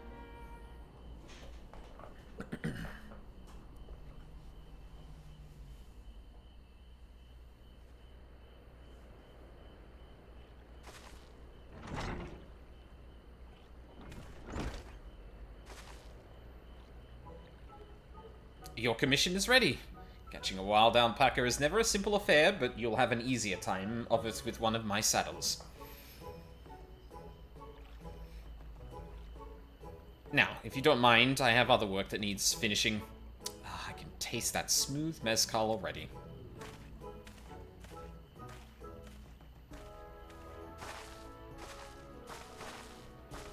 We did it! The saddle is ours! And to think we started out with only a 100-pound basket of alpaca wool. Mabu, you are going to be an incredible merchant. Thank you. Makes me glad to hear you say that, Third Promise. We got what we came for, so let's return to the ranch. The others will be waiting. Feat accomplished. You successfully traded it. Yeah, no, there's no way this UI doesn't come back somewhere else, right? They wouldn't just make it for this quest alone.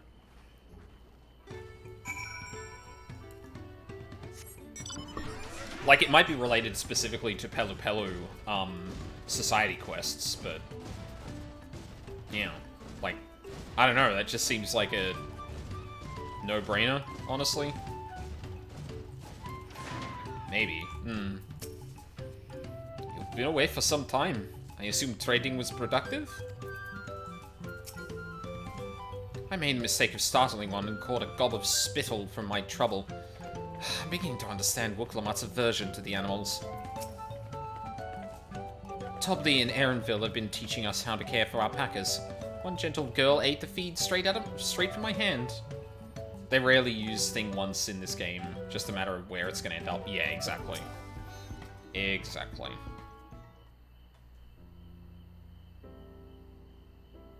You've acquired the saddle, then? Yes, and thanks in no small part to Mablu.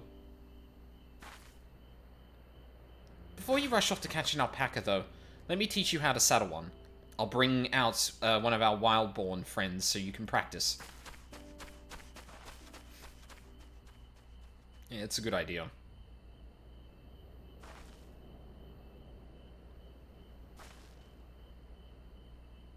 I know, I know. This is something I need to learn.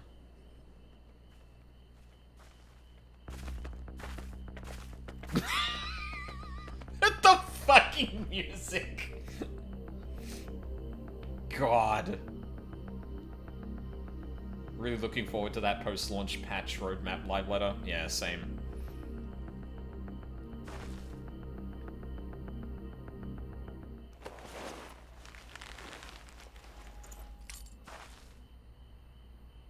Great sunken gods, I did it!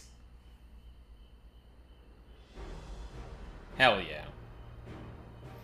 Really want to know more about what's coming and when it's coming. He hardly seems bothered, much less inclined to spit. As if he was completely accepting of Wooklamat's touch. That is because of the singular scent with which the saddle has been coated. Alpacas find it very soothing.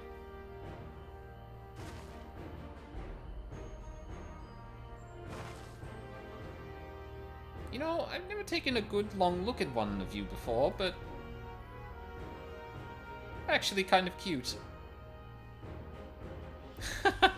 You're only now noticing that. Sadly, probably have to wait until 7.25 for Shades Triangle Gaming. Yeah, maybe. Zeralja. He's back. What the fuck? Having done exactly what he set out to do. That alpaca he's brought. Is it just me, or is it glowing? I've heard tales of such a beast. They say golden alpacas live a solitary existence deep in the valley, where it shuns the company of both man and its own kind. Bro spent 50 million? Yeah, real. How did he manage to snare a prize like that? A beast knows its betters. Faced with overwhelming strength, it will yield rather than risk death. An apt illustration of how greatly the power of the first promise exceeds yours, Wooklamat. Strength alone won't win him our father's throne. I'll be the one to find the Golden City, and then Tural can remain at peace. An everlasting desire for peace can only be forged in the fires of war. To unite as one, the people must be taught. They must suffer the horror and the hopelessness firsthand. Exhaustion from prolonged conflict. The wages of war's merciless nature. These are what moved the clans to join in the founding of Tuliolal all those years ago. Consider the younger generation of this village. Since birth, they have basked in unbroken harmony, and behold, they regard war not as a tragedy, but opportunity. Thus does the resilient son seek to provide education. He offers much-needed lessons in the realities of conquest, and the renewed appreciation of peacetime. It is true that war's misery breeds a longing for peace. But I have seen with my own eyes what becomes of an empire forged through the violence you propose, the rebellions it spawned, and the ruins it left behind.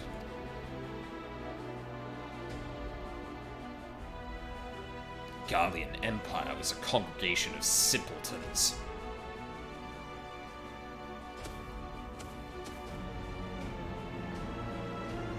The oppressed fought back against their oppressors, as well they should. Men are not beasts. Only a fool would seek to rule over all with the threat of force alone. This is why Gulul Jaja did not elevate the Mamulja, why he treated all clans with equal respect. However, the first promise has his gaze fixed upon more distant horizons. He would unite not only Tuliolal, but the stars in its entirety. What? Why? I need not explain myself to you.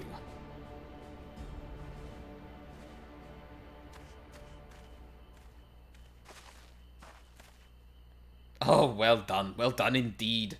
The first promise has completed the feat of gold with an appropriately golden flourish. May I present to you your much-deserved keystone?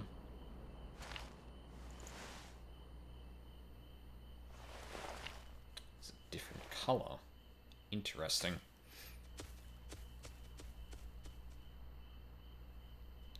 He's always been like that.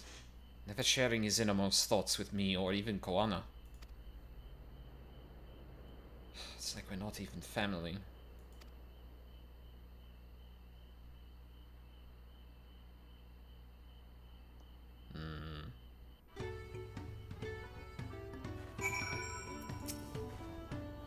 I'll ponder Zoralja and his mysteries later.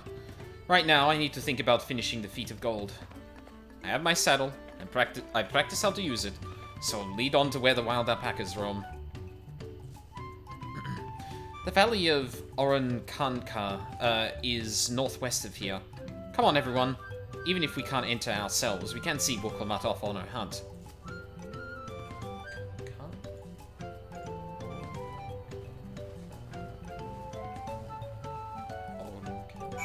Yeah. Damn, where are we going? Okay.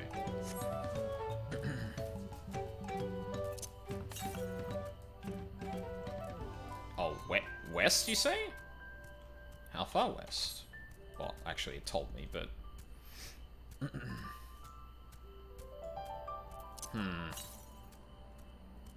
Yeah, the motivation so far reeks of,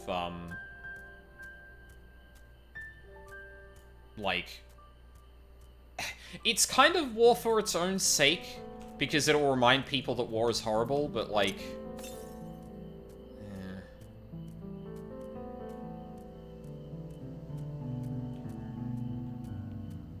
Like, I understand kind of where he's coming from, and especially, you know, the example set by the young Pelupelu who only look at war as like a thing to profit from is definitely like a huge fucking problem. But like, getting into war purely for that reason alone is like misguided at best. Like Alphino kind of points out, it's like, yeah, okay, like, you're gonna force people into this, and that's going to some degree, do what you want it to, but what the fuck? Where the? Oh my god, are you actually fucking kidding me? Hang on.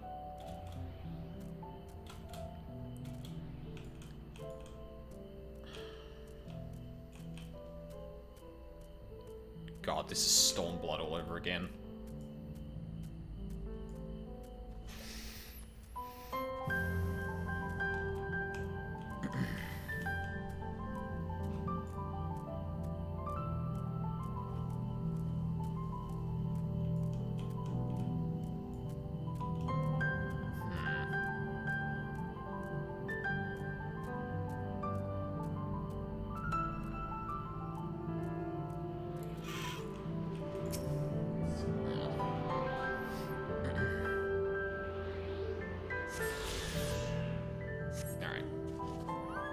Off to the quest.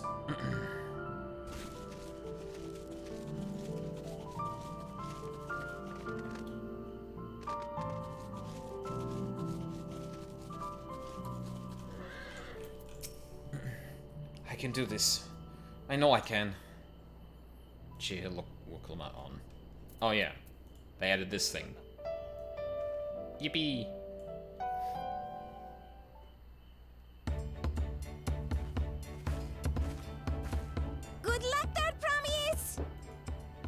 Thanks. I'll need it. Truth be told, still not sure about alpacas. I'd rather not go near one if I can help it. But if I'm to rule this nation, then I'll need to learn how to live with them. Tural is their home too. Right. I'm off.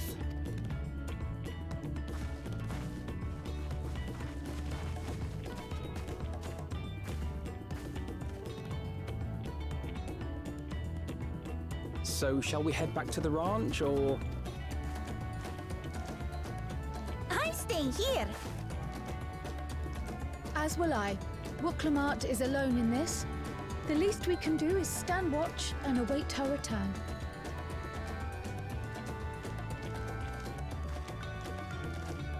Oh, Ironville. Oh, no.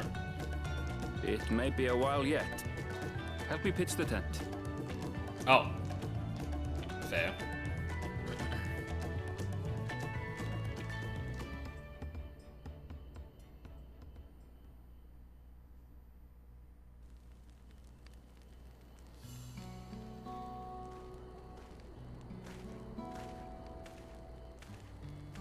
Trust a gleaner to come prepared for anything.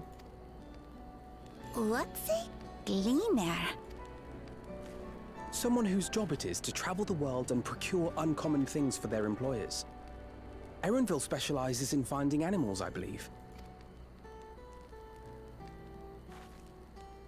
But aren't you a Shaitana from Shak Tural? Why did you cross the salt? I'd like to hear about that. When I was much younger, the thought of leaving Tural never even occurred to me. But then, some years ago, my mentor tasked me with a difficult hunt. Something I could never find, she said, so long as I clung to the familiar. She suggested that I leave home, leave Tural, and join the Gleaners of Sharlian. Specifically the Gleaners? We haven't talked much about it. As one of their number, I could experience the world. Immerse myself in myriad cultures and customs. See the many faces of nature. And once I had learned what is truly important, I would find that which I seek. My younger self took those words to heart. And off I went to become a gleaner. Her words alone moved you to leave behind everything you'd ever known? You must have great respect for your mentor. As it happens, gleaner work was much to my liking. And I all but forgot why I had pursued it in the first place. Yet, events conspired to put me back on the trail I'd abandoned. Wait, are you saying you were tasked with finding this city of gold? I was. And though my hunt is now entangled with the right of succession, I mean to see it through. Well then, I understand completely. We all have our reasons for seeking the Golden City. Which is all the more reason for us to work together. Just so. Wonder if his mentor was his mother.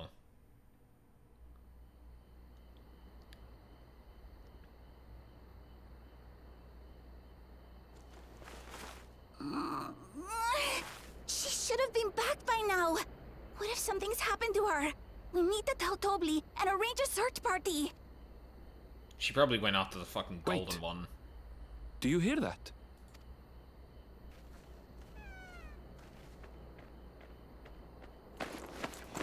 No. She got a regular one.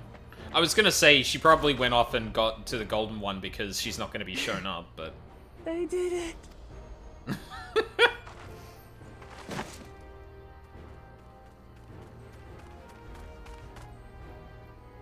was kind of expecting her to faceplant, actually, but... No, well, I mean, she might as well have. You're utterly spent. And small wonder.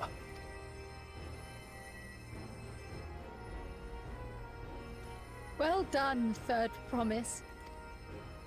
The ranch isn't going anywhere. Take a rest in the tent. I think I will.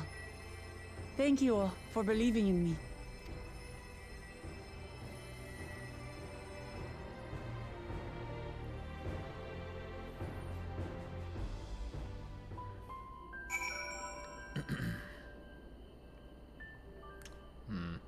Yeah, I will say that scene is made a lot better by the camp light improvements, especially with Erenville, because the game up until this point hadn't really been good at showing characters with darker skin in low light situations like that. So, yeah, definitely glad that happened then. I'm so relieved the Third Promise came back to us safely. And the alpaca she tamed is a healthy looking beast. Surely this will be enough to satisfy the feat of gold? I'll take the green. Knowing the Pelly. Lamont still seems a bit unsteady on her feet. Hardly surprising after she spent the night chasing alpacas. You know what will melt away fatigue like magic, though? Mate tea. I'll run to the ranch and get a pot brewing. That way you can take your time and the tea will be ready when you arrive.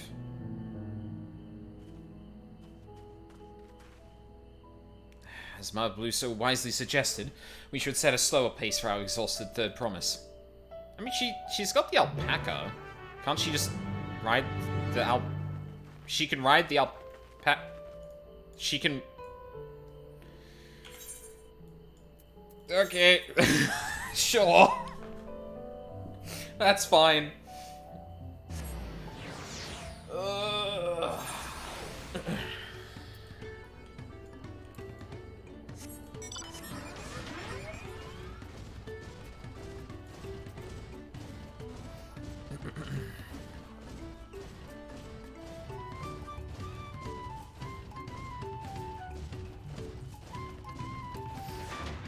Alright.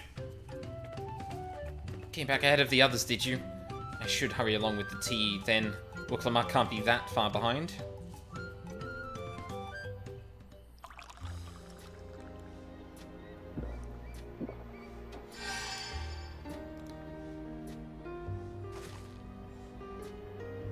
Oh, that tea really is magical. I feel better already. I see you've become more comfortable around our fuzzy friends. Well, watching this one taught me a lot about alpacas. What grasses and fruits they eat, what sounds they react to, their adorable little quirks. I guess I've grown quite fond of them.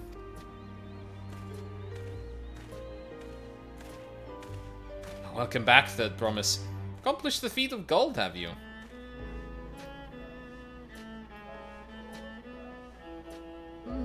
Yes, there's no mistaking a valley alpaca.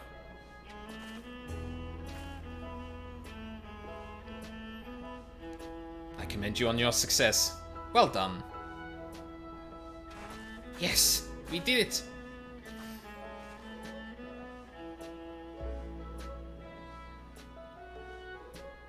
Although, I couldn't find a shiny one like Zoralja did.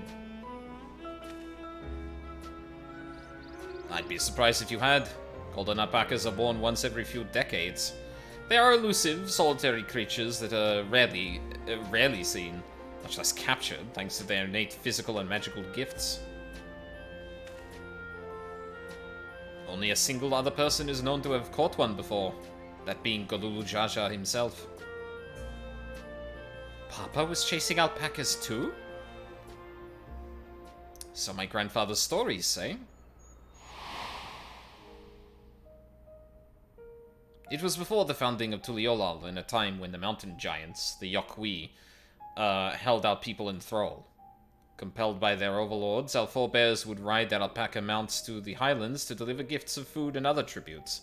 Those were wretched days to hear grandfather tell it. Then along came the young Golulu Jaja, yet unburdened by the mantle of Dawn's servant.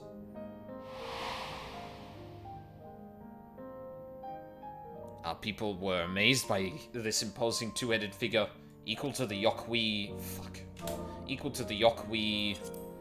in stature, and puzzled by his entourage of mismatched companions. Some trembled in fear, believing a new conqueror had come. Yet, Golulu Jaja showed no such inclinations. He sat and spoke with us, sipping from the cups of mate tea we offered him, and grew somber when he learned of our plight.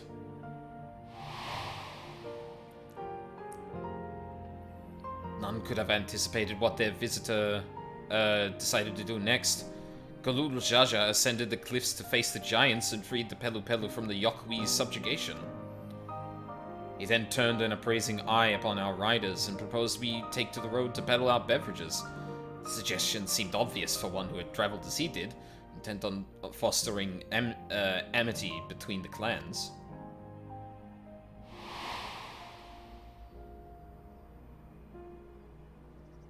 So it was that a few words from Golulu Jaja transformed us into a clan of itinerant merchants.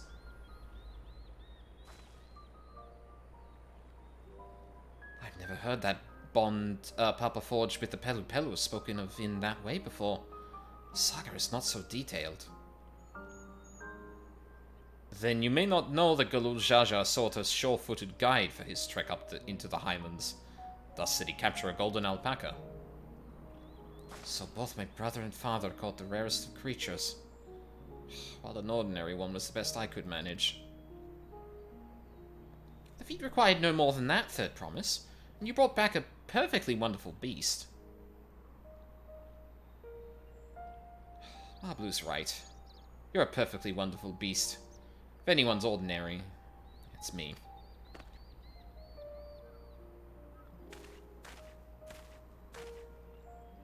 Not only did you accomplish the feat of gold, you also made many trades and brought joy to many people in true Pelu Pelu fashion. I sorely doubt your sibling could have achieved the same results. Yeah, agreed. You should be proud of your accomplishments, which earned you your keystone.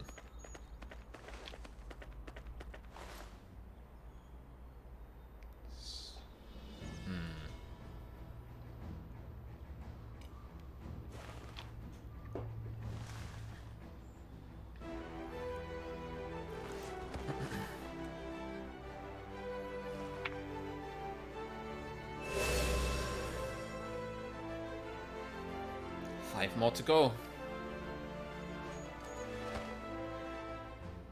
You're well on your way, Third Promise. We'd have been lost without you, Mablu. Thanks to you, I learned so much about the Pelu people and your customs. It might seem obvious, but I've come to realize the importance of properly knowing something. It was because I didn't understand alpacas that I was uncomfortable around them. I'm thankful to you as well, Wuklamat. You've given me the courage to say what I wasn't sure I could ever say.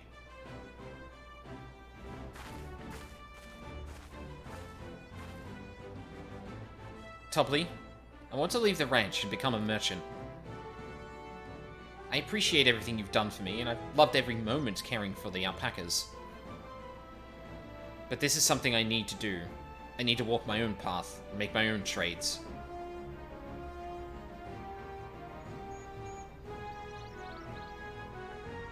As your parent, allow me to say one thing. I've always tried to give my wards lives filled with as much happiness as I could provide. Yet never once have I wanted that to be the only happiness you knew. You have my blessing to walk any path you choose, Mablu. It gladdens me, fucking goddamn, gladdens me to hear you found a calling you wish to pursue with such passion. You will make an exceptional peddler, I'm sure of it. Thank you, Topley. What did I tell you, Mablu?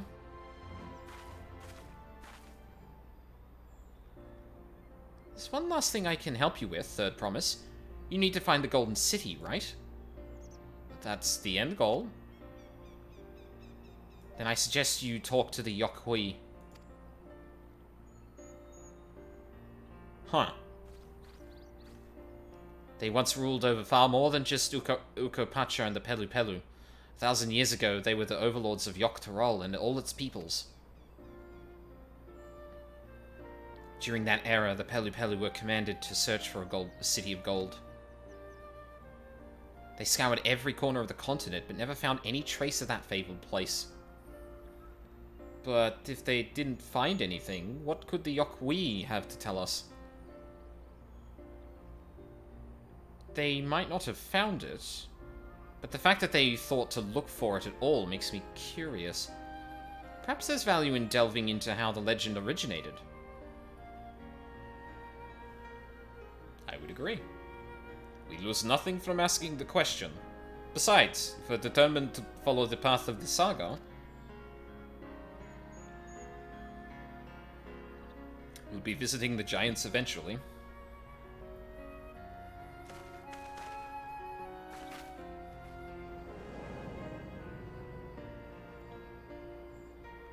God.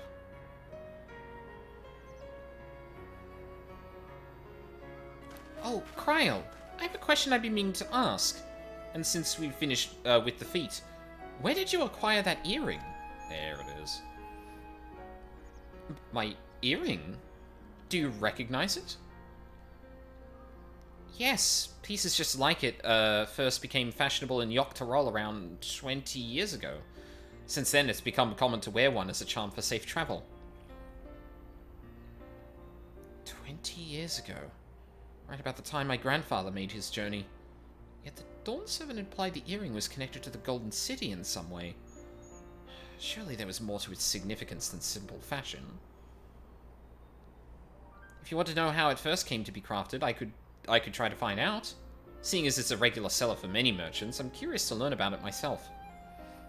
I would appreciate that very much, thank you. Jumping feet first into the peddler business, eh, Mablu?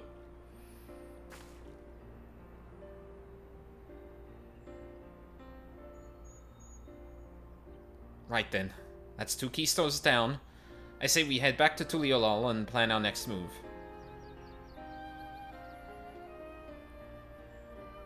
Farewell for now, and thanks for all your help. I will become Dawn Servant, so make sure you set aside your best mezcal for the occasion.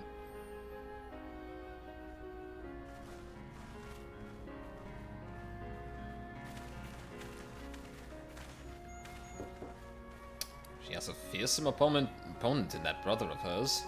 He even brought a golden alpaca to heal. But you've heard Zoralja's supporters talk.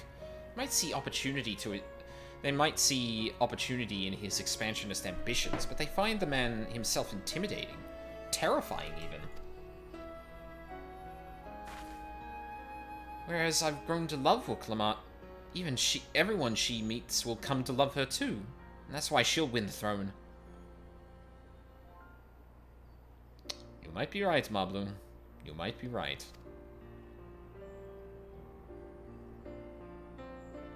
sure hope you're right. Personally.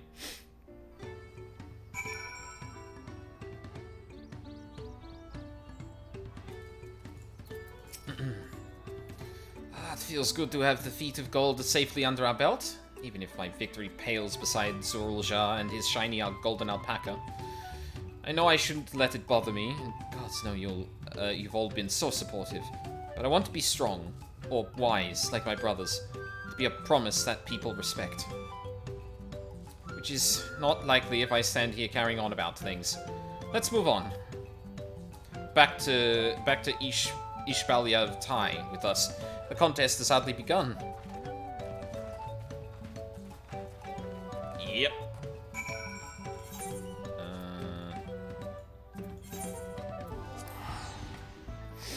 Back to Tuliol we go.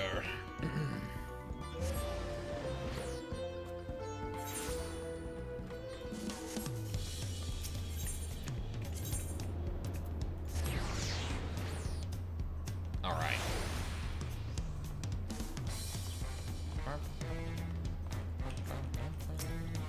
Oh my god, Wii Sports. Look at us. The contest has barely begun and we already have 2 keystones. Surely even my talented brothers aren't doing this well. We can only hope.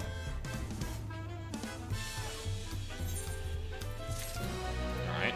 Success of others. Pokemon is eager to attempt the next feat.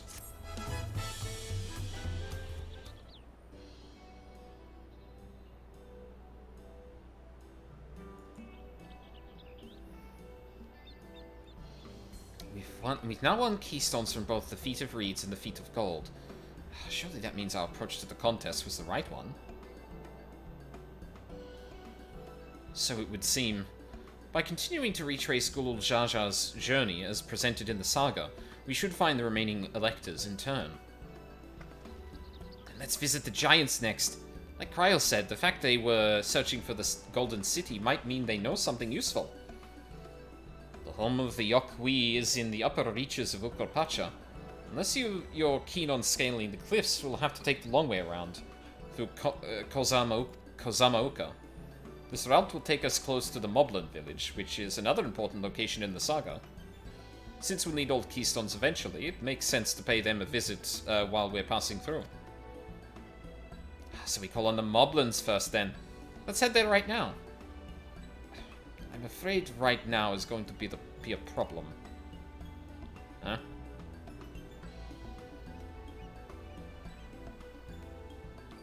The flights of Wingless, the great stairs leading to the Moblin settlement, collapsed in the storm. Oh. What are we to do then? There is an alternative, but it requires preparation. Until it's ready, you could rest at the cabins or see more of the city.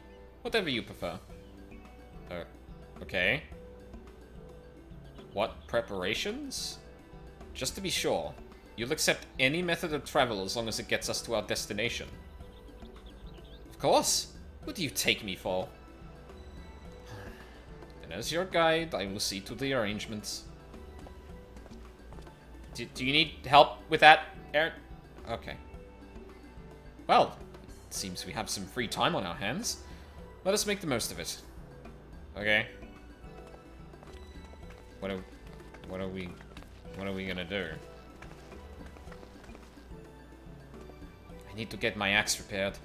I nicked the blade pretty badly when I took a swing at Bakool Jaja. That reminds me, I never got around to introducing you to Ropley, did I?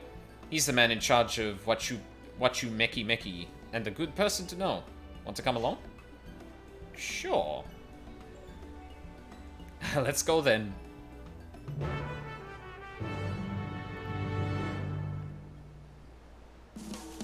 Oh. Oh, hey Veggie. Ready? The markets of Wachu Meki are to the east, and on the other side of the Bayside Bevy. Commander's now accompanying you, yeah. Sweet.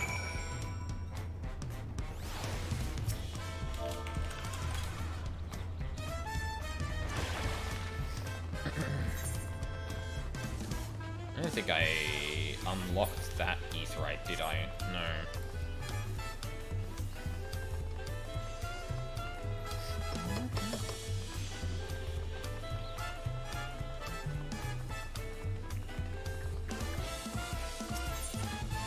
About Aunt T's Tacos.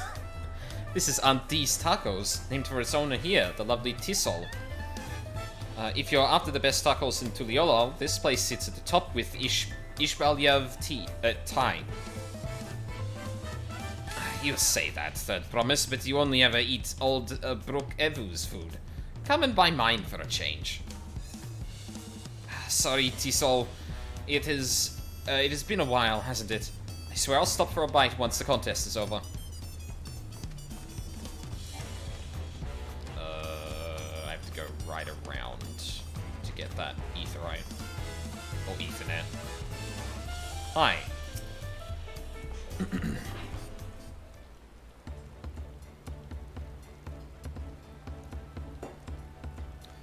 My, the Third Promise. How might I assist you this fine evening? Well met, Rupley. I need to buff a nasty nick out of my axe blade.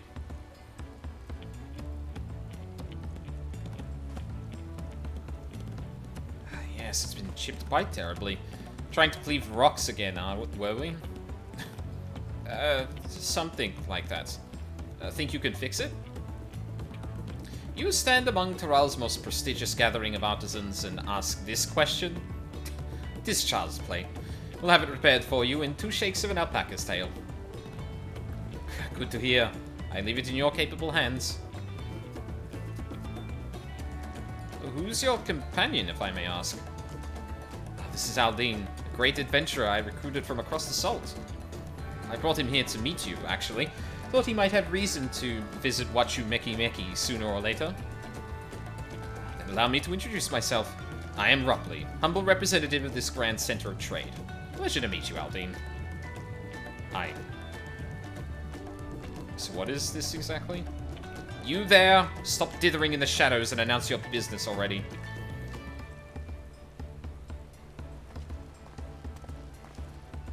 Oh, you.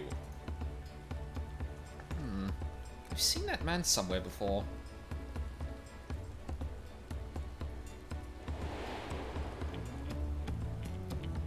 Yeah. He's one of the people we talked to on the boat.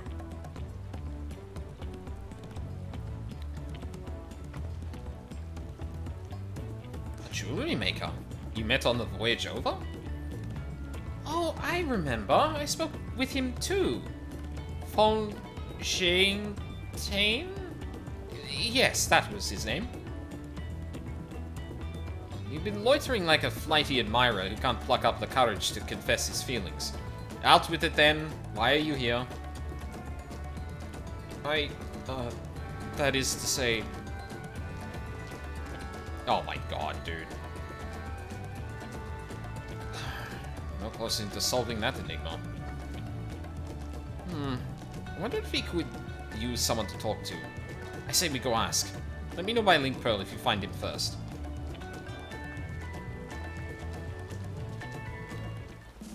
Alright. Well, before we go and do that, grab myself this shard.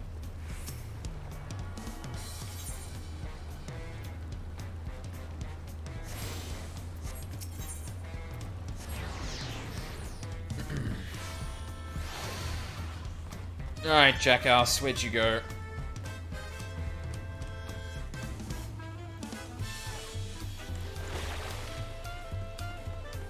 Something tells me not in the beach. But why does the circle extend so far out into the beach? That's concerning. Fucking slipped on a rock and drowned.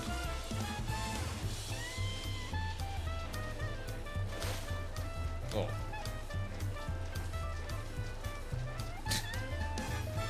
You fucking asshole. Thank you, Veggie. I could fucking see the goddamn glow sticks from further away that I could see his character model. You were conversing with Master Ropley, but wait, we've met before, haven't we? On the ship? Yeah. Bro, you traveled all the way here. You might as well shoot your shot. Goddamn. You found him. Good, I'll be right there. Why did you run off like that? Did you have business with Ropley or not? Oh, please, you needn't concern yourself with my affairs. I'm undeserving of such attention. Huh? What are you going on about? I don't... What is this lack of self-confidence? I don't understand this. I beg of you, do not ask me to explain. Do not. Sorry, but the more you tell me not to, the more curious I become. Besides, you look like you need a friend. You are too kind. So be it. I suppose I can share with you a morsel of my misery. Before I came to Tuliolal, I worked as a goldsmith at the most prestigious jewelry maker in all of Uldar. Eshtaim's Aesthetics. Oh, it started off well enough, but as the days passed, everything began to go wrong. Compared to the masterpiece of my talented colleagues, my products were lacking. Mediocre. I lost all confidence. Crippling doubt had possessed me, and any veneer of bravado I tried to put forth soon cracked beneath its weight. Thus did I take the ship, hoping to find a fresh beginning on new shores. But as you witnessed, I lacked the courage to even approach a potential employer. You stand before a man wallowing in the wreckage of his ill-spent existence.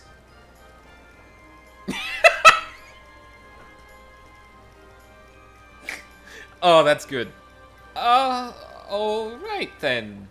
You offered a morsel, then served us the full course.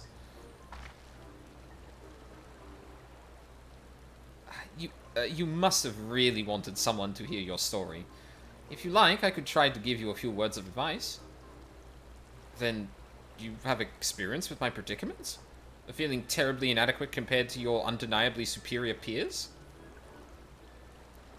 Well, when you put it that way,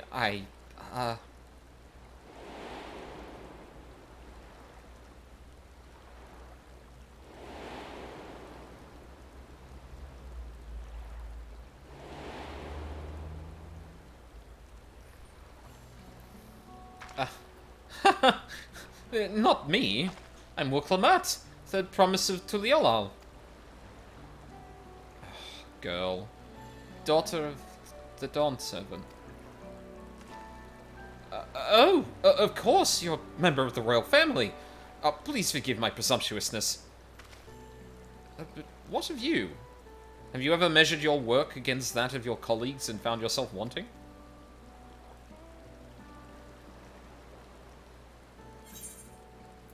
You can't measure your worth by the success of others.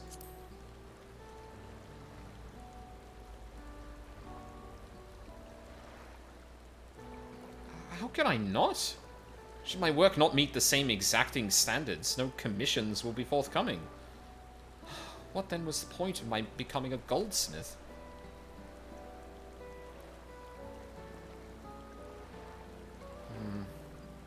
Looking back, it was my father who inspired me to take up the trade. His exquisite creations brought radiant smiles to the faces of his clients, and I admired him deeply for it.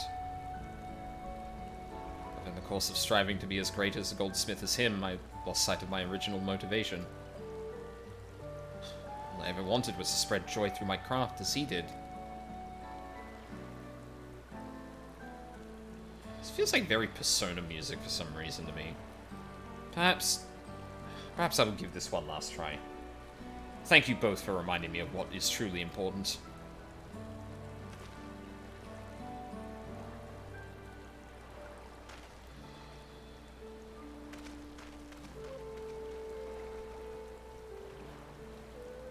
What is truly important?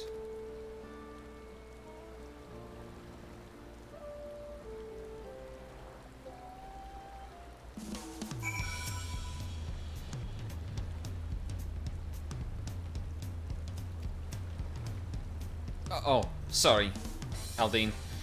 I didn't mean to ignore you. But yes, I'm glad to see Fontaine is giving himself another chance.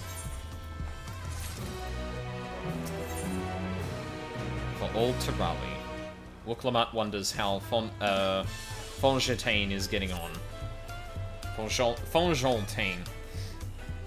I can't help but wonder if Fontaine will follow through. Let's see if he's actually gone to talk with Ropley.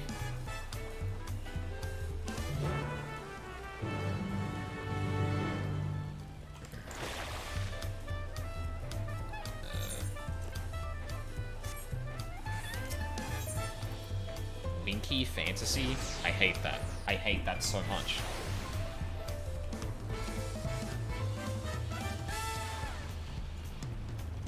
Oh, well, yeah, you know, he's there. It was kind of you to come, but you needn't worry. I found my courage. Cool.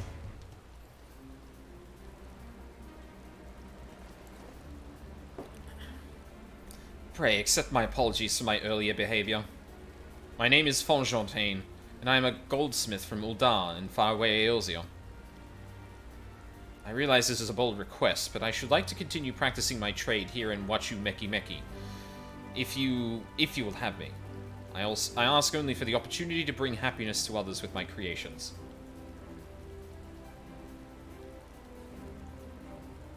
So that's what it was about. You were looking for work. Consider yourself hired. Wachu Meki Meki is always in need of skilled craftsmen and women. Craftsmen and women. I'll handle the necessary paperwork. Can you start tomorrow? Yes, of course. I must thank you again for your sage and timely advice. I don't know that I was all that helpful. But you were. Had you not come to speak with me, I would not have had that moment of much-needed self-reflection.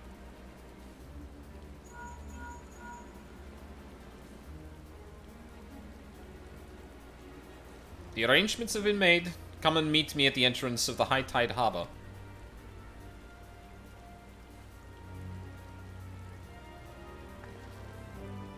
Oh, I almost forgot. Did you have my axe ready, Ropley? Ready and waiting. Behold the sublime touch of a Wachu Meki Meki artisan.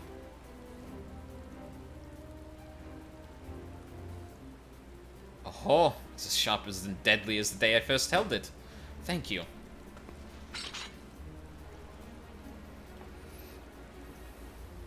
Well, good luck to you, Fonjontaine.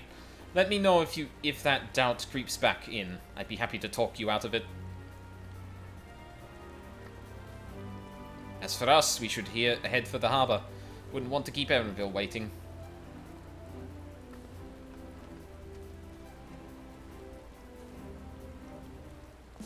Okay, where are we going? Oh, just directly into the harbor. No,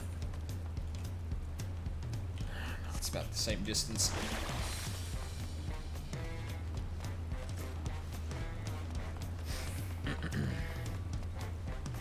And I'm assuming, being on the harbor, this will probably be the bit where we actually get into a dungeon on the boat.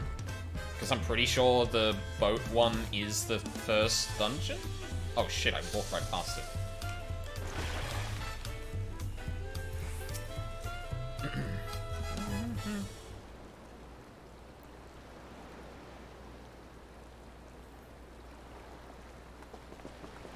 Enough with the secrecy. What's this big plan of yours?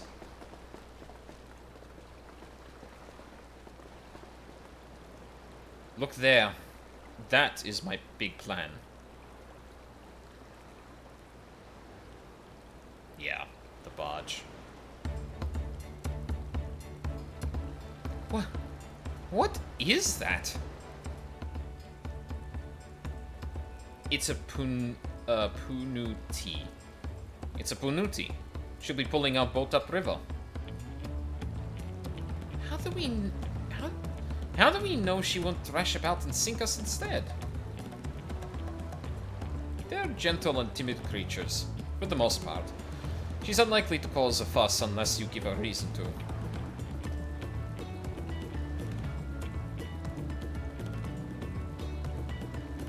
First alpacas, now punutis. We're relying on a lot of animals for this journey. We should be thankful we have an animal expert as our guide, then. Indeed.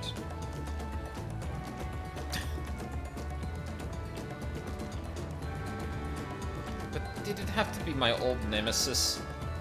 Another boat. Well, I took you for someone who is up to the challenge. Was I wrong?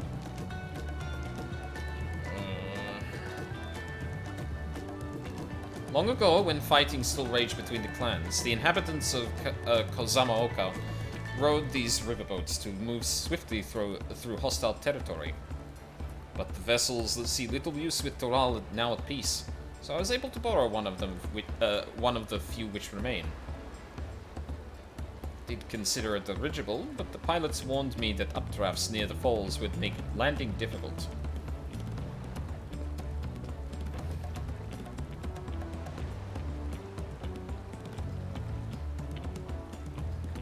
You said you borrowed one, yet there appear to be several on the water. Ah.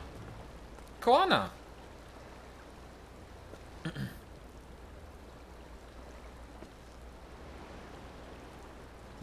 Lamati, traveling upriver, I presume. Seems that way. Does this mean you've earned 2 keystones already? I can't believe how well you've managed despite undertaking the contest alone.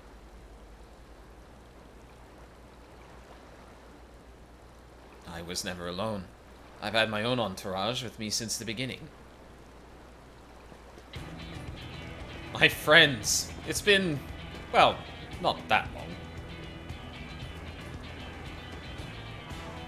Thancred! Urianger! What are you doing here? Escorting a promise, same as you. I'd heard much of the incomparable Archons during my time at the studio. As soon as the contest was confirmed, I thought who better to recruit to my cause. I contacted the Scholarch, who arranged an introduction to these 2 gentlemen. The second promise had specific requirements. They who would be his assistants must boast both proven survival skills and the mastery of the arcane arts. Thus did Thancred and I receive the summons. My own studies concentrated on technology, which our people could readily use, such as inventions born of magitech or clever engineering. Where magic was concerned, I covered only the foundation. Knowing you 2, I expect you had other reasons for accepting the job? A few. The nation of Tuliolal spans an entire continent. Depending on who wins the throne, the world may be plunged into instability once more. Ever have we striven to preserve peace. Where is our place if not here and now? We did our due diligence, of course, and made sure of who we were working with before agreeing to this endeavor. He's even more opaque than Urianger at times, but is surprisingly... That's quite enough of that. We must be on our way. Wait, I have one question before you leave. Koana and Wuklamat are vying for the throne. As Koana's entourage, does that mean you'll resolve to defeat all of his opponents, including us? We've sworn to do all in our power to win the contest for Koana, even if it means competing against our own comrades. We intend to hold nothing back, and expect you to do the same. We won't disappoint you.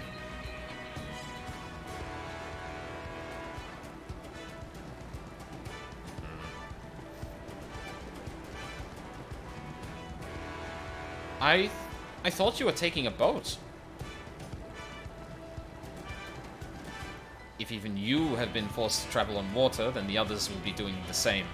I would rather walk than risk confrontation on a leaky barge with no possibility of retreat. You know what? That's fair. It's true that I can't stand boats. I trust the route Erenville has chosen for us.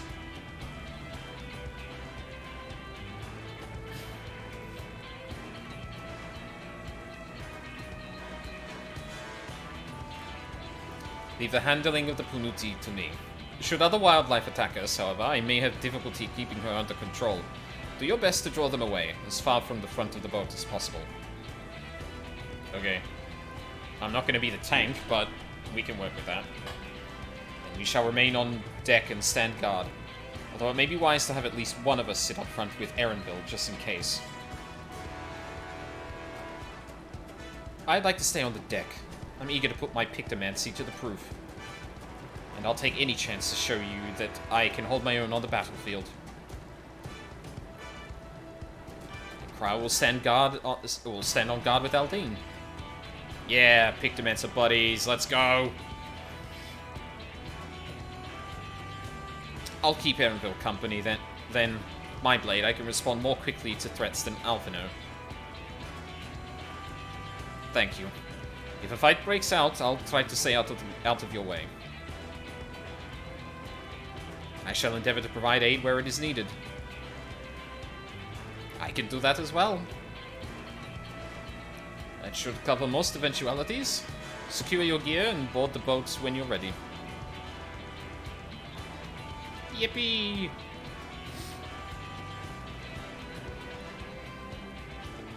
I get to actually do a dungeon.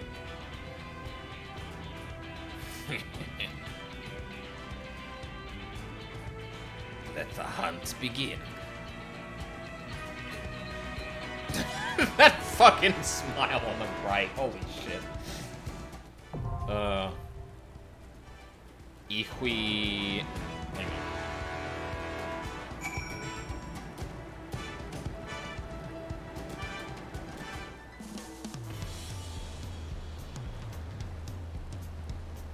Is that Ihui Katumu? Ihui Katumu or Ihui Katumu? It's one of the two. Alright. Party of NPCs. Let's get to it. Let's get to it. 'Twould be a pleasure as always. I won't let you down. Hell yeah. Alright, let's do it.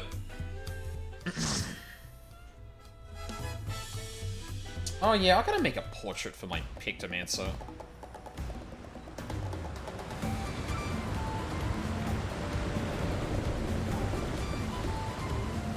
Oh yeah?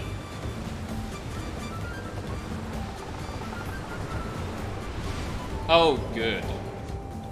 Love that.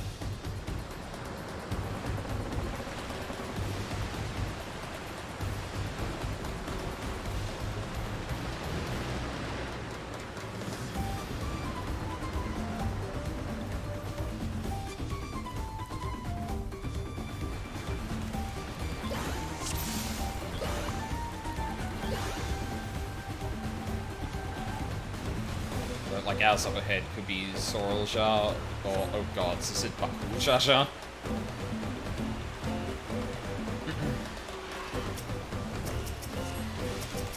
Oh my god.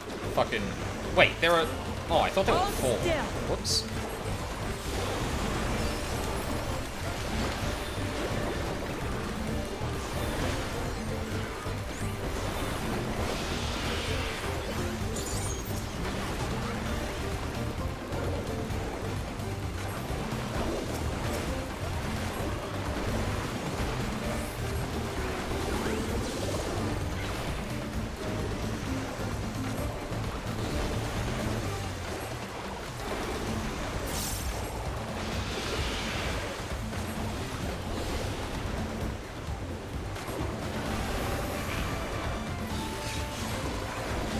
Oh, that's why I was confusing there for 4 birds, because there's a bird on the deck with Alizé.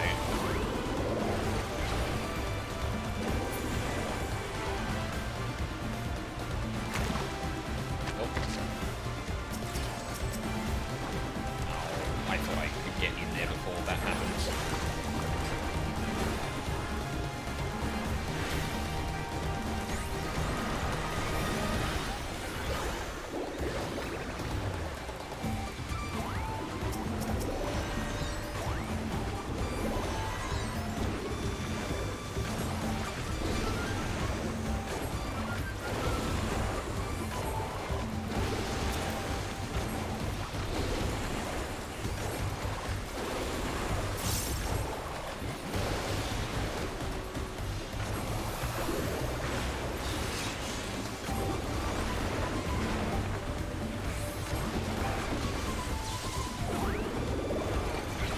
That didn't trigger. That's weird.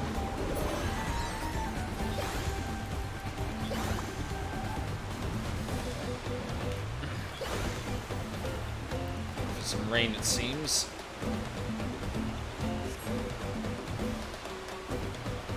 It is There's Bakool Jar Jar ahead of us. Ready for anything.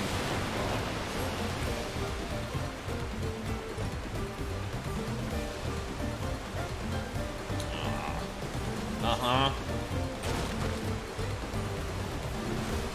Awesome.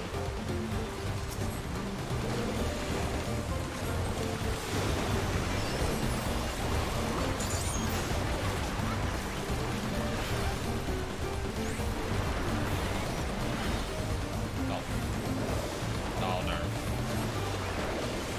Single target, 2 targets.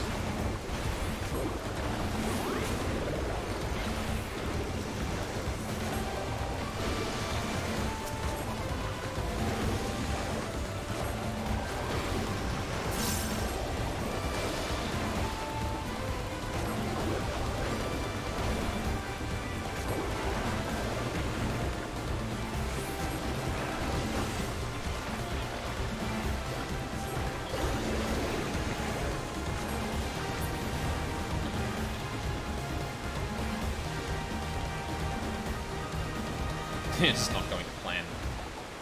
Oh no. You're not gonna kill the goddamn... Oh. Fucker.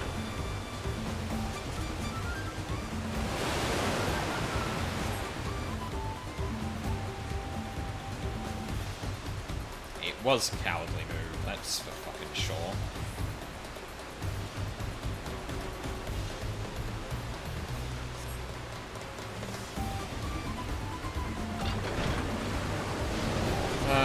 Awesome.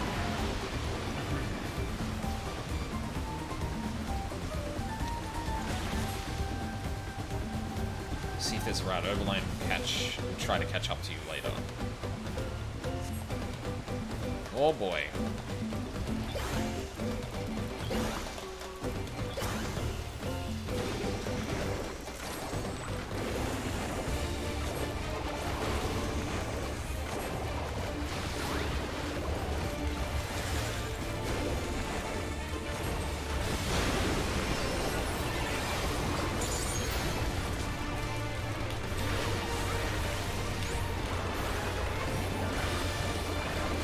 Oh, that was the wrong ability. Fuck.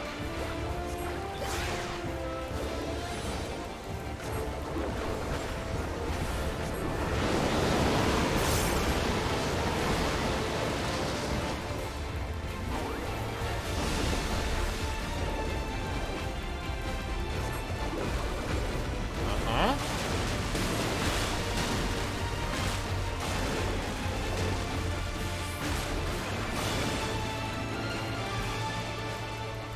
Oh, for fuck's sake. God, I hate that you can't use Holy and White when you...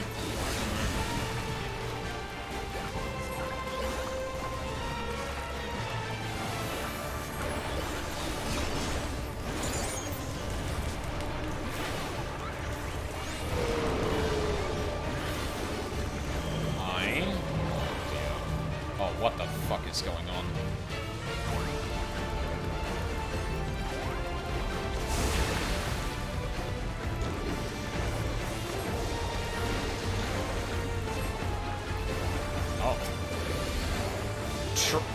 Trash on the boss in my dungeon?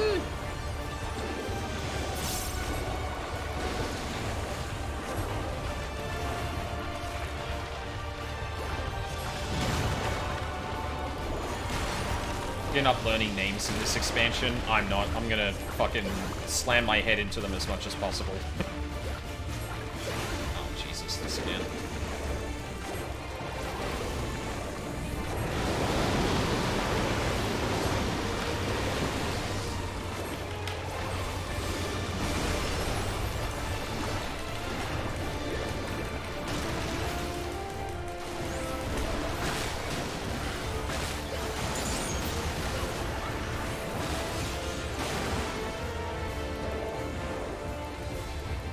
Easy.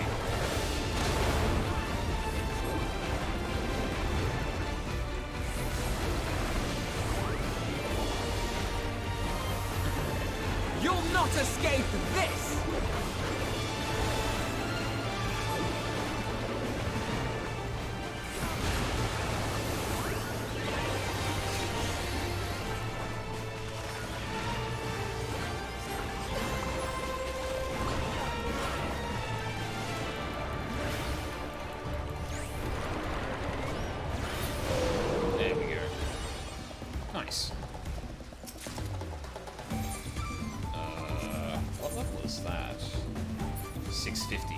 paint. Oh, I didn't see the monstrous lungs that creature had. I'll never look at a Punuti the same way again.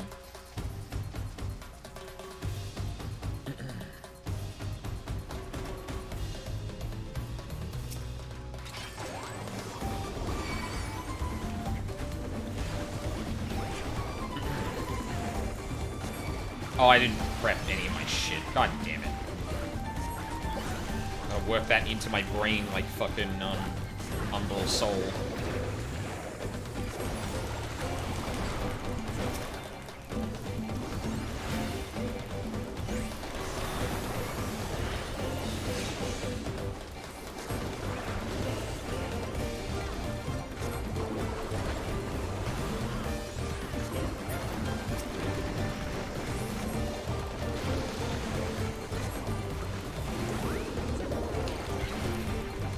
Mom, Kryle's using level 92 Pictomancer stuff. She's fucking cheating. Wait, no. Wait, that's not even level 92. That's like level 96. Kryle? Hello? No. Fucking paint your shit, dumbass. Oh.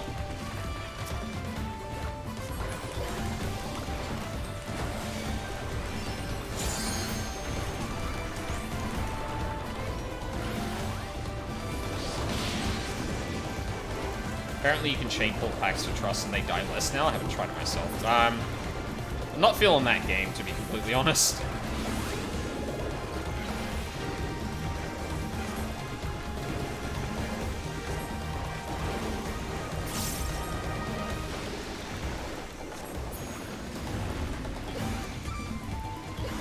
Oh, they light shit up.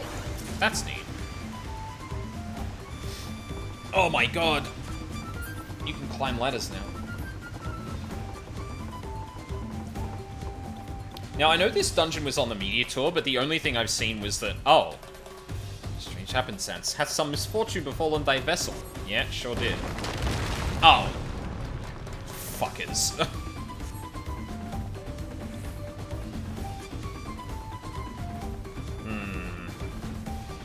God, I hope we get a boss fight against them. That'd be fucking cool. Oh no.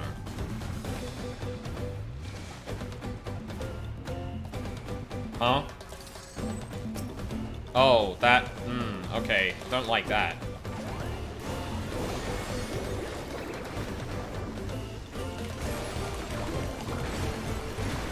Now I'll show you.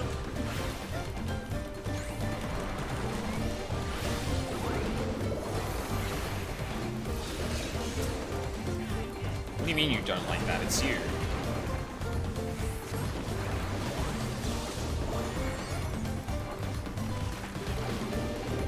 You cannot stop us. Yeah, not disconcerting in the slightest, obviously.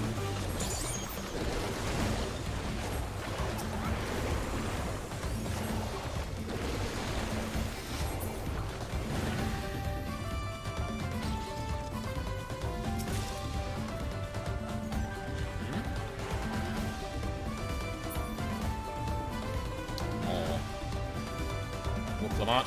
Thank you.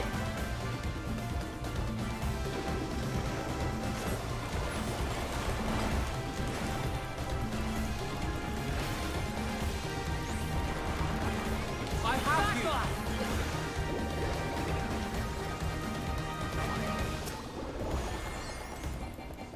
Oh. Did I? Oh, right, I didn't hit my 2-minute. That's why I didn't have that.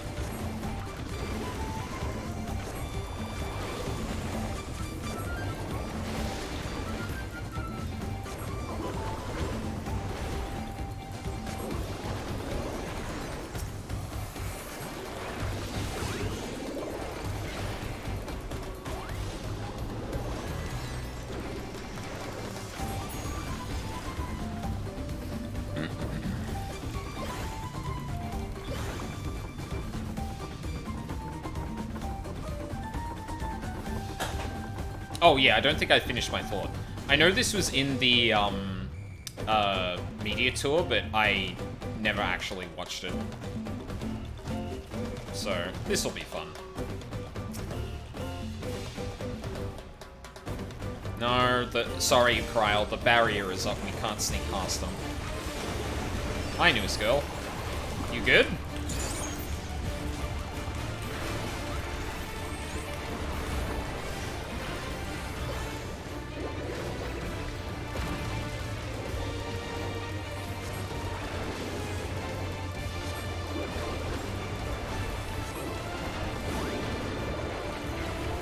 So. Okay.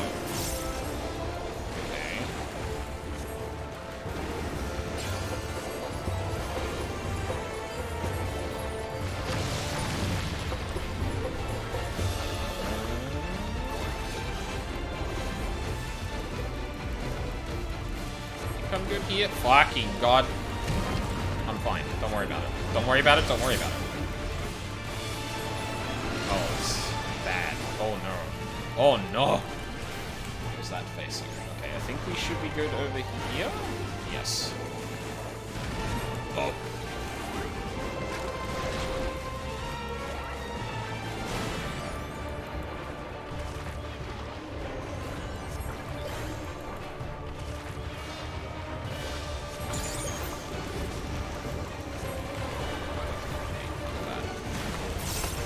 Oh. Oh. Wait. No.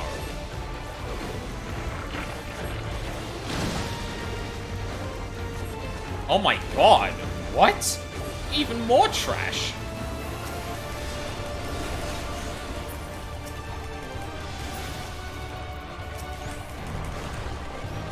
Are you all right?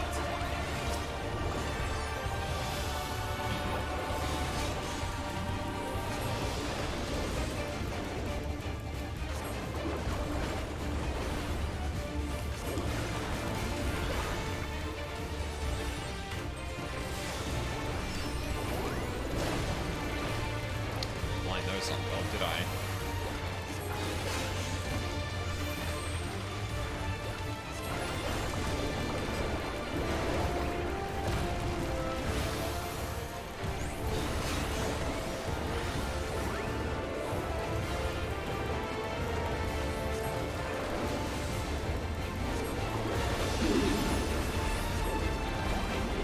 Hold still.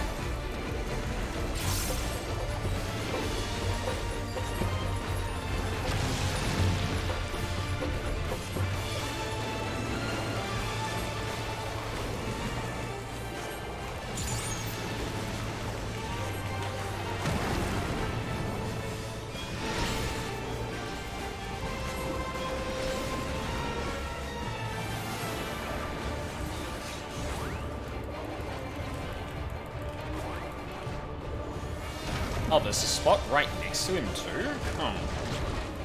Interesting. Neat. I remember very little locales from the tour. Yeah. I didn't even watch those parts of it. I just saw everyone practicing jobs and saw the job changes, and that's about all I really cared about. Somewhere upriver.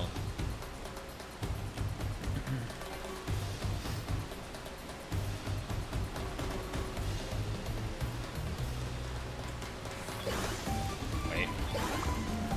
Okay, now we're good.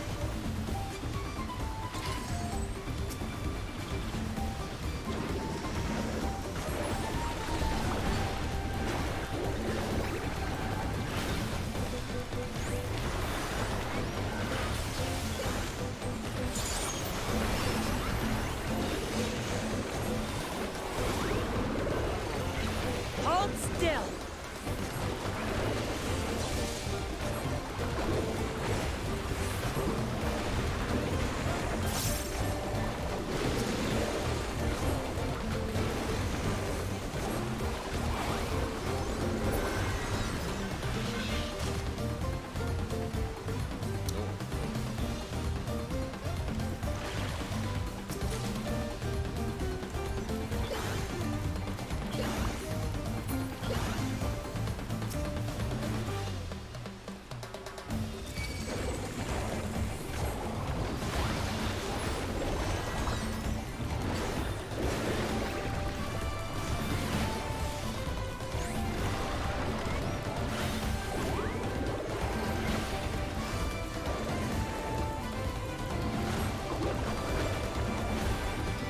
We mustn't hold back.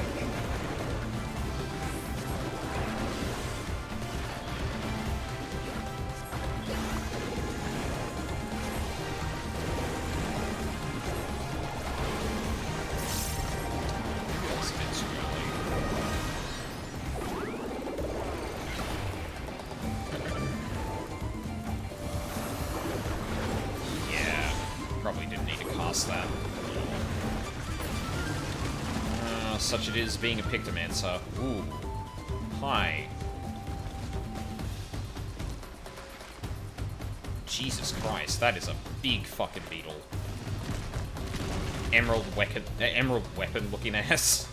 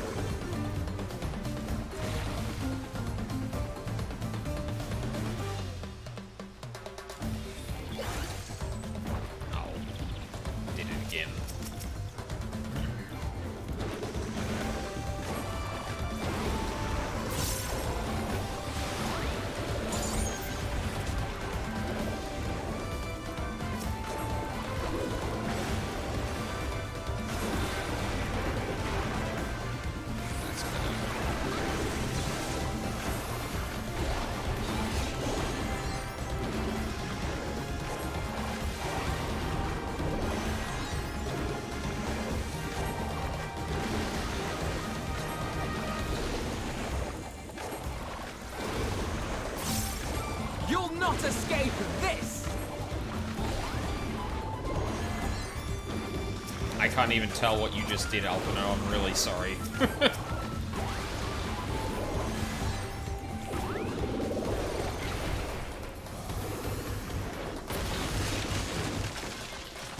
That's not a great way to start the boss, but fuck it. We'll be fine.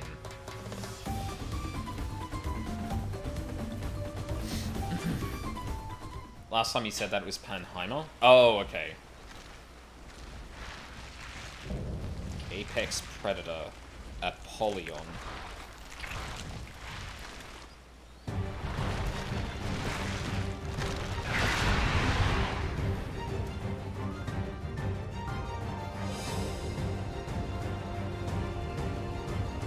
Oh, wait.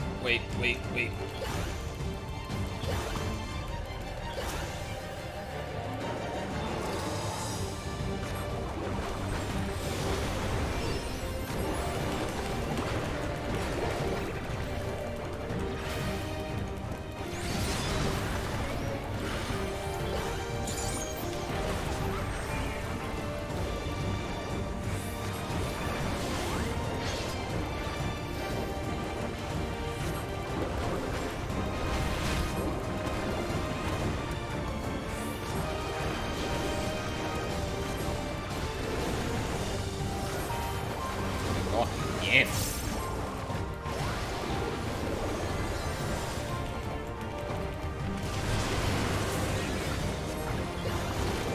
Oh no, those aren't combatants. I see.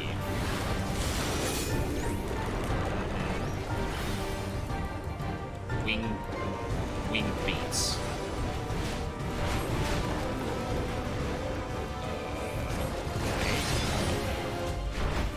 Okay, that came out a lot quicker than I was expecting. Jesus fucking Christ. For a second, I thought that was targeted on each of us, and I thought I needed to, like, I'd have time to kind of, like, do all of that. But no, that was just random AoEs placed everywhere. Jesus, okay. Fuck.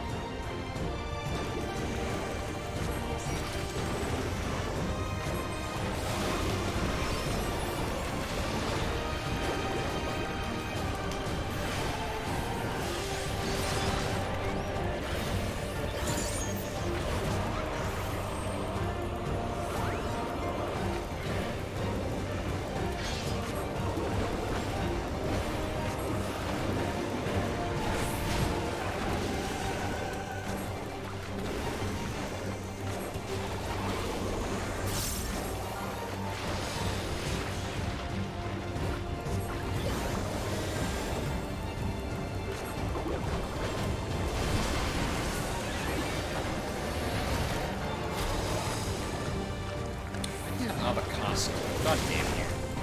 Alright.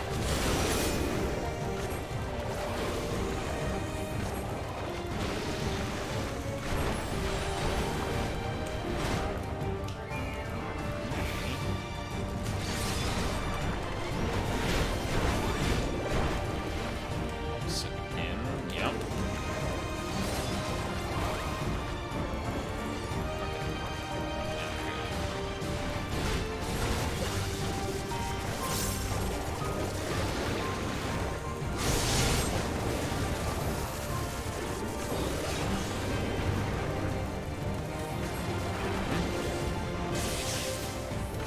Oh. Ooh, that's a fucking nasty one. Damn.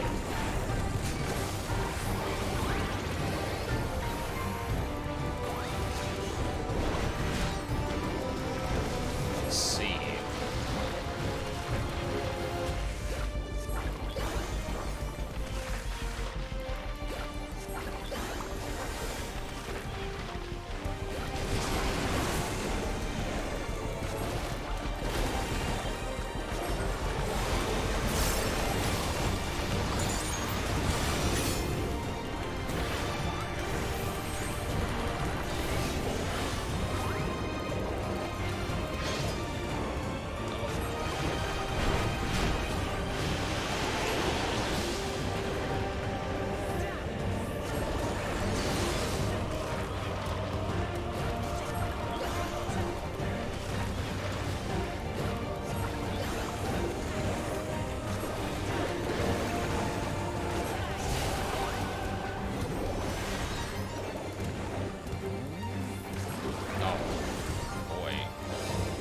What the fuck is going on here? Oh my god, really? Oh, fuck that, dude. What? Holy shit. Moving star AoEs? What the fuck are you doing? That's crazy, dude. Holy shit.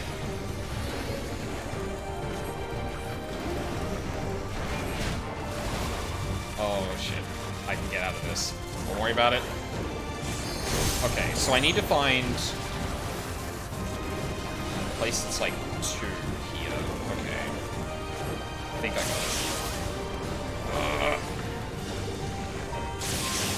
it. Okay, stacking in the thing hurts too. If I could get a heal. If I could get a heal. Alphino, if I could get a heal. Alphino, for fuck's sake, if I could get a heal. Bro? Thank you. Holy shit.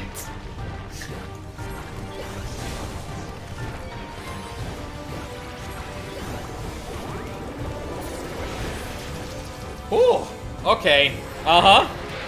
Alright. Fucking dungeon's got hands. God damn. He's a clicker. He's like, oh shit, where's Heimer? I have Panheimer on my bars, but not Heimer.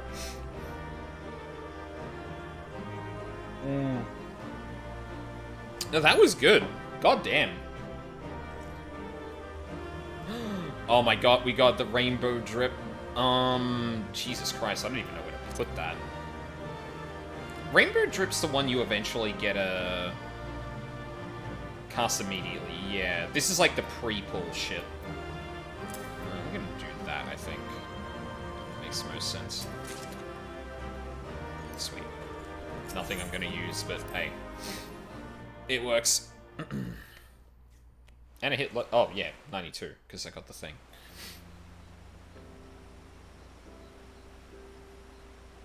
Damn.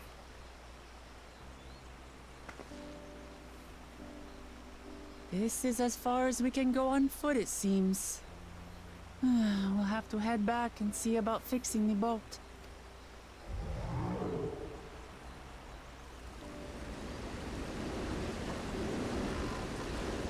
Hey!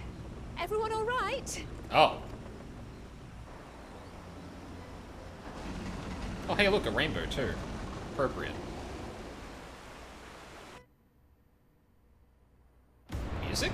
Oh.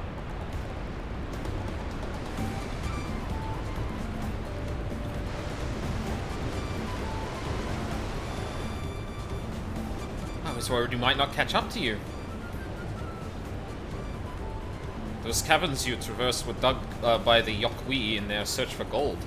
Remnants of their excavations can be found throughout this region. While I appreciate the lesson, O wise guide, are we landing this boat anytime soon? Our river journey is almost over. Proof of that, you need only look ahead.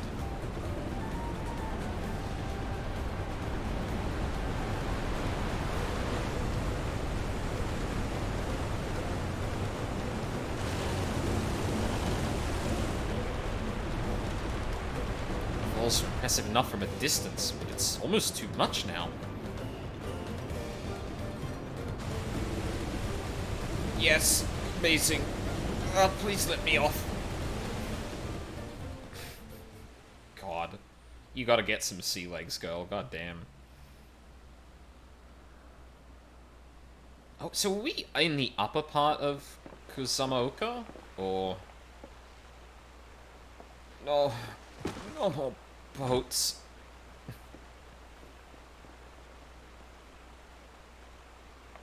Are you... Oh, you're not alright. I should be surprised if she was. Even without the nausea, we're all spent. There is a mountain shelter nearby, a resting spot for those who've ascended the stairs. I suggest we make use of it. That would be a welcome respite. Have you the strength for a short walk, Wuklamat? We can rest along the way too. Damn it all. Promise is meant to lead from the front, not mule and moan like a sick kitten.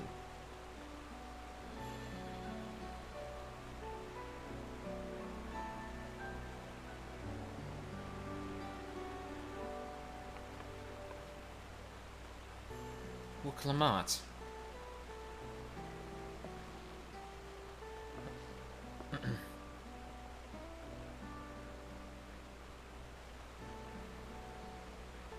Ignore me. Just the nausea talking. I'm fine, really. Lead on. I'll follow.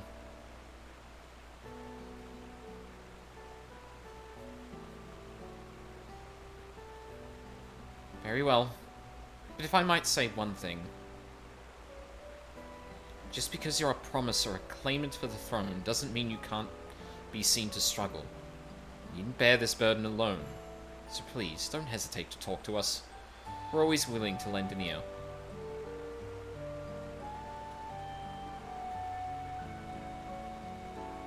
But, Kryl,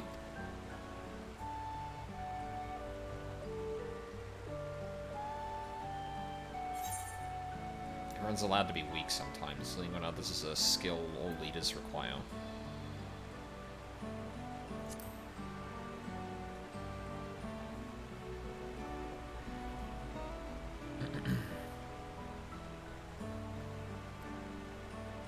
You as well, Haldane?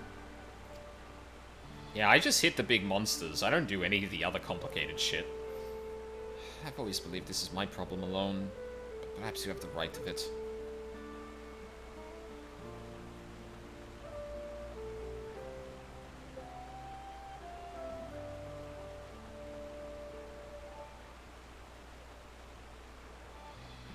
Right. I'll talk about things. Just give me a moment to collect my thoughts. Of course, as long as you need. We'll be waiting at the shelter when you're ready.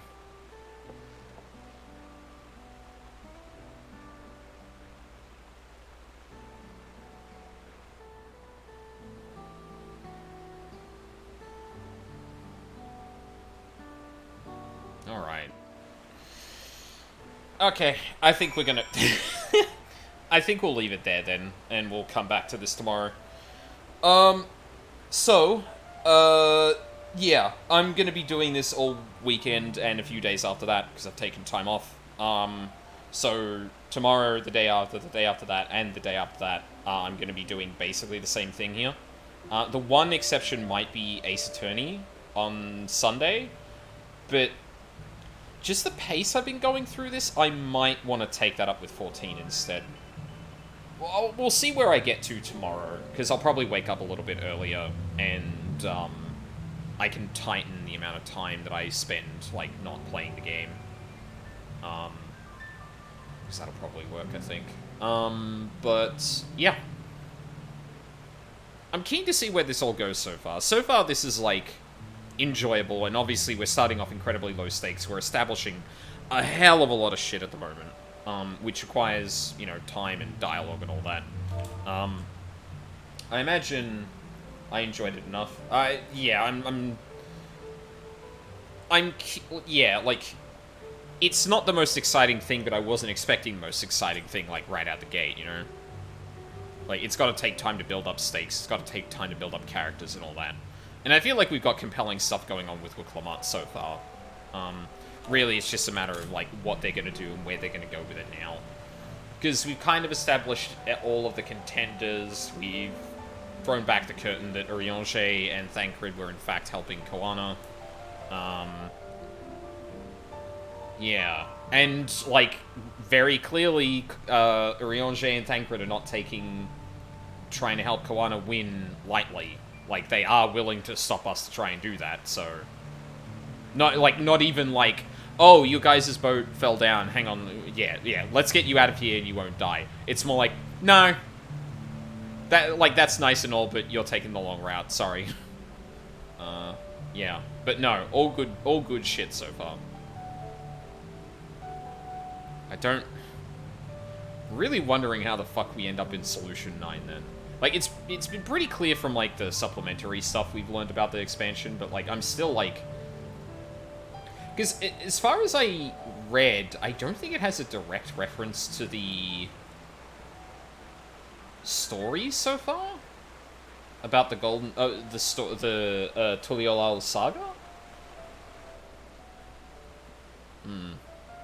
And then there's like there's clearly something happening with Arenville too. Like, we're going into a lot of his parentage and that, and he got interrupted when he talked about his mother, and then he cut off Galul Jaja when he was saying his name. So clearly he's also working under a moniker too. Potentially for reasons that, you know, are pretty important. But yeah. No, this is a good start. It's a good start. If I could go even further now, I would, but I need to give myself a break so I can do this tomorrow morning. So yeah, we'll leave it there. I don't think anyone's going to be streaming that's not doing 14. Yep, it's a hell of a lot of 14. And that's about it. Yeah, alright, so we're going to leave it there then for the night. But yeah, thank you all for watching live or on the VODs. I really appreciate it. I hope you all have a lovely day, and hope to see you all next time.